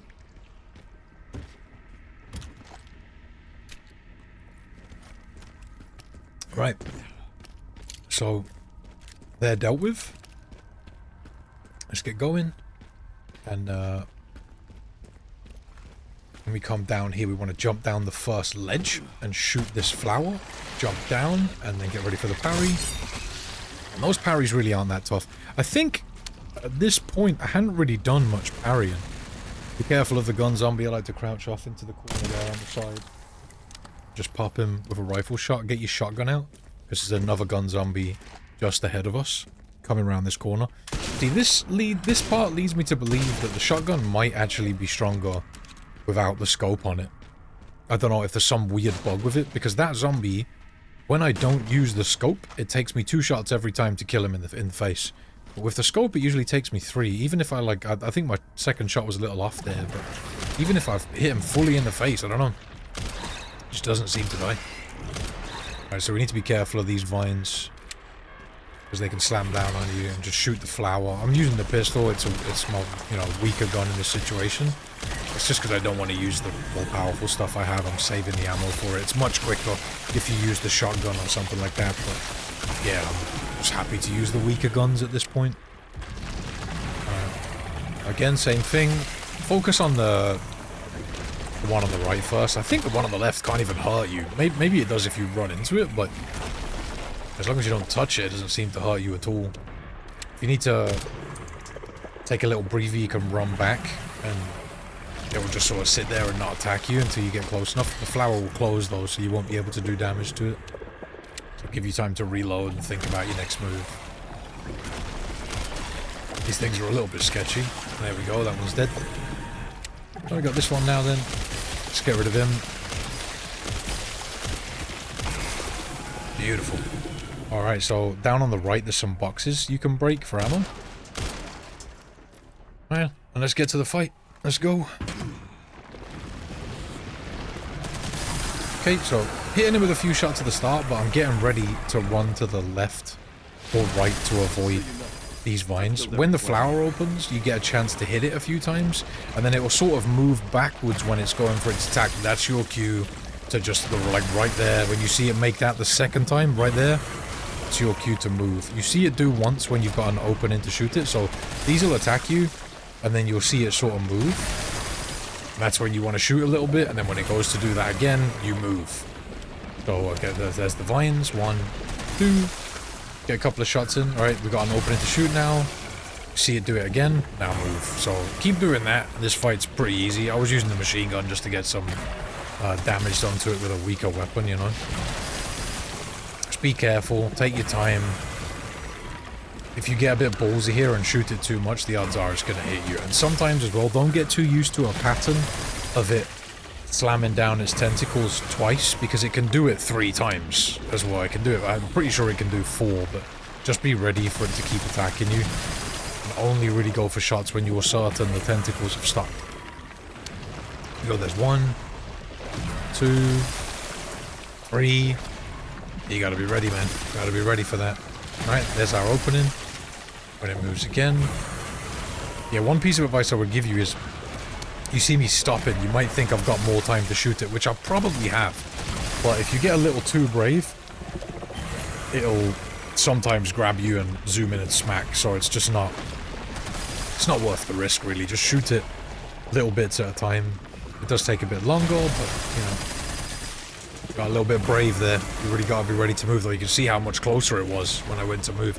And that's because Leon has an issue with his movement in third person, where if you shoot, you won't be able to run straight away after you finish shooting. You'll have to, like, wait a second, which is why I stop early. That's definitely a step down from RE4, because RE4 didn't have that at all. Like in RE4, you could shoot and instantly run to either side. And on this game, it can definitely throw you off in fights and stuff. Once you get used to it, it's, you know, it's fair, it's just different. Alright, so run. Used all my machine gun ammo, I think. Slapping some shotgun shots into it now, try and do some big damage. Didn't really want to waste my rifle ammo. Alright, that one was close. Pretty sure he's nearly dead now. Once you learn the pattern, this fight is pretty straightforward. I could stand here all day as long as it keeps this pattern, you know. Again, I think the cute bear charm would go a long way in this fight. Just because of the range you're at if you've got the shotgun. Even if, not sure. Is the cute bear only for shotguns? I see everybody using it with shotgun, so maybe it's only for the shotgun, I'm not sure. Alright, that's him dealt with. When the tanks fly out there, you just want to shoot them. I like to use the pistol to shoot it, and that's it, the fight's over. Easy. At first, when I was doing that fight, I was like, God, how am I going to do this? This feels impossible, but, you know, spending a little bit of time, get used to it, and it's a lot easier. Alright, so we're going into Ark. I was curious as to whether, like, has this always been here? Like, was this always at Raccoon City, or do you think it was put up after the nuke? I'm guessing it was always there, right? Because Umbrella didn't last long after Raccoon City, I think. Alright. Let's go, go, go. Get inside. Alright, so we're gonna hit a save. Because we've got the hunk fight. Oh, that's right, I forgot to mention, we were talking about the list of bosses, and I completely forgot to mention Hunk. Yeah, he comes shortly after this, doesn't he? He's not too far off where we're at right now. Yeah, and Hunk is tough. Hunk is really tough. Alright, let's buy all the ammo. Thank you, thank you, thank you. You've also got the super soldier dudes. Those guys are... Oh, well, not super soldier, you know what I mean. The elite soldiers that are with Hunk. They're kind of difficult to do. Alright, let's go.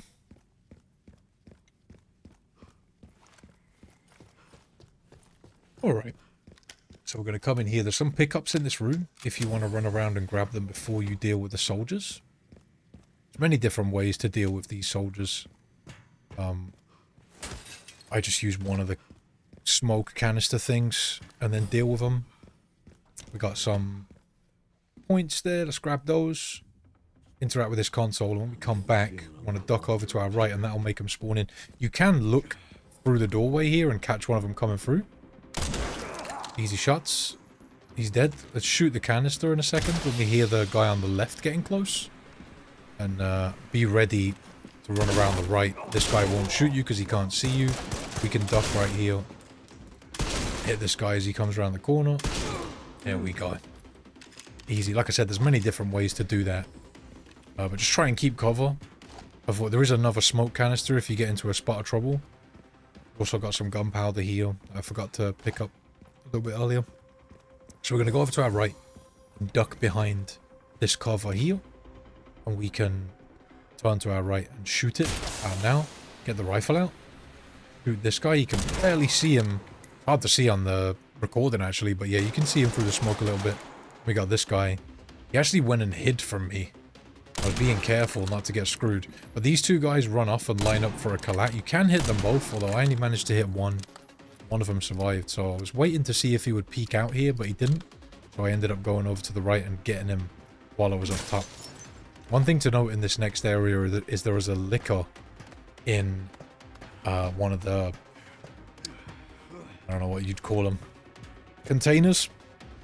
Whatever they're called, like stasis pod things. And yeah, you can let him out to help you out during this next fight, which I did. Makes things a lot easier. So this guy being kind of sneaky somewhere, and I'm looking for him. He's actually, yeah, behind that box to my right. So still looking for him, but he's right there. Yeah. Sneaky little bugger. There he is.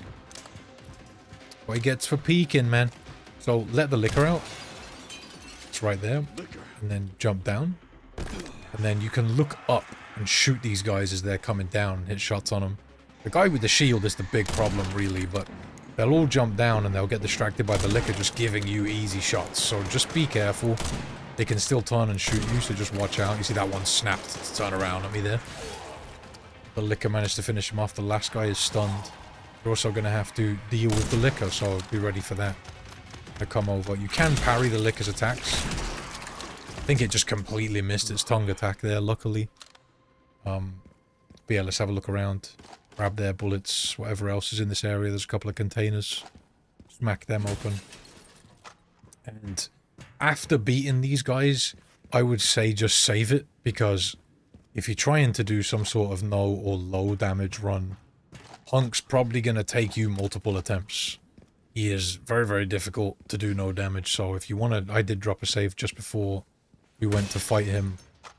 And one thing that gets really annoying when you're doing this, because I'm just, like I said before, I'm just working from save points and not using continues.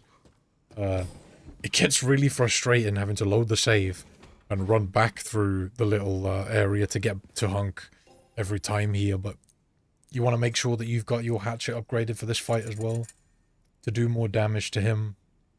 I think if I had the hatchet upgraded a third time, he would be a lot easier for me to deal with during this fight. It took me a while to get my head around getting this fight no damage, but I think if I had that third upgrade, I'd probably make short work of him. There is also... I don't know if it's a glitch or if it's intentional. Like they're doing some sort of cool insta-kill thing that you can do with this boss. But there's a thing where as soon as the fight starts, Hunk has like a prompt above his head. And if you press whatever your execute button is, I think for me it would be F. Like I think it would probably be the same button as when he gets stunned and you can kick him. If you press it immediately at the beginning of the fight, you can get an execution on him and finish him early, even on insanity. But I think it's a really short window. It might even be a 1-frame window. So let's see if you can see it when I skip the cutscene. I couldn't see it there. But I don't know if you've got to change the control type. I saw someone talking about that as well. But what I do is parry his first attack and hit him with a light attack, and then parry his second attack and hit him with a heavy attack. And then he'll run at you and go for that same attack. We'll hit him with a heavy, parry him again, hit him with a heavy. That second attack will always be 2 parries, and then he'll do this animation. And then we're going to have to shoot him in the face while backing up. And then You want to be careful and watch out for what attack he's doing. Parry him, smack him with a light attack, and then kick him, hit him with a heavy attack, and while he's throwing his grenades, you can smack him with some light attacks. So at this point, when he does this, I want to back up from him, run away, and let him swing and miss. And that reduces the chance that he'll do one of his stupid spin attacks, but he can still do it. And after you hit him with a heavy attack after that parry, he'll run away like this. And just before he runs away, you can hit him with light attacks to do more damage. When he comes running back after running away, if you just swing a quick attack at him, he'll parry it, and that'll stop him from doing his bullshit attack when he runs up on you. And usually he'll go for a standard attack afterwards, allowing you to parry him and hit him with a heavy attack and then finish the fight. I know that probably came at you really fast. Believe me, it took me forever to work that out. It was so infuriating to do this fight. And you'll have these two dickheads that enter the room afterwards as well. You gotta be ready for these. I like to hug this pillar and wait for the shots on them. The first time I actually did that, I didn't know these guys were coming. And they just ended my run because they shot me as they came in. I didn't know they were coming in. I was so happy to have beaten Hunk. And then they just showed up and shot me. I was so pissed. But make sure you take his axe as well, because Hunk's axe is way easier to parry with. And in the next the next section with Leon, you'll be able to parry the lickers a lot easier with that axe. So make sure you don't sell it, keep it. You don't need to upgrade it. But also later on during the fight with Victor, you can parry with one axe, and you can sharpen it during the fight, and that's what I do, but you might find yourself in a situation where he's too close to give you the time to sharpen the axe. So it's actually better to just switch to the other axe so you've got something to parry with should you need to. So I keep both of them on me at all times from this point onwards, even though really I'm only using both possibly in that Victor fight if I really need to. Alright, so we're back to Grace. This is a pretty straightforward section. We've saved a bunch of stuff with Grace. So doing this section is actually pretty easy for us. We've got like a bunch of scrap. We got a bunch of blood in the box. Loads of ink ribbons and bottles and all kinds of stuff to help us get through this area with ease. So we should have plenty of like injectors and whatnot to deal with the liquors. And when we find the bottles of acid. One thing that might be a problem for you is if this is your first time doing Insanity, is that you don't have the safe codes, but because they change on this difficulty. But I did open a couple of them to get the extra items out of at least one of them. I think it's in the area we get into first. But yeah, so you can just copy the safe codes from me and get into that. Although, to be honest, I don't really feel like I needed too much stuff. The handgun bullets is the most useful thing for me because I use the handgun to take out a bunch of zombies in this area to make it a little bit easier for me. So, yeah. Go ahead and grab this empty bottle. And come here. Drop a save. I haven't saved it after Hunk yet, but let's have a little look in the item box here. I can put away a few things probably. I've actually got some bullets from earlier on in the run that I put away. There's my save. Let's go to the item box. I'm gonna put away things I don't need, and we're gonna grab a couple of things for some scrap. I've got a med injector there. We've got the ink ribbon tin. I'm gonna grab the extra bullets. I grabbed, I think, knives there. One of the blood bags. Another knife, and I'm just gonna turn those knives into scrap real quick. Okay. Let's make some extra scrap. We can make a hemo, and we can put this blood into the injector, make another hemo. And I think I went and grabbed one of the other bags. I've still got the 100 bag that we grabbed earlier on as well. Let's go ahead and use that, slap that in, and use the hemo again. Got, I think, 4 hemos now. And they're good for just insta-killing the lickers and a couple of zombies that are problematic, and there are areas because of the lickers that you don't want to be shooting zombies in, so the injectors come in really handy for that. Alright, let's go. The great thing about this game is that, and you know, Resident Evil 7 and 8 as well, all the Resident Evil games, just multiple different ways to do things. the way I've done it may be completely different to the way you've done it, but it's worked out for both of us, you know? So we can inject this liquor, get rid of him. Nice and easy. We've also got this locker ahead of us, but we're safe, but I'm going to deal with this zombie first by injecting him too. We don't want to shoot him, just because the other liquor will come running in. And dealing with liquors with Grace's level 1 pistol, it's not a lot of fun, let me tell you, man. It's just far easier to just get rid of that zombie, because he's a problematic one. We've got an empty bottle here. We're going to open this safe. I'm not sure what the code is here, but we'll see it. It's 50. Oh, I went the wrong way. I went the wrong way. No, it's not 50. It's 80.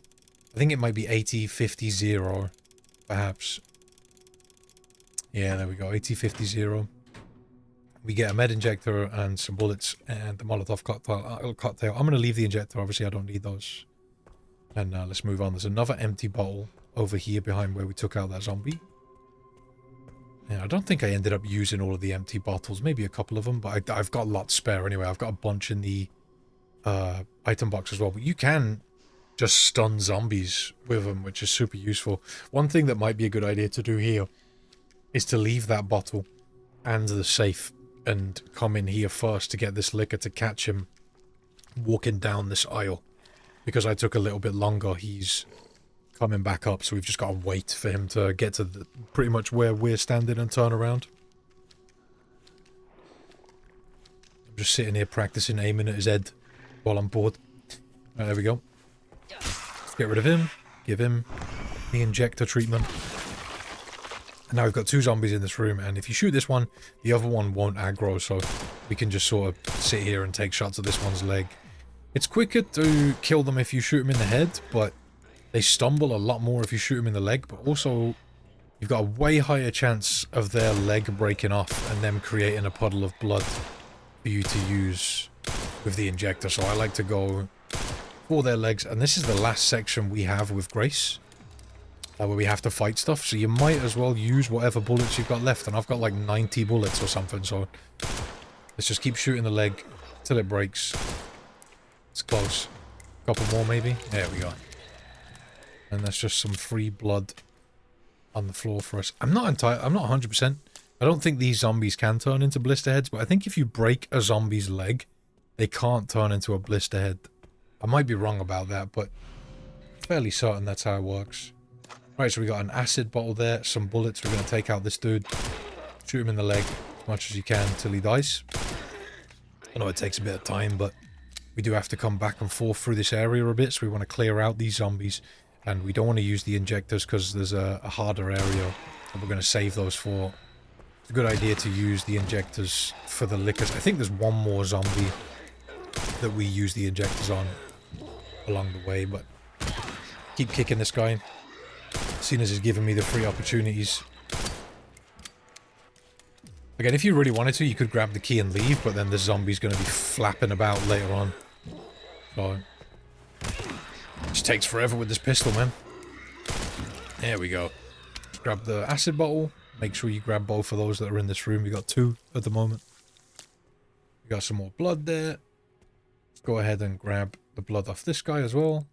I think I made an injector first, maybe. Yeah, there we go. Let's go and get the blood off him. Take us back up to 50. And grab this key. Sorted. We got another ink ribbon tin there. Not really useful for us, though.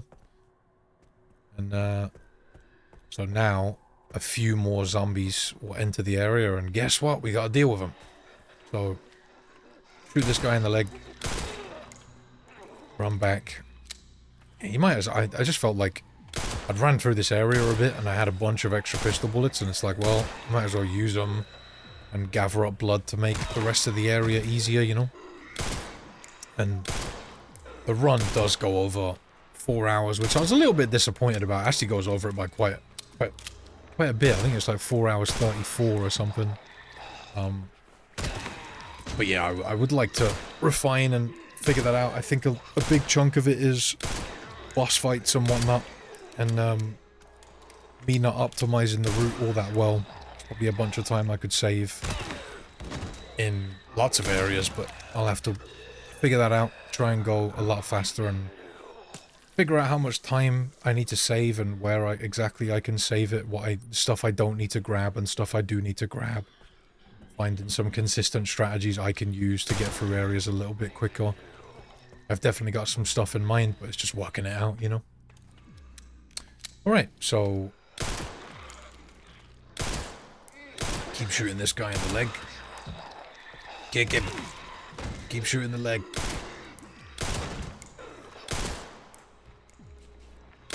Alright.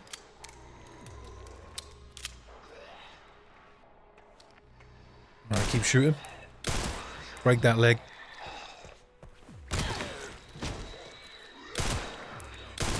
More free blood, please, mate.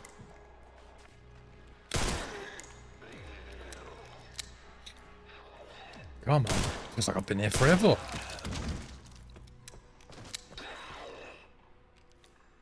Alright. Oh.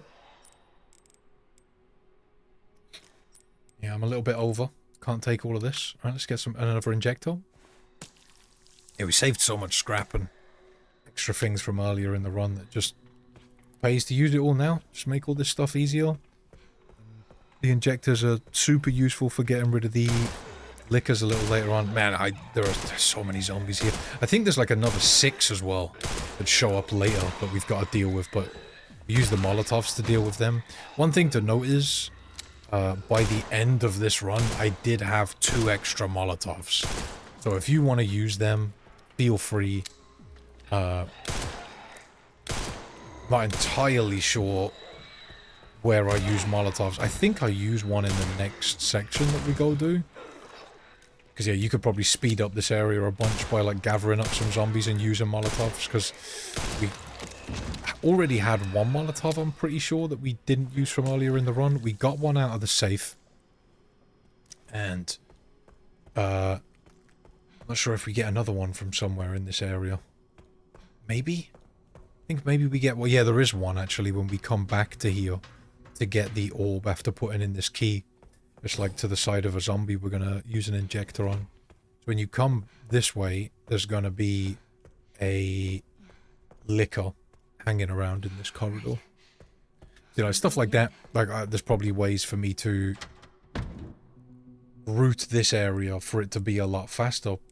The only problem is, though, if I don't kill those zombies by shooting off their legs, I get less blood. However, I do have this bag of blood that gives me 100, and I don't think I used that.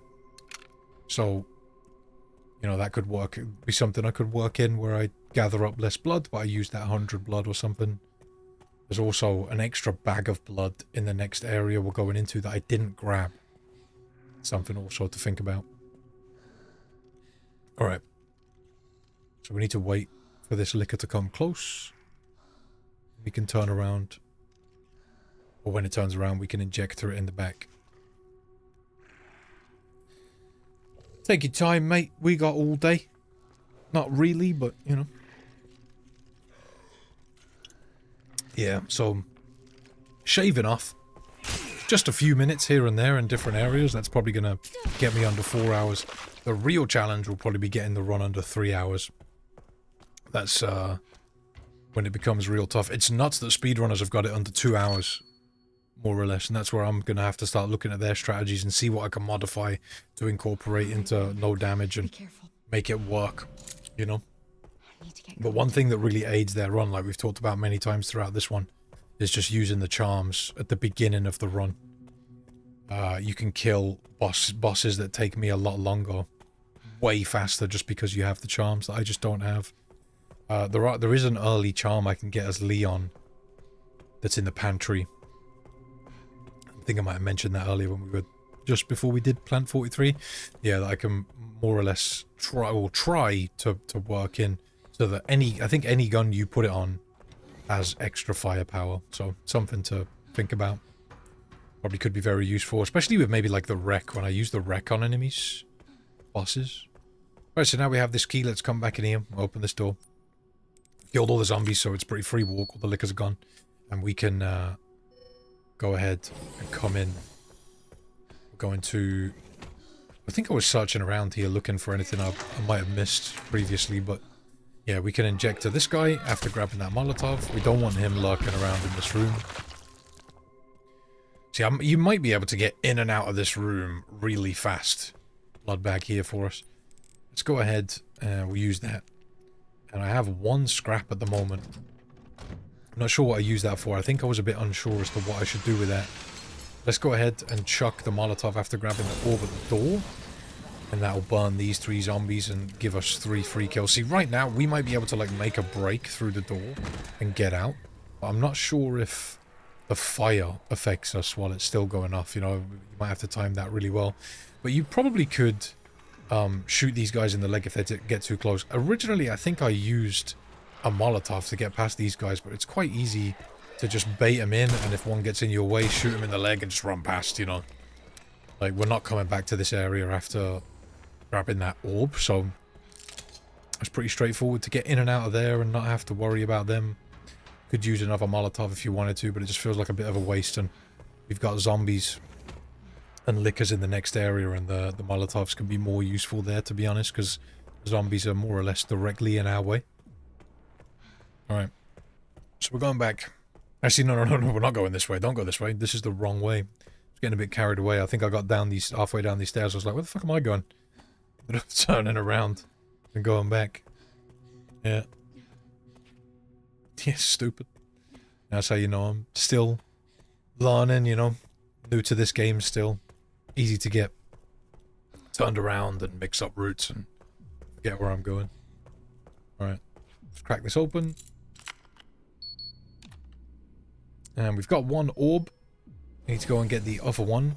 Don't ask me why people in a lab would use 2 orbs to unlock a door. Like, let me just put the door testicles in and we can unlock it, mate. Don't forget to store them both in weird places.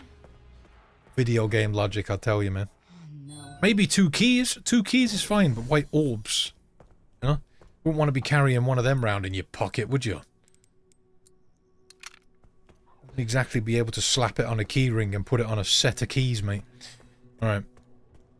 So, we want to move relatively fast down here so that we can catch up to this guy, but we want to walk when we get down the stairs so that we don't alert him with sound.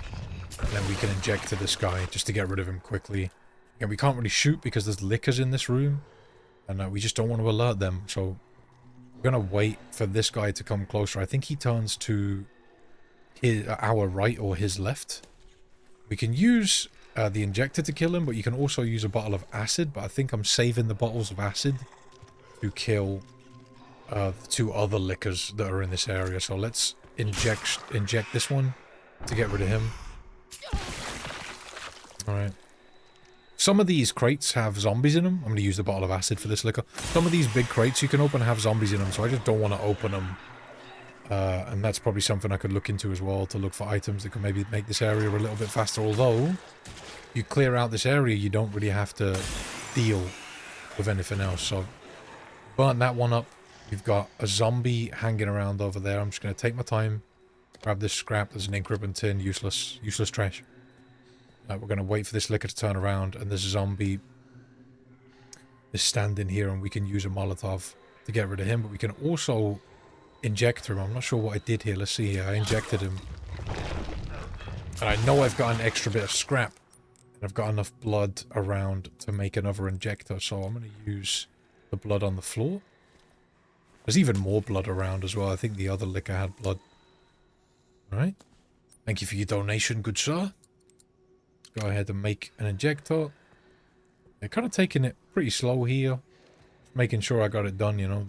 I knew at this point I wasn't making the 4 hours, so I was just like, ah, fuck it, I'll just stay safe, get it done, might as well.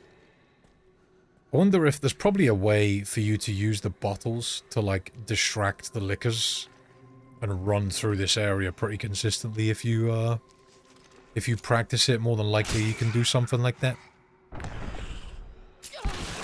Because the bottles will stun up enemies, but I'm fairly certain they'll also bait the lickers to where you want them. The problem is, if you sprint around, the lickers hear that too. So they'll end up following you. But there might be a way for you to bait them, and then, you know, you could maybe acid bottle 2 of them with 1 acid bottle or something like that. That might be a thing. There's a lot of different creative ways you could deal with these guys to get through the area a bit quicker. Because I feel like I am taking this area very slowly. Let's come back and grab the other testicle, the door testicle. Here we go. Lovely.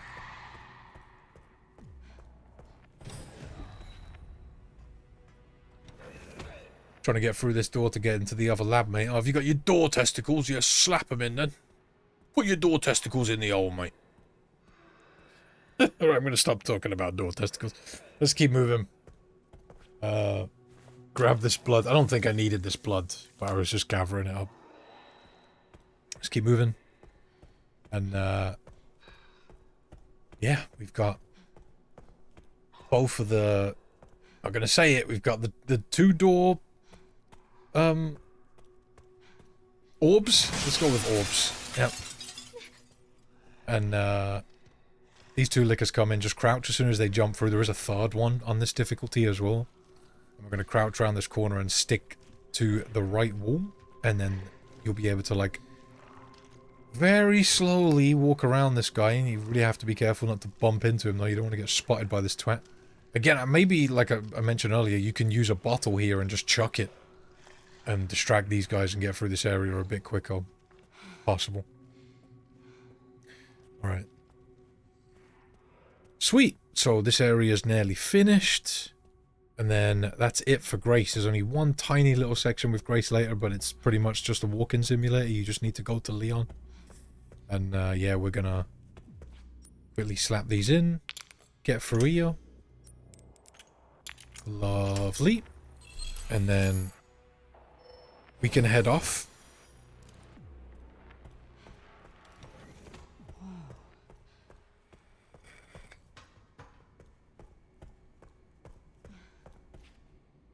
Cool. Sorted. Alright, now we got Leon section, which is always fun. So this is the area with the lickers. I haven't dropped a save yet, though, after doing Grace's last part. Although, you know, the strategies I used there are really consistent, so I didn't need to save throughout Grace, but we've got the lickers coming up with Leon, which is a little less consistent. As you come through here, Leon's going to have a meth head moment, and you're going to have to deal with these two zombies, so just be ready. You can just use the rifle if you want to collap these guys and get rid of them both, but I like to keep the rifle ammo, and yeah, I'm using the weaker guns. Stumble this guy because he's getting a bit brave, and he be ready with the shotgun or the parry, man. The guy was definitely getting a bit too close for comfort there. So yeah, I think Leon has his meth head moment around here somewhere. So you can kill this licker, but I'm going to sneak past it just to get to my save. I think it turns around after a moment. We also have this throwable we can use on it if we want to. You've got to be kidding me. You gotta be kidding me. But he comes down here and turns around, giving you an easy way to just go into the save room if you want to. It's kind of stupid that you can kill the lickers with the axe after you parry them, but you can't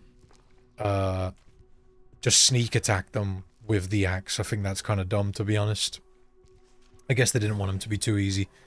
But this is where the Mortal Edge comes into play, Hunk's axe. If we use Hunk's axe against the lickers, they become way easier to parry. So, I come over here, and I'm buying something? I'm equipping the Mortal Edge first. What am I upgrading? Yeah, I'm just getting ammo by the looks of it and selling some heals. Alright, sweet. Give me all that ammo. Beautiful. Oh my, okay, so we're tuning up the machine gun. Cool. Also getting the final upgrades that I can for rifle. Yeah, one thing that it might be worth me doing on the next run is just running around and getting the extra credits in the care center.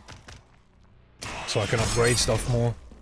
So yeah, hitting the perfect parry on these guys is super easy with the Mortal Edge. If you come out there and just run into that corner that I did, he might not do the jumping attack, he might just do one of the other attacks, but we're kind of waiting for him to do that jump attack so we can easily take him out.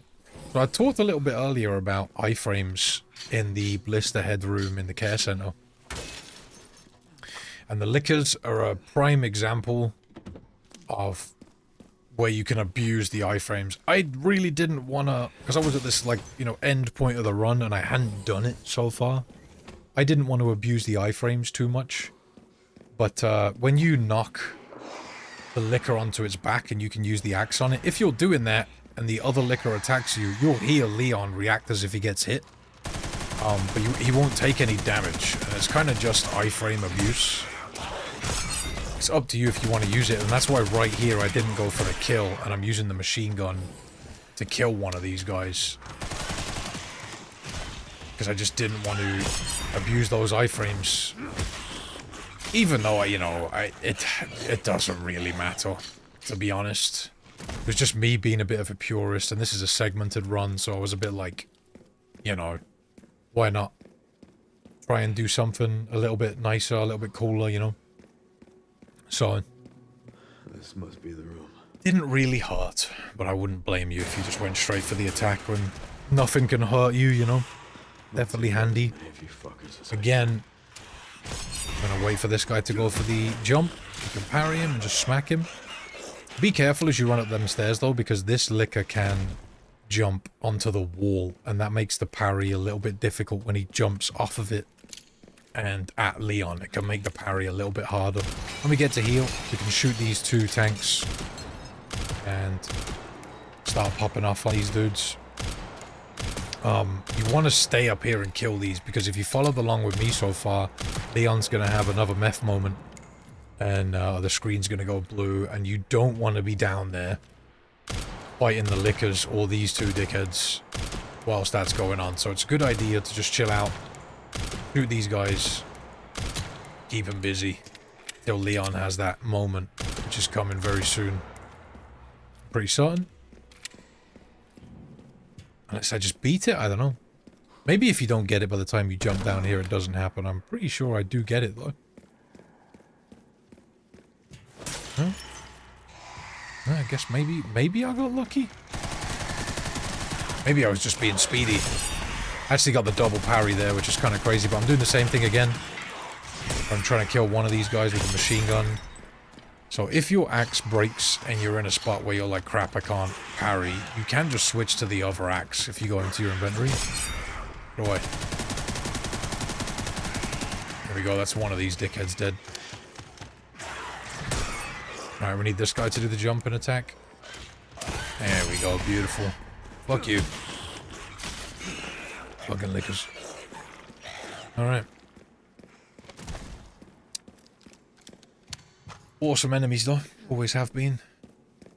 Yeah, Leon, we're gonna have this meth moment? You're making me look bad, man. What are you being all healthy for, mate?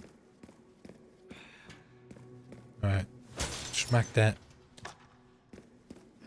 Some handgun ammo, not really too useful, but never mind. Let's keep the axe sharpened. Yeah, beautiful. Not a fat lot left of the game now.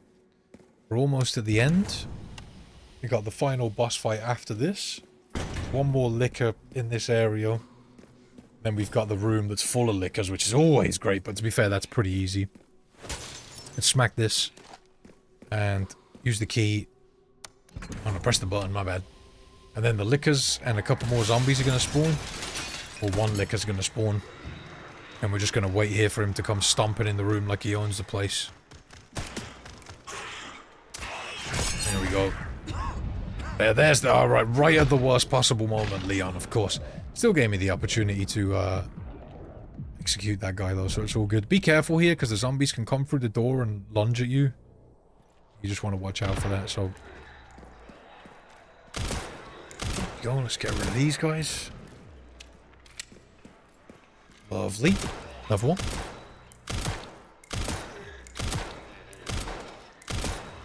Okay. Nice, nice, nice.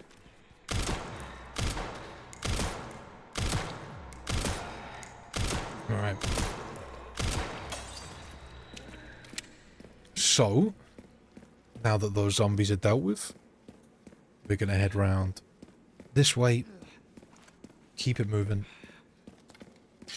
and grab those, smack that. Yep. Keep moving. Alright, all the way up. Grab that. And this.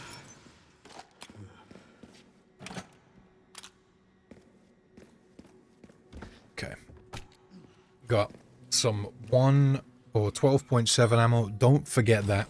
Make sure you grab that. I've got 6 bullets, and that's really key to my final fight with Victor.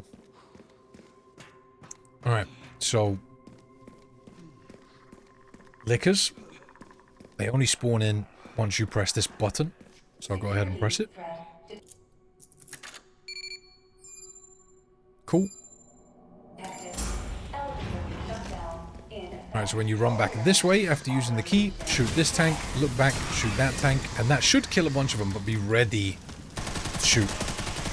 It may do just a lot of damage to them. And not quite kill one. There's 1 left over. There can sometimes be 2 left over, so just be ready. We're just going to shoot this guy. The parries are relatively easy. Don't panic. Deal with them at your own pace. You want to get all of them killed before the zombies break out of the tanks. But they're dealt with now, so yeah, those explosive tanks can come in really handy with this group of lickers. It's just literally just 2 shots. Alright. Zombies. Give him one of them. One of them. One of them. I missed that one. One of those. You can have some too. Look out for these guys. I'm going to reload. But I am thinking about pulling out my shotgun right here, yeah. There we go.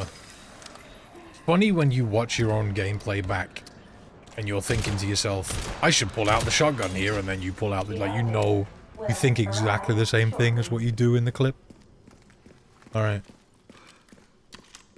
So, on the other difficulties, there's a bunch of ammo that these guys drop in here for you, but not so much on this difficulty, man. Not so much. So at this point, I'd recommend making sure both of your axes are sharpened as Leon, because they can come in really handy. We've got the Victor fight coming up, and yeah, that fight can just suck a bag of dicks, if I'm being honest. It's a very tough fight with the upgrades we currently have. There's our save. And retrying this is a bit of a nightmare because I have to run all the way back here and get on the elevator and go through Leon's slow walk. And then I have to take control of Grace and bring her to Leon before I can attempt the fight. It's kind of a headache. I think my final time was something like 4 hours 34, but looking at the timeline of my editing software, it doesn't seem like that lines up with the run. I'll double check that I didn't skip a part. I don't think I did. But yeah, maybe there's something has gone on somewhere to adjust the time. All of my parts have been ran from save points. Well, I'm not entirely sure why that's happened, but you know, it is a segmented run anyway, so whatever. But yeah, maybe because you know the only thing I can think of is that I was retrying when I failed areas, you know, until I got it right, until I got the area down. Then I would quit the game and load the save and do the area from the save point. Maybe that's worked its way in somewhere somehow or something.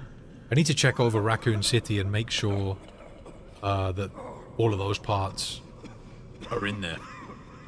Not sure if maybe I'm missing a section or something. I very well could be. But that'll be easy enough for me to go back and rework in. I'll have to have a look.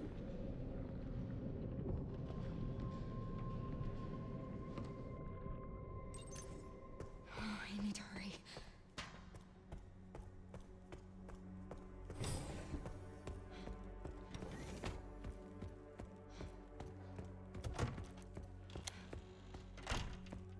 Yeah.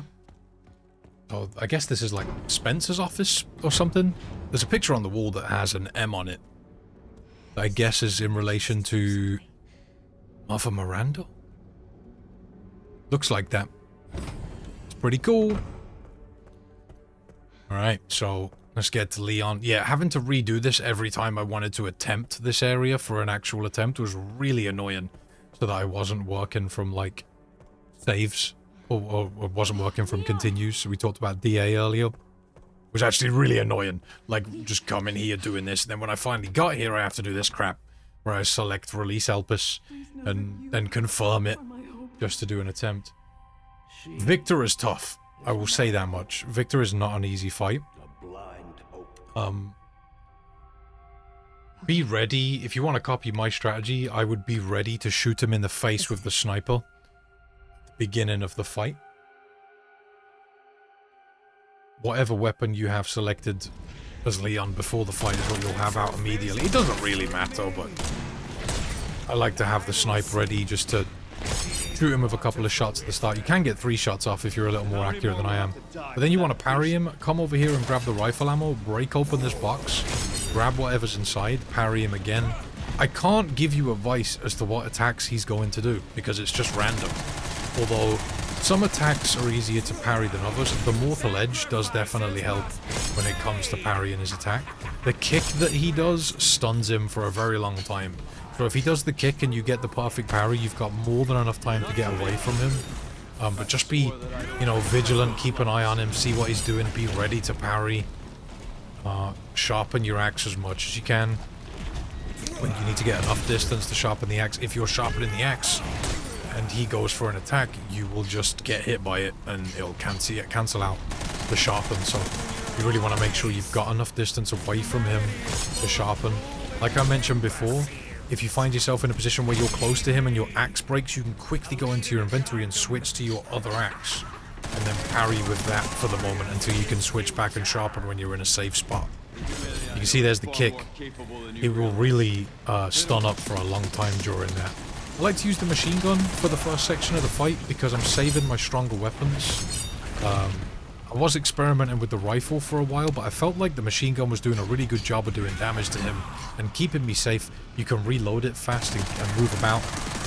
And, yeah, the rifle just seems a bit slower because of the bolt action scenario, you know? So yeah, whenever I get a good parry on him, especially with that kick, I like to try and gain distance and just run away and then just shoot him from afar, because obviously he's got to close that distance and it just gives you an easy opportunity. Just keep an eye on what he's doing.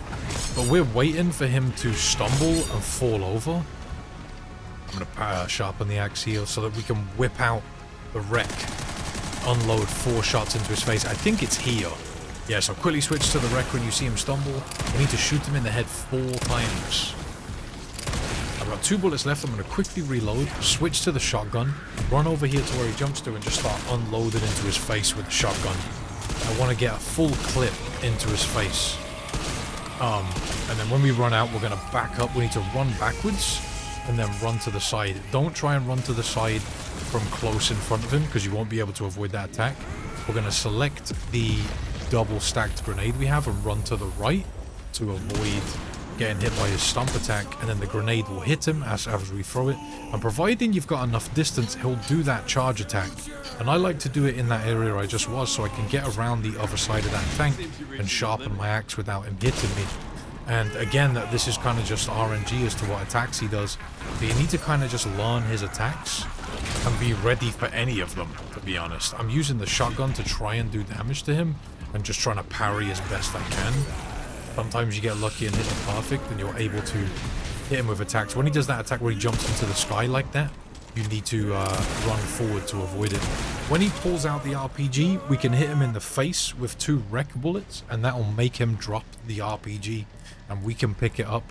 I like to just equip it to a slot because for some reason, Leon will, if you tell him to equip it when you go to run away, Leon will pull his pistol out. I don't understand why. I think it maybe is some sort of bug, but if you register it to a shortcut and then come out of the menu and press the button to select that weapon, that won't happen, so that's what I like to do. So I'm using the rifle here to pop the big red blisters.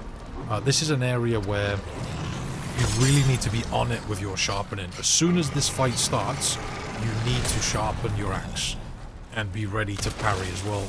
A piece of advice and one sort of trick I can give you is if you're sharpening the axe, and you know you're doing it as soon as you possibly can, was when you pop all his blisters here, throw a grenade and that'll pop all the little blisters, getting you through this first phase straight away. I think there was one left for me, so I just popped it. But yeah, if you're sharpening the axe, and then the nemesis form goes for an attack on you, it'll be difficult to get the timing right to parry it whilst Leon is still sharpening the axe. So one piece of advice I can give you is that when Leon's sharpening it, if you look at the bar like you see it fixed, if you press the aim button and then parry, your parry will come off a lot more of the time because Leon is stopping the animation of parrying, sharpening the axe. So just aim before you parry if you're in that situation where you're quickly trying to sharpen and there's an attack coming down on you. That'll allow you a little bit more of a window to get the parry. I find that works for me a lot. Again, I'm using the rifle to pop the red blisters. When he does that attack where he raises one arm, you can sort of bait it by standing to the left and then running to the right as it comes down. But yeah, this is pretty easy. To be fair, if you've played Resident Evil 3 Remake on Inferno, you know how hard that fight is. Like, ridiculously hard. This fight is nothing compared to that. So much easier. I don't know if that's because Leon's got the parry, but also he just doesn't do anywhere near as crazy attacks. Yeah, we don't need to shoot 3 blisters at the end here to finish him off. And then he'll grab us, and we just need to hit a quick time event type deal, and that's it. Run completed. Happy days.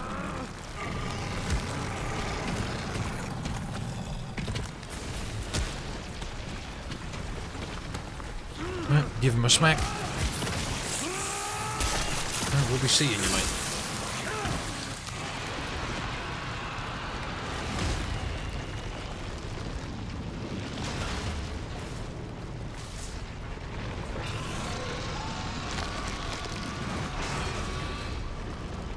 Alright.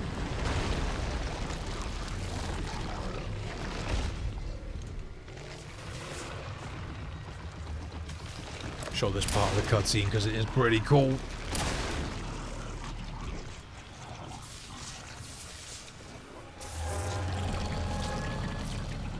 This time, you ain't getting back up.